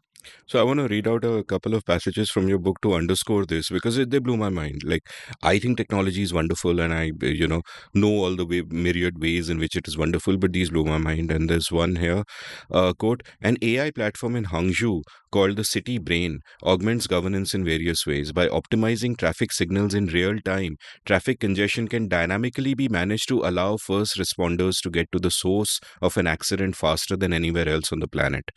A ubiquitous network of cameras in the city has allowed it to drastically reduce incidents of child abduction in its more affluent neighborhoods. Stop quote. Like, just mind-blowing. And another one, which, has a Fitbit heart tracker at the bottom of it. You write, quote, when 67-year-old Karen Navarra was murdered in her house in San Jose, California on 13 September 2018, the police were puzzled. Her stepfather, Anthony Aiello, had briefly visited that afternoon to drop off some homemade pizza and biscotti, and he confirmed that his stepdaughter was alive when he had left. But as the investigation wore on, the police discovered from the Fitbit fitness tracker Karen was wearing that her heart rate had spiked significantly around 3:20 p.m. when she was still with ILO in her apartment, and that it slowed down rapidly to a halt at 3:28 p.m., a full 5 minutes before the neighbors confirmed he left. This was enough for Anthony to be arrested for a murder. Stop quote. And at this point, I want to tell all the listeners that, dear listeners, these books are full of stories like these. This is not boring policy books. So please go out and sort of buy them. There's also another one about how Strava, accidentally revealed where Taiwan's missile command was.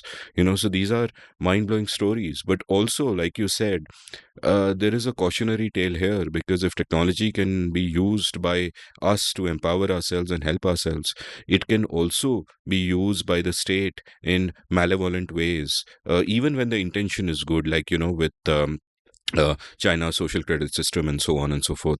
So tell me a little bit about, those malevolent ways, and what are the sort of the worrying ways that stood out for you when you started thinking about this? I mean, in line with the title of this podcast, The Seen and the Unseen, the seen ways are obviously easy to wrap our heads around. It's the unseen ways that are really worrying. And I think that the entire history of all the ways in which technology I would say misused, because misused is a very intentional action, but just it causes harm, are unseen largely. And the examples that you gave, the Fitbit tracker, that was not what the Fitbit tracker was intended for. But the Fitbit tracker and many other smart devices, I give examples of the Alexa and things like that in different stories, are now being called upon as witnesses to a crime. The Alexa and all of these smart devices are always on, in the sense that they may not be listening, but they can be activated with an activation. And in order to be activated by the activation phrase, they have to be listening. And so what if they're accidentally activated by something which they misheard to be the activation phase? Could they then record some evidence of an altercation, which the police could then use to say that, look, this is the reason why we think that this person murdered him, or something like that? So I don't think any of these wearable technologies or these smart devices were ever intended to perform the function of witnesses to a crime. But now that they exist, the new reality is that they indeed are witnesses to a crime. And if you can see from the heart rate information, which is time-stamped completely accurately, there's no way you can fudge that, that indeed this is evidence that she was dead when her father-in-law was there. It's evidence that a court would be very willing to take on board. But this was not the intended use of these devices. And I think that in technology regulation, we need to be particularly mindful of these sorts of things, because in as much as these devices can be used to perhaps solve a crime, they could equally be used to invade your privacy in ways that would be horrifying.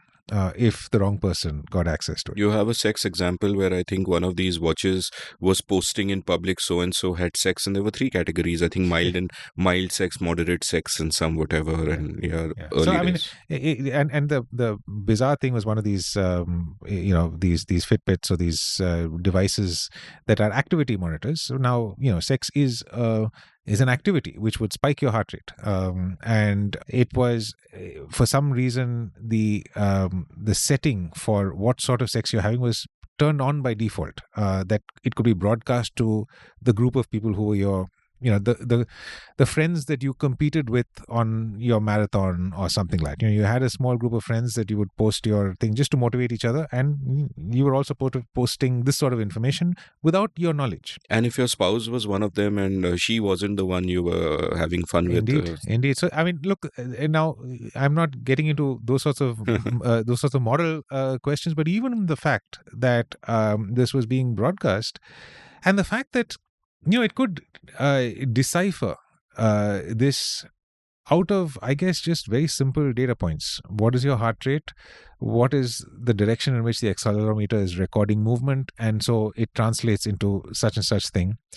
And all of that is perfectly fine. But I think the privacy concern then is, why is this turned on to broadcast by default? Well, some engineer somewhere said, look, it's probably useful to give people a single button by which they broadcast all their health activity, whether it's cycling, whether it's running, whether it's going for a walk, and without thinking, they said whether they're having sex, and so that all of that became part of the thing that was broadcast.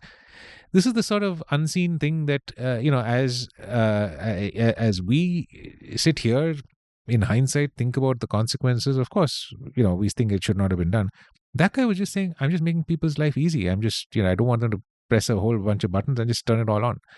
This is the sort of stuff that I think is really most interesting to me when I look at many of the harms that technology has caused, these sorts of technology has caused, and try to unravel, what was the thinking behind this? How did this happen? We mentioned a little earlier the friend of friends concept that resulted in Cambridge Analytica.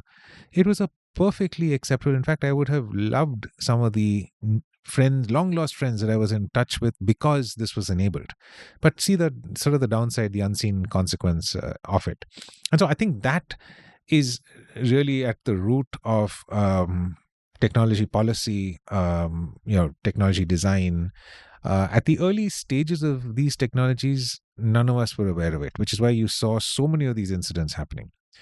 Now, I think we're much more evolved. I think all technology companies have very, very robust internal policy mechanisms. It's not that we don't get things wrong. I think there are always frontiers, and we are seeing it with artificial intelligence right now, which is a frontier technology where we're seeing all sorts of horrendous things happening. And that is bound to happen with frontier technologies. Social media is no longer a frontier technology. They've got it all wrapped up. Of course, there are harmful things happening, but it's pretty much under control. And if there's a new harmful thing that happens, they know how to shut it down very quickly. It's not the same with AI. AI right now is the way social media was 10 years ago. And we're going to have to face those sorts of pain points and also come up with new regulatory muscle, new regulatory tools and levers in order to safeguard and solve that. Tell me about the different approaches to data regulation that came up through the 90s. Like one of the early sort of questions that came up is that is a platform to be treated as equivalent to a publisher, that whatever is published on your platform, you are liable for that? Or are you treated as equivalent to a bookshop, where if a periodical contains something, you can't really be blamed for stocking it? And this was, of course, decided in such a way that, you cite Section 230 of the 1996 Act by Ron Wyden and Chris Cox, who were young senators from opposing parties at the time, where the classic line which then provided a guideline for this was, quote, no provider or user of an interactive computer service shall be treated as a publisher or speaker of any information provided by another information content provider, stop quote. So which means Facebook can stop worrying about what some idiot says in the comments, and etc., etc. And you point out that this American laissez-faire approach, in a sense, went too far in one direction, that it allowed these platforms to sort of get emboldened by the fact that they had so much protection in the law. And at the same time, the more stringent European approach also had a different problem in that it stifled innovation, because there were so many controls, imposed on these companies. And these are two extremes. And the argument that you eventually come to later is that because we are coming to this kind of late and from our own vantage point, we actually have the ability to make something that avoids both these mistakes and kind of gets it right. But before we come to that, take me through sort of the debates that were happening around this, and why the American approach didn't work, why the European approach didn't work. What was the discourse like? So to rephrase and sum up your question, what is the third way? What is the first way? What is the second way? And lead up to what is the third way? First tell me what is the first way and the second way. We'll come to the third way. Order में जाएंगे sir. हमारे show में digression नहीं होती है. इसलिए नहीं. I'm kidding. So first way, and yeah, so that's the reason for the book, right? I mean, I think the thesis is that there have always been ways of doing data governance. People have brought different things to the table.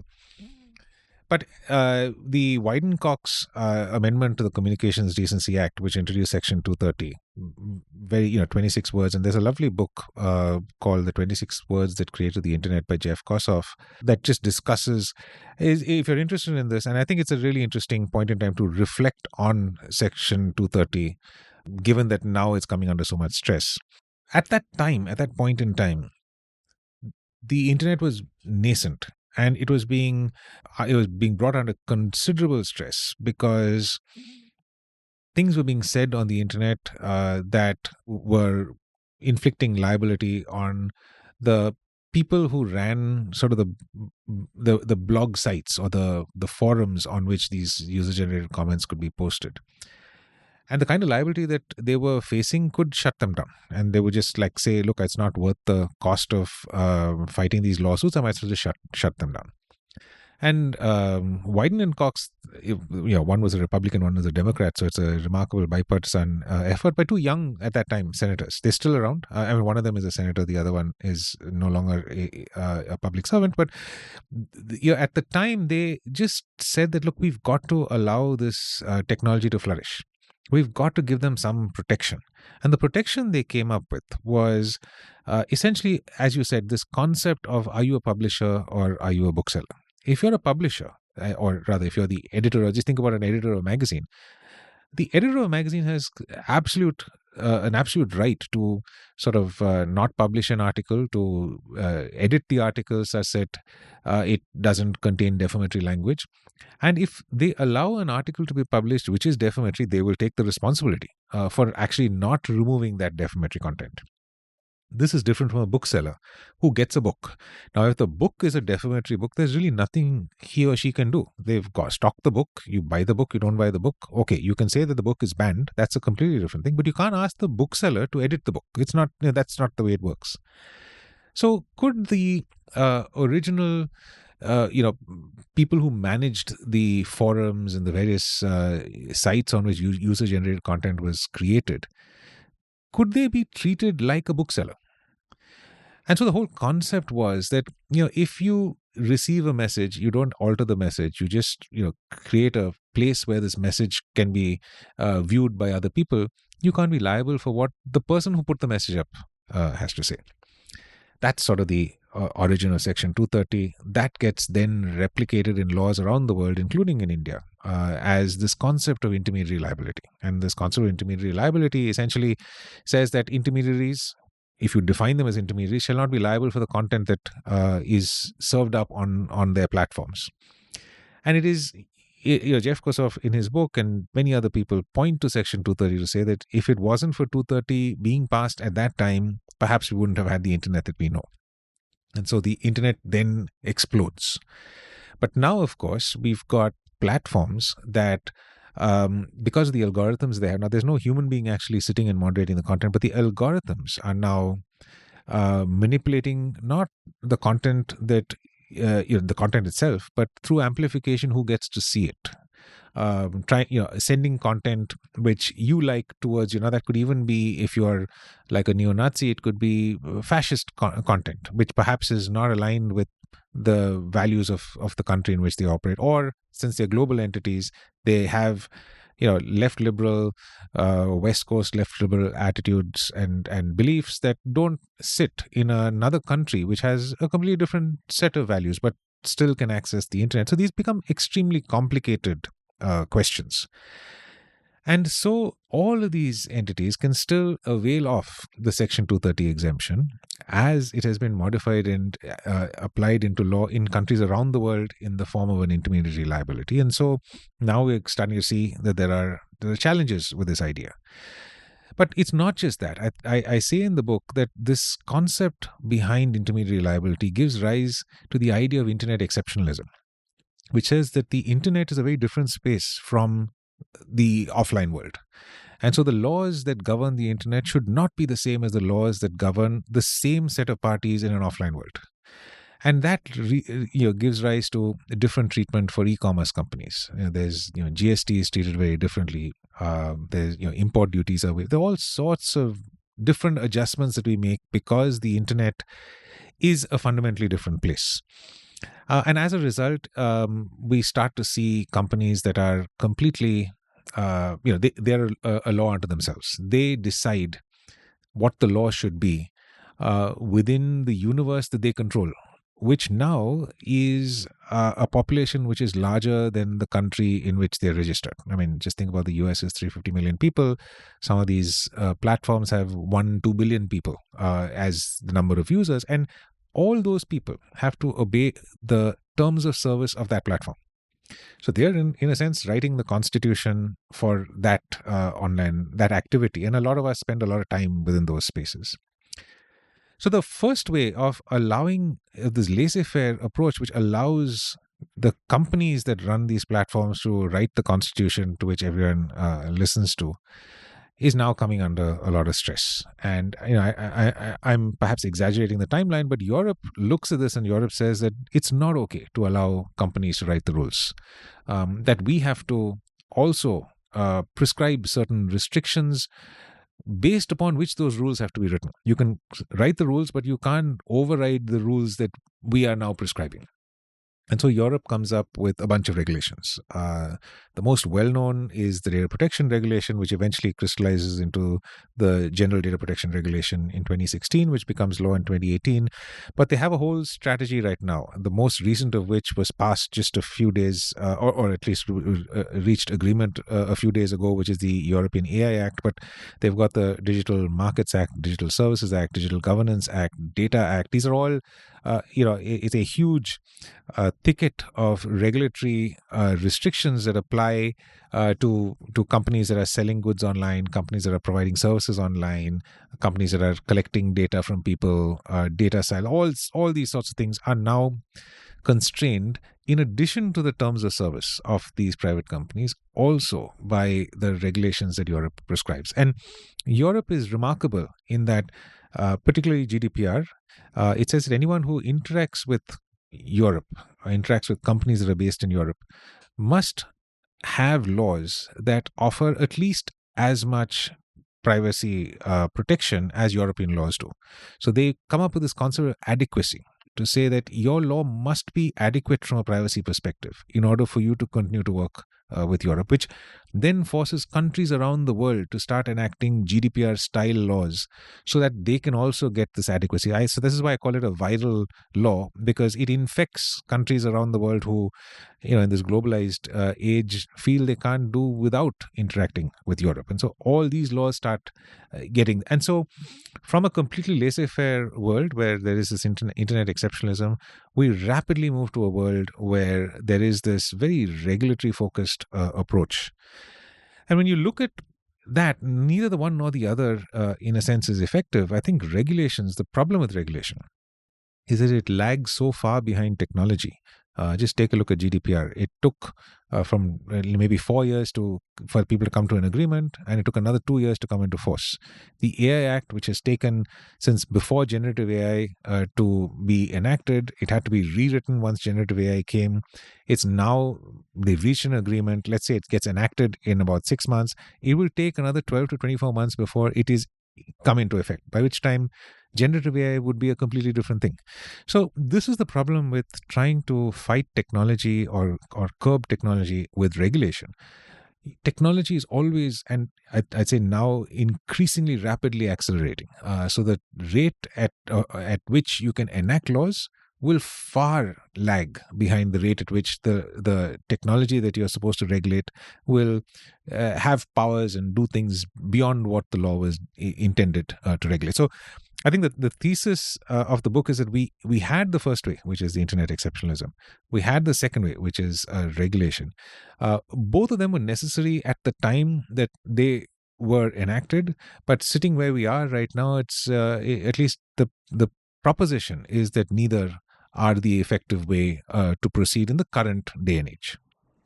So when you write about India's journey building that digital public infrastructure, one of the things that strikes me is that it is almost as if you were there at the start, though perhaps you weren't, but it is almost as if you were there at the start, because what you describe as a third way, what you formulated, is actually baked into this journey from the start, from Aadhar and so on, and all of that, to an extent that I had never realized, because I have thought about some of these in a very piecemeal kind of way.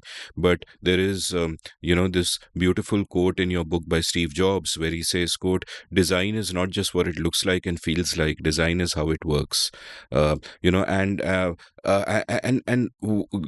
I sort of learned from your book is that this third way is about baking the sort of world that you want to see, baking it into the code itself, baking it into how the technology works. So you don't need to pass a separate law. You're getting the same effect by virtue of the technology itself. And it can go in all kinds of wrong directions also. But in this particular case, it seems to have, not gone in the wrong directions. Tell me a little bit more about this. Like, first define the third way for me, and then take me through India's entire DPI journey, as it were. Yeah, so once again, I don't want to take too much credit for this. As I say in the book, Lawrence Lessig came up in a seminal work, I think, before his time, called "Code and the Other Laws of Cyberspace." Please link in the show notes to that, because Absolutely. it's absolutely a fabulous book. Particularly reading it now, 23 years odd after it was written. But essentially, he says that in the internet, protocols are law, and the internet is bound to abide by what the protocols permit you to do on the internet. So, if the protocol does not allow you to use Flash as a way to see videos, you can't use Flash as a way to see videos. It just will not work. So the protocol HTML5 had to be changed to allow video to be native within the protocol.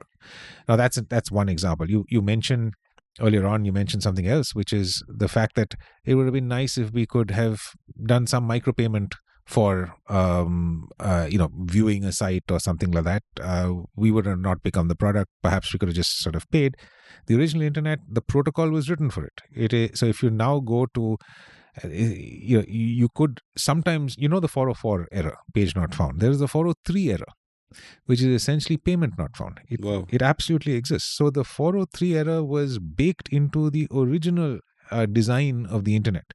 What does that mean? That means that in order to see this site, you need to point me to a payment mechanism. Otherwise, you won't be able to read the site. And that payment mechanism could have been a micropayment mechanism where there's just like some amount of money that you take, and like some 0.0001 paisa for reading a web page.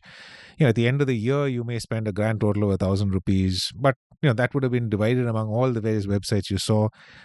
Just think that protocol exists in the internet that you use today. Except the micropayments technology did Never not. happened, So, yeah. because the banks didn't think that was a good thing to do.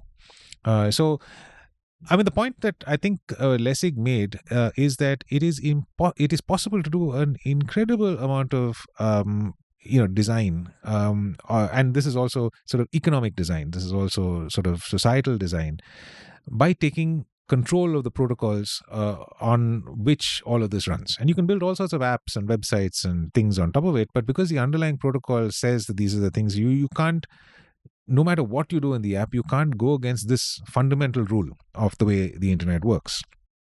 And all that we did in India really is to take that idea that we can, through protocols, articulate a whole bunch of things. And in the digital public infrastructure that we built, embed certain values into that digital public infrastructure.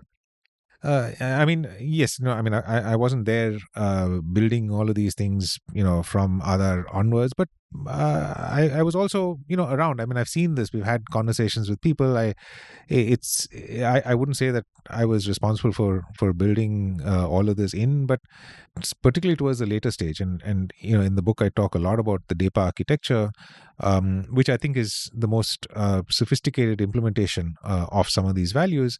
Was certainly something that was very thought through. It was not something that was accidental. And I think that the idea in the book is that if you take Lessig's philosophy and you apply it to the modern world, where so much of our lives is digital, the payments we make, the way we identify ourselves before we catch a flight, all of these things are digital. Then, in order to, we could certainly say that, look, this is the privacy law which prevents you from doing this. You shall not do this. But if we actually build the protocol such that even if you wanted to, you couldn't, that would perhaps be a much more effective way to ensure privacy. And one of the examples I give is that if you think about Aadhar, Aadhar is a way to identify yourself, and there are many ways in which to implement this. One of those could have been to search. I give an Aadhar number, I could run that Aadhar number through the entire database, and identify who matches that number. It would have been extremely efficient. None of us would have had to have the bother of doing what we're doing now, but it was also a privacy concern because anyone who gets my other number could actually find all sorts of information about me by just sort of searching the internet. And then we'd have had to lock down access to Aadhar, which we've already locked down, but why even create this feature? So Aadhar was designed without a search capability. You can't search the database. What you can do is say, this is a number and this is a name. Tell me if the number matches the name. And you'll get a yes no authentication. If you have a higher level of permission, you can also say, look, this is the number that has been provided to me by this individual. This individual wants to give me Aadhar approved KYC information, which is a set of 4 fields that is on the CIDR. Now, you can't search for those things. You have to receive it with the KYC, the Aadhar eKYC consent of the person whose number this pertains to. And how do we secure all of that? Either with biometrics or with OTP or any of the other authentication methods to do it. The reason I'm mentioning all of this is because these are design choices. And if you, in the vast number of design choices that you have, if you can choose a design choice that is more oriented towards ensuring privacy than not, it is almost incumbent on you as someone who's building technology where the protocols are actually going to define the law to choose the particular design choice that marries with your values. Now, I don't want to say more than that. I mean, I think if the values of a particular nation or a state are different, of course, they can design the protocol in different ways. But the way India's DPI has been designed is very much in line with some of these sorts of values that I think are reflected in some of the examples that I've provided. Yeah, I mean, I love the way how you sort of demonstrated how this desire for privacy is actually baked into Aadhar. Like the impression that is there in the common imagination among many is that Aadhar is some kind of central database and people can hack into it and they can get all our data. But actually, there's nothing like that. When I go to a bank with my Aadhar card, the bank stores my Aadhar number after getting the yes no verification, but none of my banking data goes into any other database. When I open a mobile phone account and I get a Geo Mobile, and I think they opened some record 60 million in their first month of operation due to Aadhar. 170 million, I think. 170 million, whatever. Yeah. Yeah. And if for once I have understated something. There again, the mobile phone company authenticates me with the Aadhar number, but there is no transfer of data. All the data remains in these separate kind of silos, and therefore sort of privacy is guaranteed. Tell me a little bit more about the design principles that bake in these values into the different aspects of the digital infrastructure. Like you speak about 4 particular design principles: unbundling, interoperability, federation, and protocols. And I'm actually going to ask you to elaborate on each of these, because I felt that even with the reading that I have done, that I had some misconceptions which actually got cleared up by this. For example, I resisted Aadhar until the very end, until they linked it to the PAN card and I couldn't do anything on the principle which I still stand by, that it should not have been coerced upon me. It should not have been mandatory. But leaving that aside, I have resisted Digi Yatra until today. I'll go to an airport, and in Bombay airport, the last time I went, I think the first 5 gates were Digi Yatra only, and then I had to go all the way to gate 6. And I was like, no, I don't want to be coerced into this, and I don't want the government tracking me. But one of the things I learned from your book is actually the government is not tracking me through Digi Yatra. It's just an authentication thing, and the data apparently vanishes after 24 hours, and the data isn't sort of stored anywhere. The particular insidious app which my building uses, my gate, is like way, way worse and almost certainly illegal. But Aadhar itself and the digital public infrastructure has all these protections kind of baked into it. So I want you to elaborate on all of these features of the design one by one, starting with unbundling.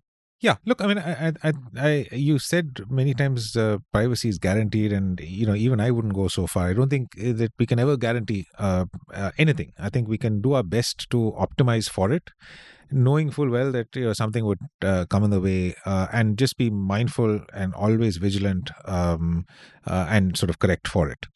What But I should probably have said is that it is prioritized. It is it's optimized for, it is, so it's not like it's ignored. And I think, in the context you said it, yes, I mean, I was just quibbling, but I think the point is that a lot of people believe that Aadhar is a central repository of all the information. It is the furthest from that. In fact, it's actually very difficult.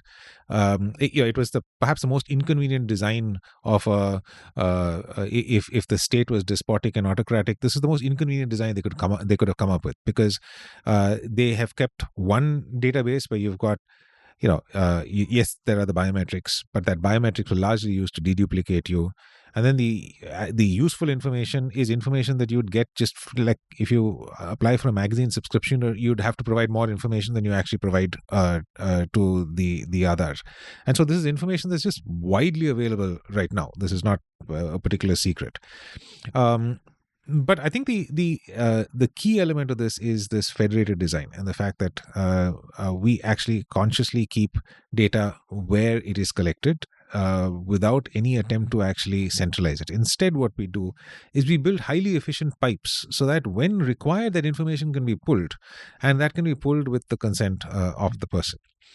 But to get to the design principles, I think unbundling, and this is sort of more how DPI was designed, and then I try and apply that to the concept of governance, and sort of that's the thesis behind that. But we most digitization tends to be adding a digital layer to an already offline workflow, and that's fine. And the moment you add a digital layer, you immediately add some level of efficiency, which is generally good. But it's possible to be even more efficient. And in order to do that, you have to take a look at the process that you are digitizing and completely take it apart to its most atomic level. The best example is, I guess, payments. I mean, we think about payments as a way to move money from one bank account to another bank account. Actually, if you just split it apart to its most atomic level, a payment system is nothing more than a messaging system. It's essentially, I'm sending a message to my bank saying, can you transfer money to this person's bank? And I'm building a messaging system such that one bank reduces a bank account, the other bank increases a bank account by the exact same number. It happens simultaneously. There's no double spending. There's some sort of a correlation between the two. If I can do that, why do I actually physically need to write a check, have a check deposited at a clearing agent, then collect all the checks? Then it's like a completely inefficient way to do it. If I could instead build this reliable system where just through messaging, I can achieve this reduction of one and increase of the other and have it completely reconciled in real time, that would be extremely efficient. So when we think of building digital systems, I think the unbundling design principle says we have to resist layering a digital interface on top of an already offline system. Instead, break it apart to its atomic unit. See if you can put those atomic units together to achieve the end result. And more often than not, you will find that by unbundling it, you can reassemble it in brand new ways. Most of our digital infrastructure is built in this manner. We've unbundled it, we've reduced it to its atomic elements. We've then defined the interactions between those atomic elements, and we've redesigned those interactions such that we can achieve the end result in the most efficient way. So that led me to think, can we think about governance in a similar way? Because what do we tend to do? We tend to just take the existing, Payments and Settlement Systems Act kind of regulation, or take the RBI Act or the Banking Regulation Act and say, look, this is the way we've done banking regulation for all this time. We should now apply this and just say whatever is done through a check can also be done now through an electronic record. That's easy. We can certainly get past. But can we unbundle the way in which this is done? So as we started thinking through the governance of many of the more advanced layers of digital public infrastructure, we did this unbundling, and we realized that many of the contractual regulatory frameworks that hold these systems together don't need to operate in the same way when the entire transaction end to end is completely digital. Why have clauses which enforce people to do things when actually the code is performing it? and it has been tested to perform it and is doing it at population scale day in and day out. You don't need this contract which allows it. So can you now eliminate some of those contractual provisions and say that what is once enforced through contract is now implemented through code? This gives us tremendous flexibility and freedom. It requires a new way of thinking, because rather than uh, negotiating liability, now we need to test whether the software performs as advertised. This is something that we've done before, and we can do it at scale. So I think that was one of the design principles of DPI that then just apply equally to governance. And then I'll quickly go through the others, because there's a lot more detail in the book. But if you think of the idea of federation, the idea is to keep data where it is. One of the worst things you can do with data is centralize it, because you create a much larger surface of attack. If there's just one data repository to attack, it's so much easier to get information. Instead, keep it federated. If one of those data repositories is compromised, only what is on that repository is at risk, not anything else. And so that bakes data security actually into the design. And to mandate against accumulation is so much more powerful.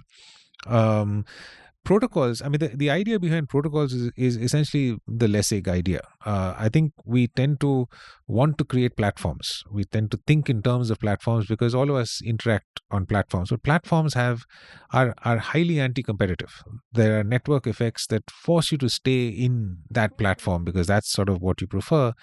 Instead, if you can just create protocols that have the effect of a platform, but anyone can spin up a protocol to create whatever they want. And one of the best examples of that is the DPI around ONDC, which is built on the Beacon protocol, which allows in Bangalore we've got this thing called Namayatri, which is how you can hail an auto rickshaw in Bangalore. And there are many applications for this. And so that idea of creating protocols on platforms allows us to get out of the trap of network effects, which has a lot of benefits, but also tends to consolidate power in the hands of the large platforms, which is something that we can avoid. So the book goes on in some detail on some of these things, just giving regulators an additional set of tools, technology-enabled tools, with which they can think of how to regulate these spaces. I love the central insight in this, which is that design shapes behavior. If laws are meant to control behavior, you can actually go upstream and just look at design in the first place, because design is shaping behavior. And if you can figure it out, then maybe you don't need to regulate so heavily elsewhere, because users are, there are certain things you simply cannot do, which you would otherwise have to criminalize and investigate and prosecute. But you simply cannot do that. If, the data is not going from the bank to a central repository, then there is much less chance of somebody hacking into that and, getting that data. And also, more importantly, I think, if you are dealing with this at the design stage, you can also change course very quickly. You can very quickly at the protocol level alter the design, because if there's some bad behavior that's seeping up through the system, you don't have to wait to enact a law. You can just shut off the regulation. So for instance, if you think that right now we have only two big payment providers, payment service providers, PhonePe and Google Pay, perhaps we want a third one. We can shutter the amount of payments that are going such that no one gets more than a third. That was an idea that NPCI mooted some time back. They didn't follow through with it. But since it is a technology infrastructure, they have the ability to actually adjust the protocol such that you could do this.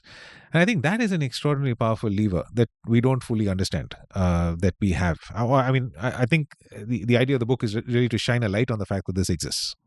So, on the one hand, I feel much more comfortable about sort of the role that the state has taken here. First, in recognizing that you can use design to push certain priorities, and then the fact that they're pushing these priorities, which protect us against the state or against big tech or etc., at least in this context. That gives me sort of comfort, and states don't always work in this kind of a way. But what makes me deeply uncomfortable is that this is still centrally directed, that this is still essentially, a MIBAP kind of system. Like if you think about the standards in computer networking, for example, example.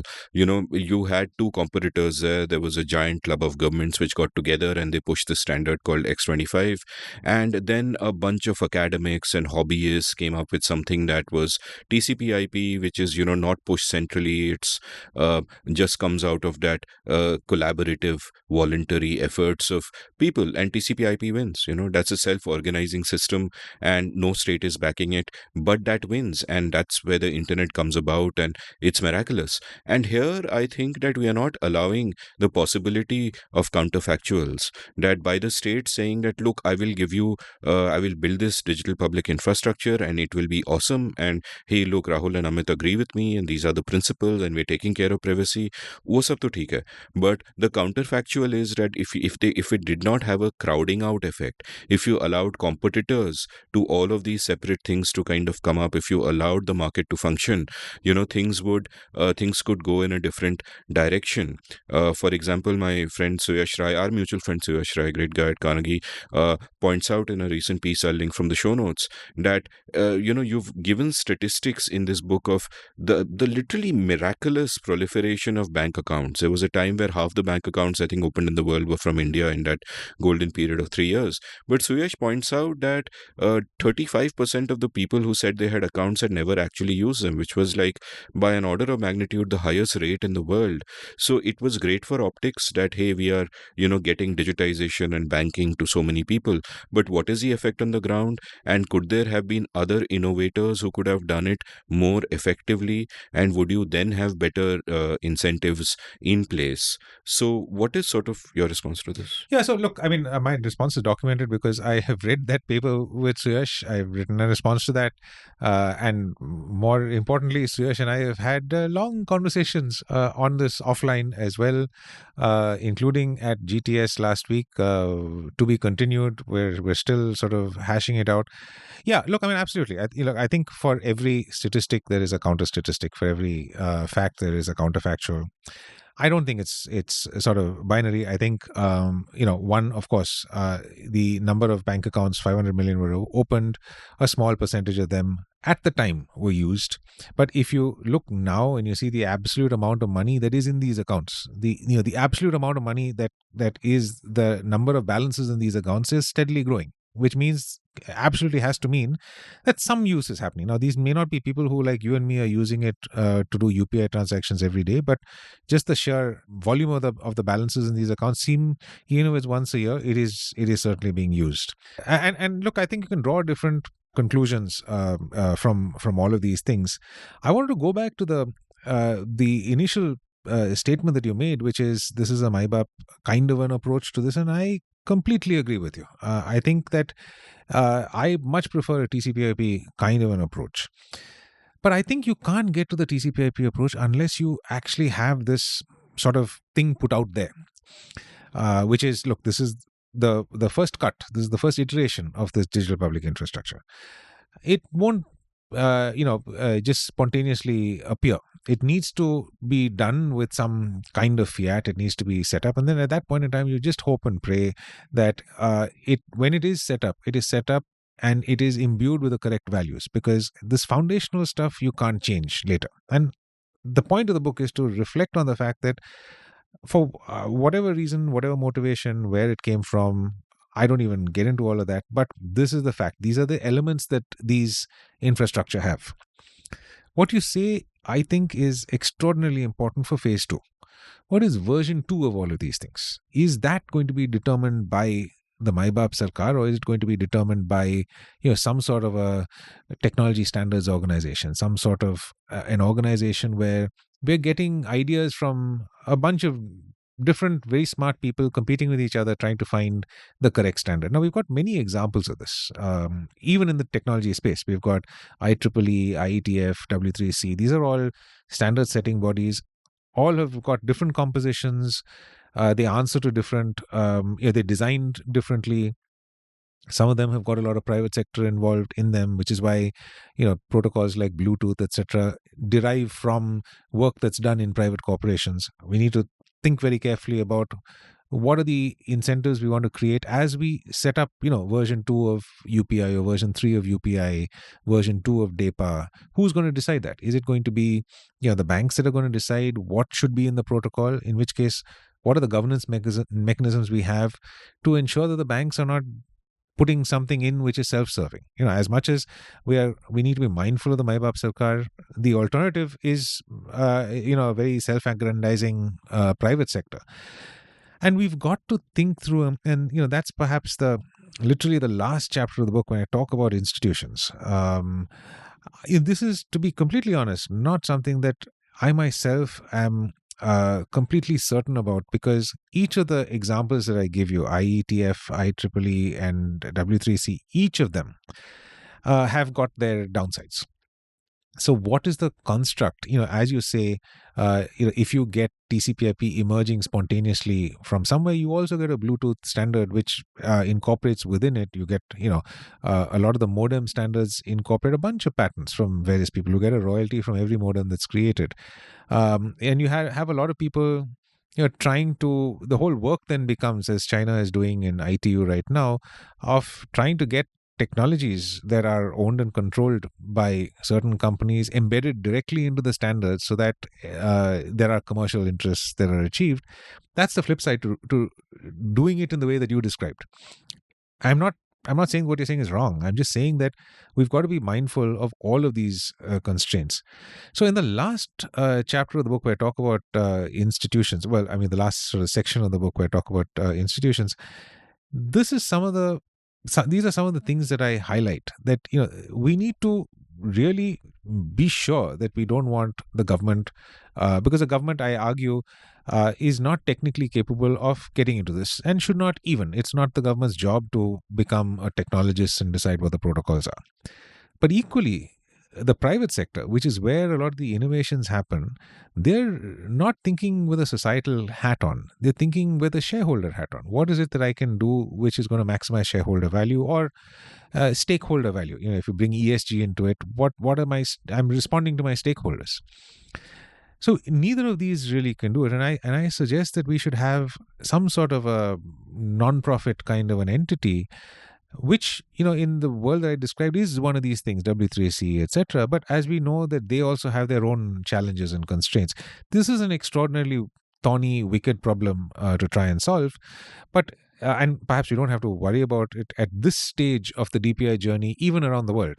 But very soon we're going to have to contend with this, because all of these market failures, as it were, in developing version 2 of a lot of these protocols are going to come in our way.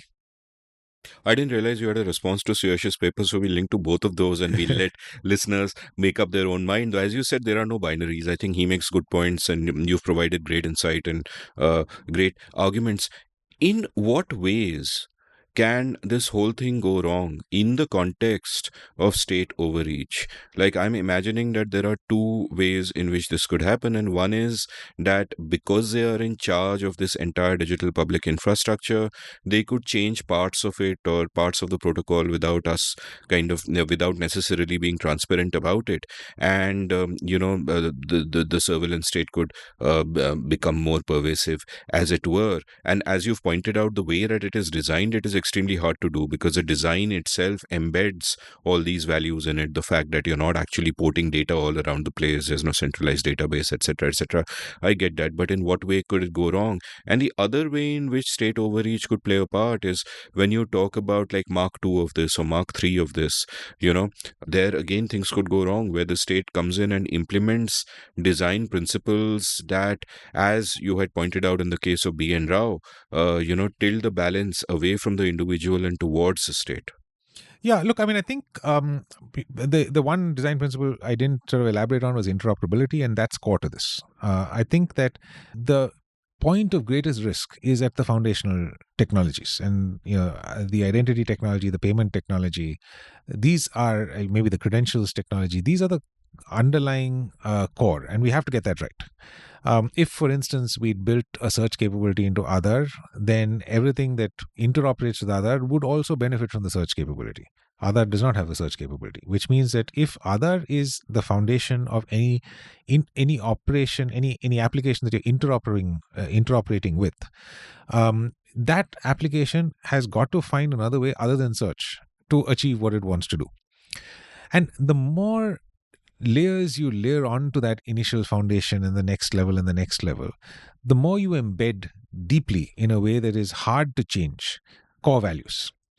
So one of the things that I say is that interoperability is, of course, it's a feature in that it allows you to reuse rather than recreate, and all of those sorts of things. It allows you to inherit the data that already exists in a way that's under the user's control. But more importantly, it allows you to inherit the values that are built into the underlying infrastructure in a way that it becomes, as more and more layers are added to it, almost impossible to change. An autocratic government that wants to, for some reason, change all of this would have to dig deep into the bowels of these, and it's not easy to rip out. You rip out one, everything else will stop working. So I would say that that's actually one of the features. So I think once you've got enough of that in place, it's less of a concern. What's of more concern to me is the second thing that you mentioned, which is that if the government just does not invest in that agile, constantly evolving, skilling and technology evolution cycle that is necessary for some of these things, all these wonderful things that we've built will just slowly ossify and die. Because we're actually very fortunate to have, both in the UID as well as the NPCI, NPCI just this September announced voice-based payments that could be done on feature phones. These are new, responding to the fact that we now have AI language capabilities through Bhashini in a number of local languages. They're leveraging that to allow someone to use a feature phone, call a number, and make a payment to someone, even if they don't have like a smartphone. Now, that's a characteristic of an NPCI that's still agile and still looking to innovate. What if it wasn't? What if we, the NPCI ended up saying, look, okay, this has happened. It'll take me another 6 months to do, and, I'll do it. Then, Google Pay, Phone Pay, HDFC, all the various apps that are working on this, even if they want to implement this feature, can't, because you depend on the government to do that. So this, I think, is a great risk.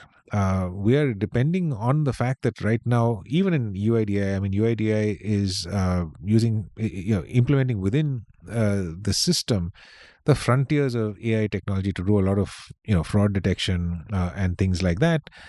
We could end up with a very different kind of an organization. This, I think, is a very significant risk. I think what saves us is that, other than a few, and I've named the two, digital public infrastructure that requires some sort of a central switch, as it were. UID requires it because this is the foundational identity, and NPCI, it doesn't require it, but the design right now is such that you have a central switch through which all payments run. That's an efficient way. You could have like a decentralized switch the way blockchain does, but it comes with its own constraints. It won't have the velocity that we have. So we've got sort of this operation. But other than that, ONDC doesn't require a central entity. The account aggregator framework does not require a central entity. In fact, it does not have it. Account aggregators, there are, I think, 7 or 8 account aggregators that are functional, many more with in-principle license. They're all interoperable with each other. So there's we don't have that risk anymore, other than in these two foundational technologies. And I think that would sort of be the answer, because as long as you have a multiplicity of account aggregators, for example, consent managers in the DEPA framework, they will fight with each other to come up with better standards, and they will push to adopt, like it happened with TCP/IP, more innovative standards. They will push the W3C Foundation to actually come up with HTML5 or 6 or whatever it is. And I think that's really our guarantee against this. I think in a sense, we've moved some of these more recent DPI out of the purview of a state regulator. And that is our hedge against this happening. All heartening. I love the kind of thinking that's gone into this from you and the entire community of people that sort of built it. And the world is changing rapidly. So here's my next question. The typical fear that people have about the surveillance state is that, let's say, the state wants to get after me, like not me, because what have I done? Why should they come after me? Please don't come after me. If you're, someone could be listening to us as we are talking. They don't have to wait for the release. But let's assume the state wants to come after me. One way of doing that is they just surveil me and they figure out wrong things that I do and they pack me off. And at least within this system, as you point out, there is not so much chance of that happening, though obviously the technology that the state has at its hands is such that it is going to find something against me anyway. You've given the example of Pegasus in your book, for example.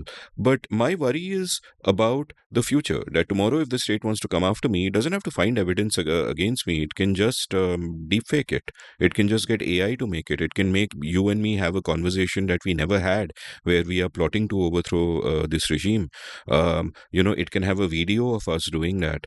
And I'm not asking a question about this particular problem of deepfakes or whatever, but my broader question is that obviously the future does have unknown unknowns in it.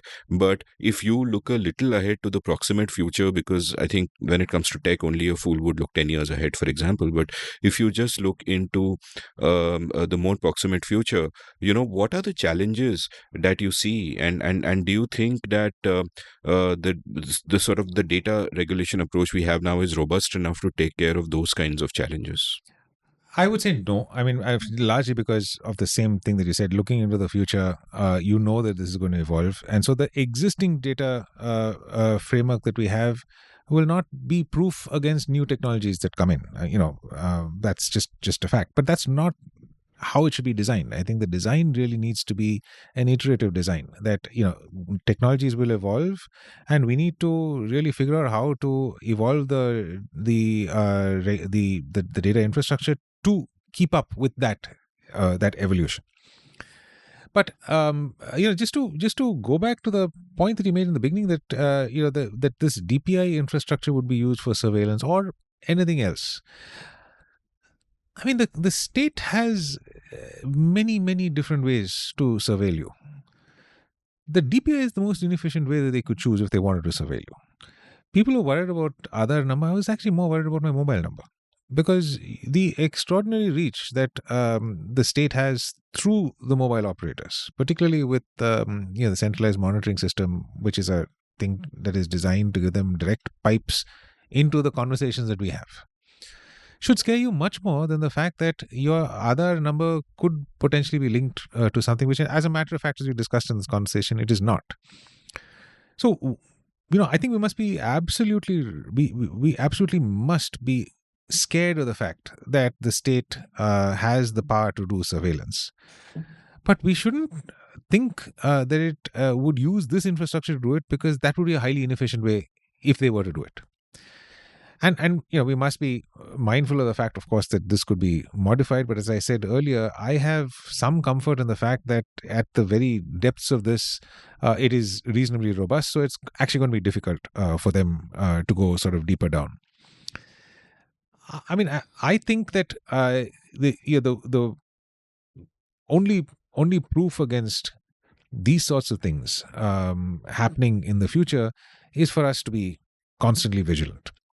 And that happens through, people like Suyash questioning some of these comments, forcing people like me to think about it and come up with sort of reasoned arguments, why this is the case or this is not. Looking into Aadhar, before I could say that, all the things that I've said about it, I've spent a lot of time going into actual design to see, how exactly the biometrics are captured, where they are stored.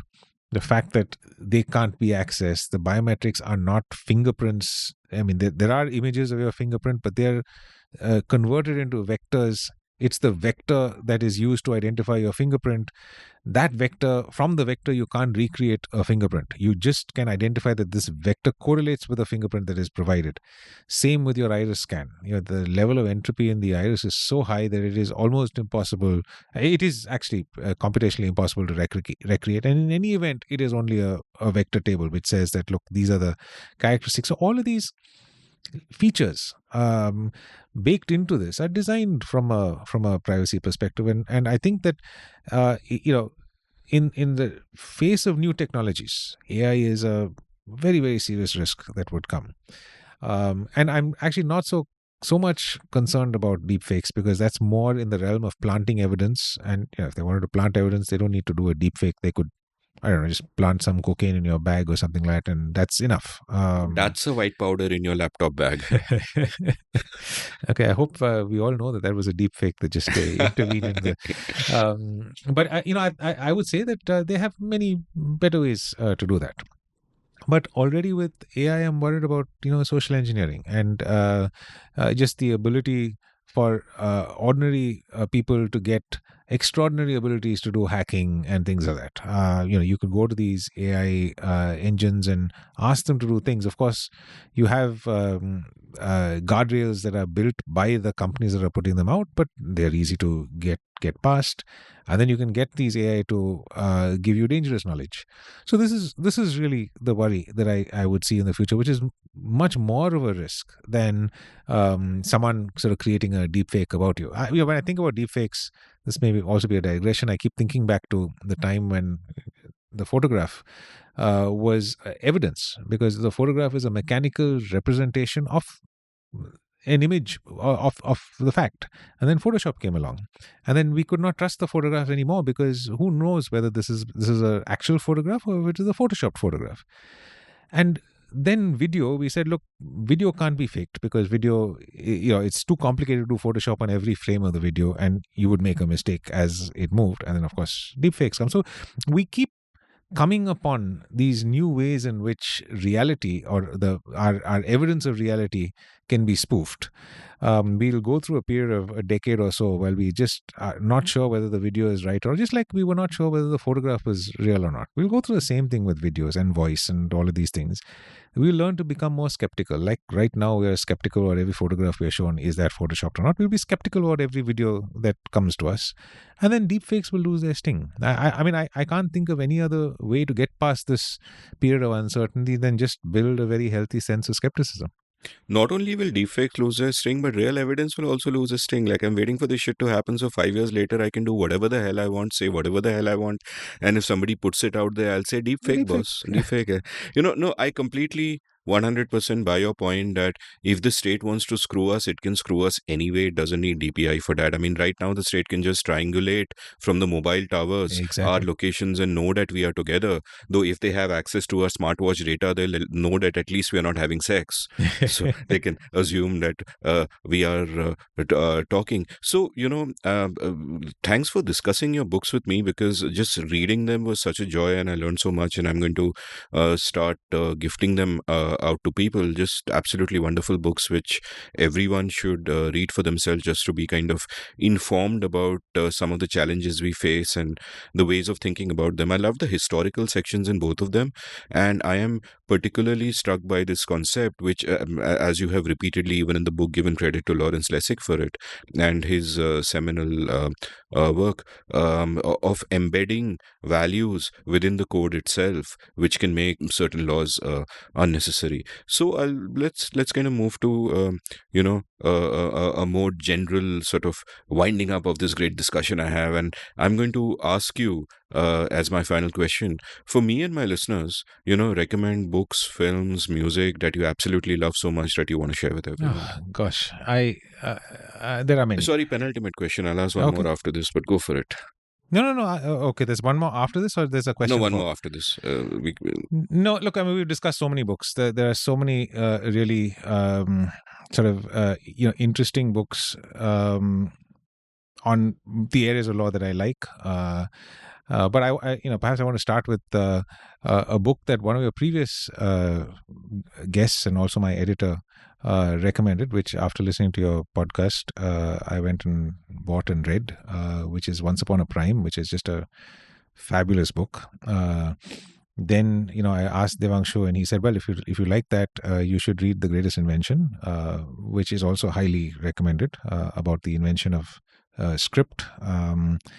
based on that, I wrote a recent article. I mean, I just think that that's just such a powerful thing. The idea of words being given form, and as a result of that, and I just say, look, right now LLMs are essentially this super intelligence because they have this information that's been hard coded that they can then read and condense. If it wasn't for that, we wouldn't have this AI world that we're currently in. So there's a whole bunch of those sorts of books. But I mean, I think that if people are interested in technology, it's important that you read books like a book that I found really interesting, and much of the some of the chapters on China is based on that, is Surveillance State, which sort of goes deep into how China has created a technology infrastructure that builds this. And I think another book by Yasha Levine is called Surveillance Valley, which actually flips it to say that even Silicon Valley was, all of modern technology was built with an intention to surveil you. And goes back into some of the histories of all of that. So all of that is really interesting. Another strange but interesting book is called this is sort of frontier technology. If you're interested in this, Sex, Robots, and Vegan Meat, pushes the boundaries on everything that we thought that we knew what the boundary was, but the boundary is way further than any of us would imagine on all of these things. So that's like it's a really, really sort of interesting book. Yeah, look, I mean, we talked about books that people absolutely must read. I don't know if people haven't picked it up by now, but Getting Things Done has made me extremely productive. Just as Sean K. Aaron's book, How to Write Smart Notes, has made me extremely efficient in pulling knowledge out of stuff. And so I think those are certainly books that are very, very useful. Just completely on the other side, the Creative Act. I don't know if you read Rick Rubin's. Yeah, absolutely. Great. Gosh, what a incredible book for people who want to think about the art of writing. Another very unusual book is How to Write One Song by Jeff Tweedy. Yeah, the premise of the book is you just have to write one song, and he'll tell you how to write the one song. And then after you write the one song, then you can write another song. You just have to write one song. And Jeff Tweedy, of course, is a frontman of Wilco, and they've got so many great songs. Can you just look at their lyrics, and if this is the way that man writes his song, and it's a thin, really thin book, lots of little word puzzles. I think maybe for your creative writing course, there may be things that you can pull out of that. So yeah, the list goes on and on. Lots. We were just discussing in the break that there are so many books. I don't know. I worry that that there are good books that I don't know about, and I'm not reading them. And how do you find? Give us a fiction recommendation. Look, as I said, I read a lot of science fiction, and the person that I'm sort of currently obsessed with is Adrian Tchaikovsky, who his Children in Time series is just it's just like mind bending because he uses this legal fiction of people being put into cryogenic stasis to actually extend their time such that they actually live beyond many generations, and that then becomes the central motivating feature of the book. Very, very interesting the way he plays with time. So his writing is actually really, really interesting. That's sort of what I'm reading. But I need to sort of N.K. Jemisin Bungan, exceptional science fiction writer, brings a lot to the table. So there's a lot of that kind of stuff that I feel I'm missing out on because I'm reading too much nonfiction these days. Movies and music. My current favorite band of all time, I was very fortunate to listen to them in Delhi. They played in Bombay last weekend, is Snarky Puppy, ensemble jazz band that's just exceptional. Listening to a lot of Snarky now. They've got a new album out, Empire Central, which is just brilliant. Watching them do these headphone concerts is a real trip. What's a headphone concert? Everybody wears headphones. Yeah, so it's basically they take a bar or something like that, and I'm just thinking the engineering lift of doing this, the engineers and mixers must be just so on their game because it's a live mix. Everyone's just playing the entire song start to finish, and this is like 23 ensemble band with full on horn section, 3 drummers, so the sound is just perfect. And scattered among all these people is the audience, and the audience is listening to it with their headphones. Everyone is playing their headphones. They're playing live music. It's obviously everyone's listening through the mixer. And what an experience! I mean, the drummer is playing behind you, and the horn section is playing in front of you, and there's someone. Can you imagine being in that kind of an environment, but still getting great sound? I mean, if you're sitting in the middle of this music and you're not wearing a headphones, you'll get like a really loud drum sound because you're sitting next to the drums. But no, it's perfectly mixed such that you get this, this perfect feed, and you're watching them live. It's like you should actually, when you go to Snarky Puppy, YouTube or something like that, you just see this. The energy in that room is just amazing. So yeah, I mean, so Snarky is a big band that I listen to now. My son introduced me to another band called Polyphia. I guess children have different, but this is a really good band, so I really like Polyphia. Very, very interesting kind of music. Yeah, I mean, it's stuff like this that I really listen to. Movies, gosh, I'll have to scratch my head for that. I can't think of a movie that really moved me in a while. But that's also because I don't know. With Netflix, you tend to watch movies sort of sporadically.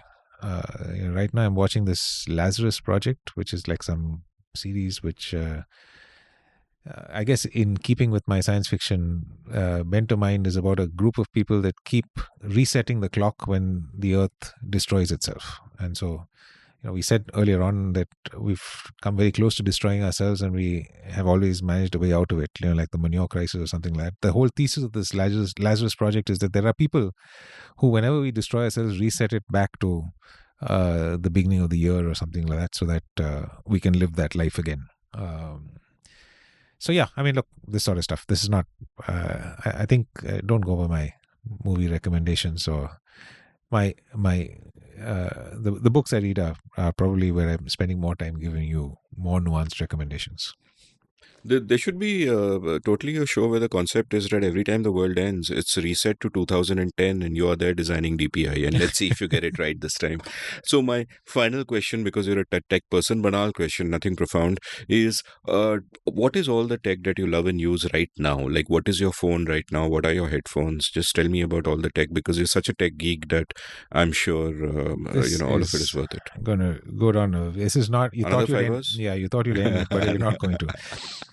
Look, my phone is an iPhone. I've been an iPhone guy for a long time because I believe that iPhone sells you hardware and they don't sell you services, and so they have every incentive to ensure that you buy more hardware. One of the reasons why I would not buy a device is if you are selling my privacy and my data, and they have every incentive not to do that. So I like the privacy guarantee in the iPhone and the entire suite along with that.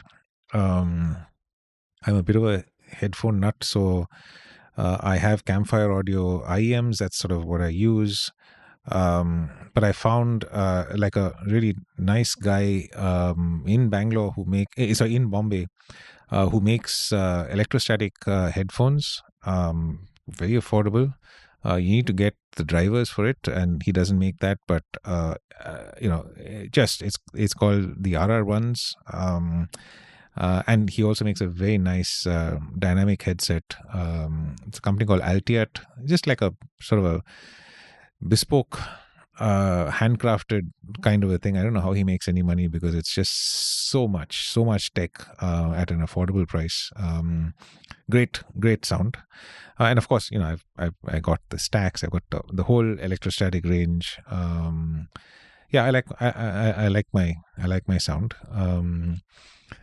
I use whatever health trackers that I can. I'm currently using the Aura Ring, which sort of tracks heart rate and all of these kinds of things.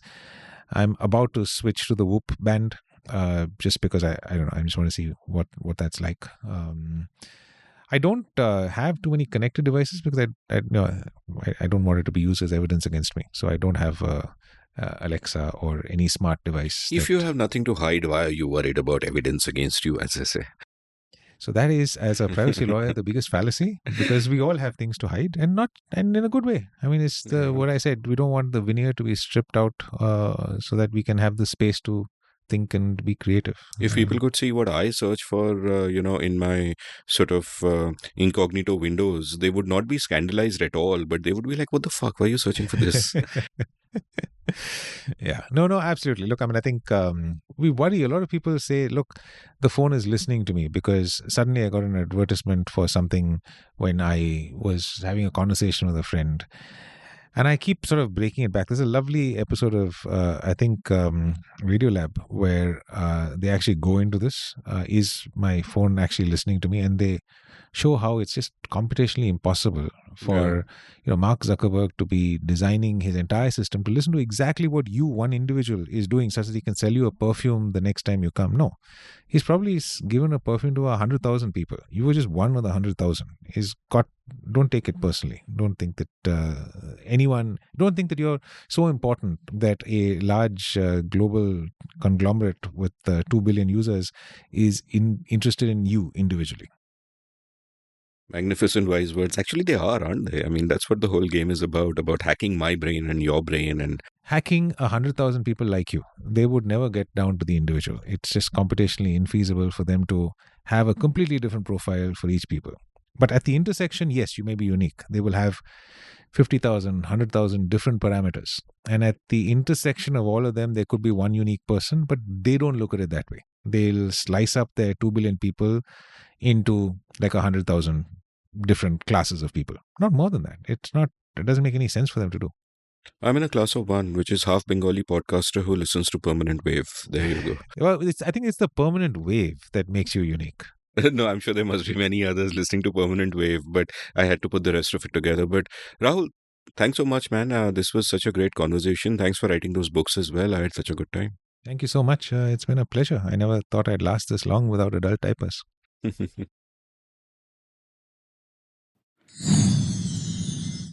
If you enjoyed listening to this episode, share it with whoever you think might be interested. Pick up both of Rahul's books, Privacy 3.0 and The Third Way. You can follow Rahul on Twitter at Matthan. I'll link it from the show notes as well as all his other links. You can follow me on Twitter at Amit Varma, AMITVARMA. You can browse past episodes of The Seen and the Unseen at seenunseen.in.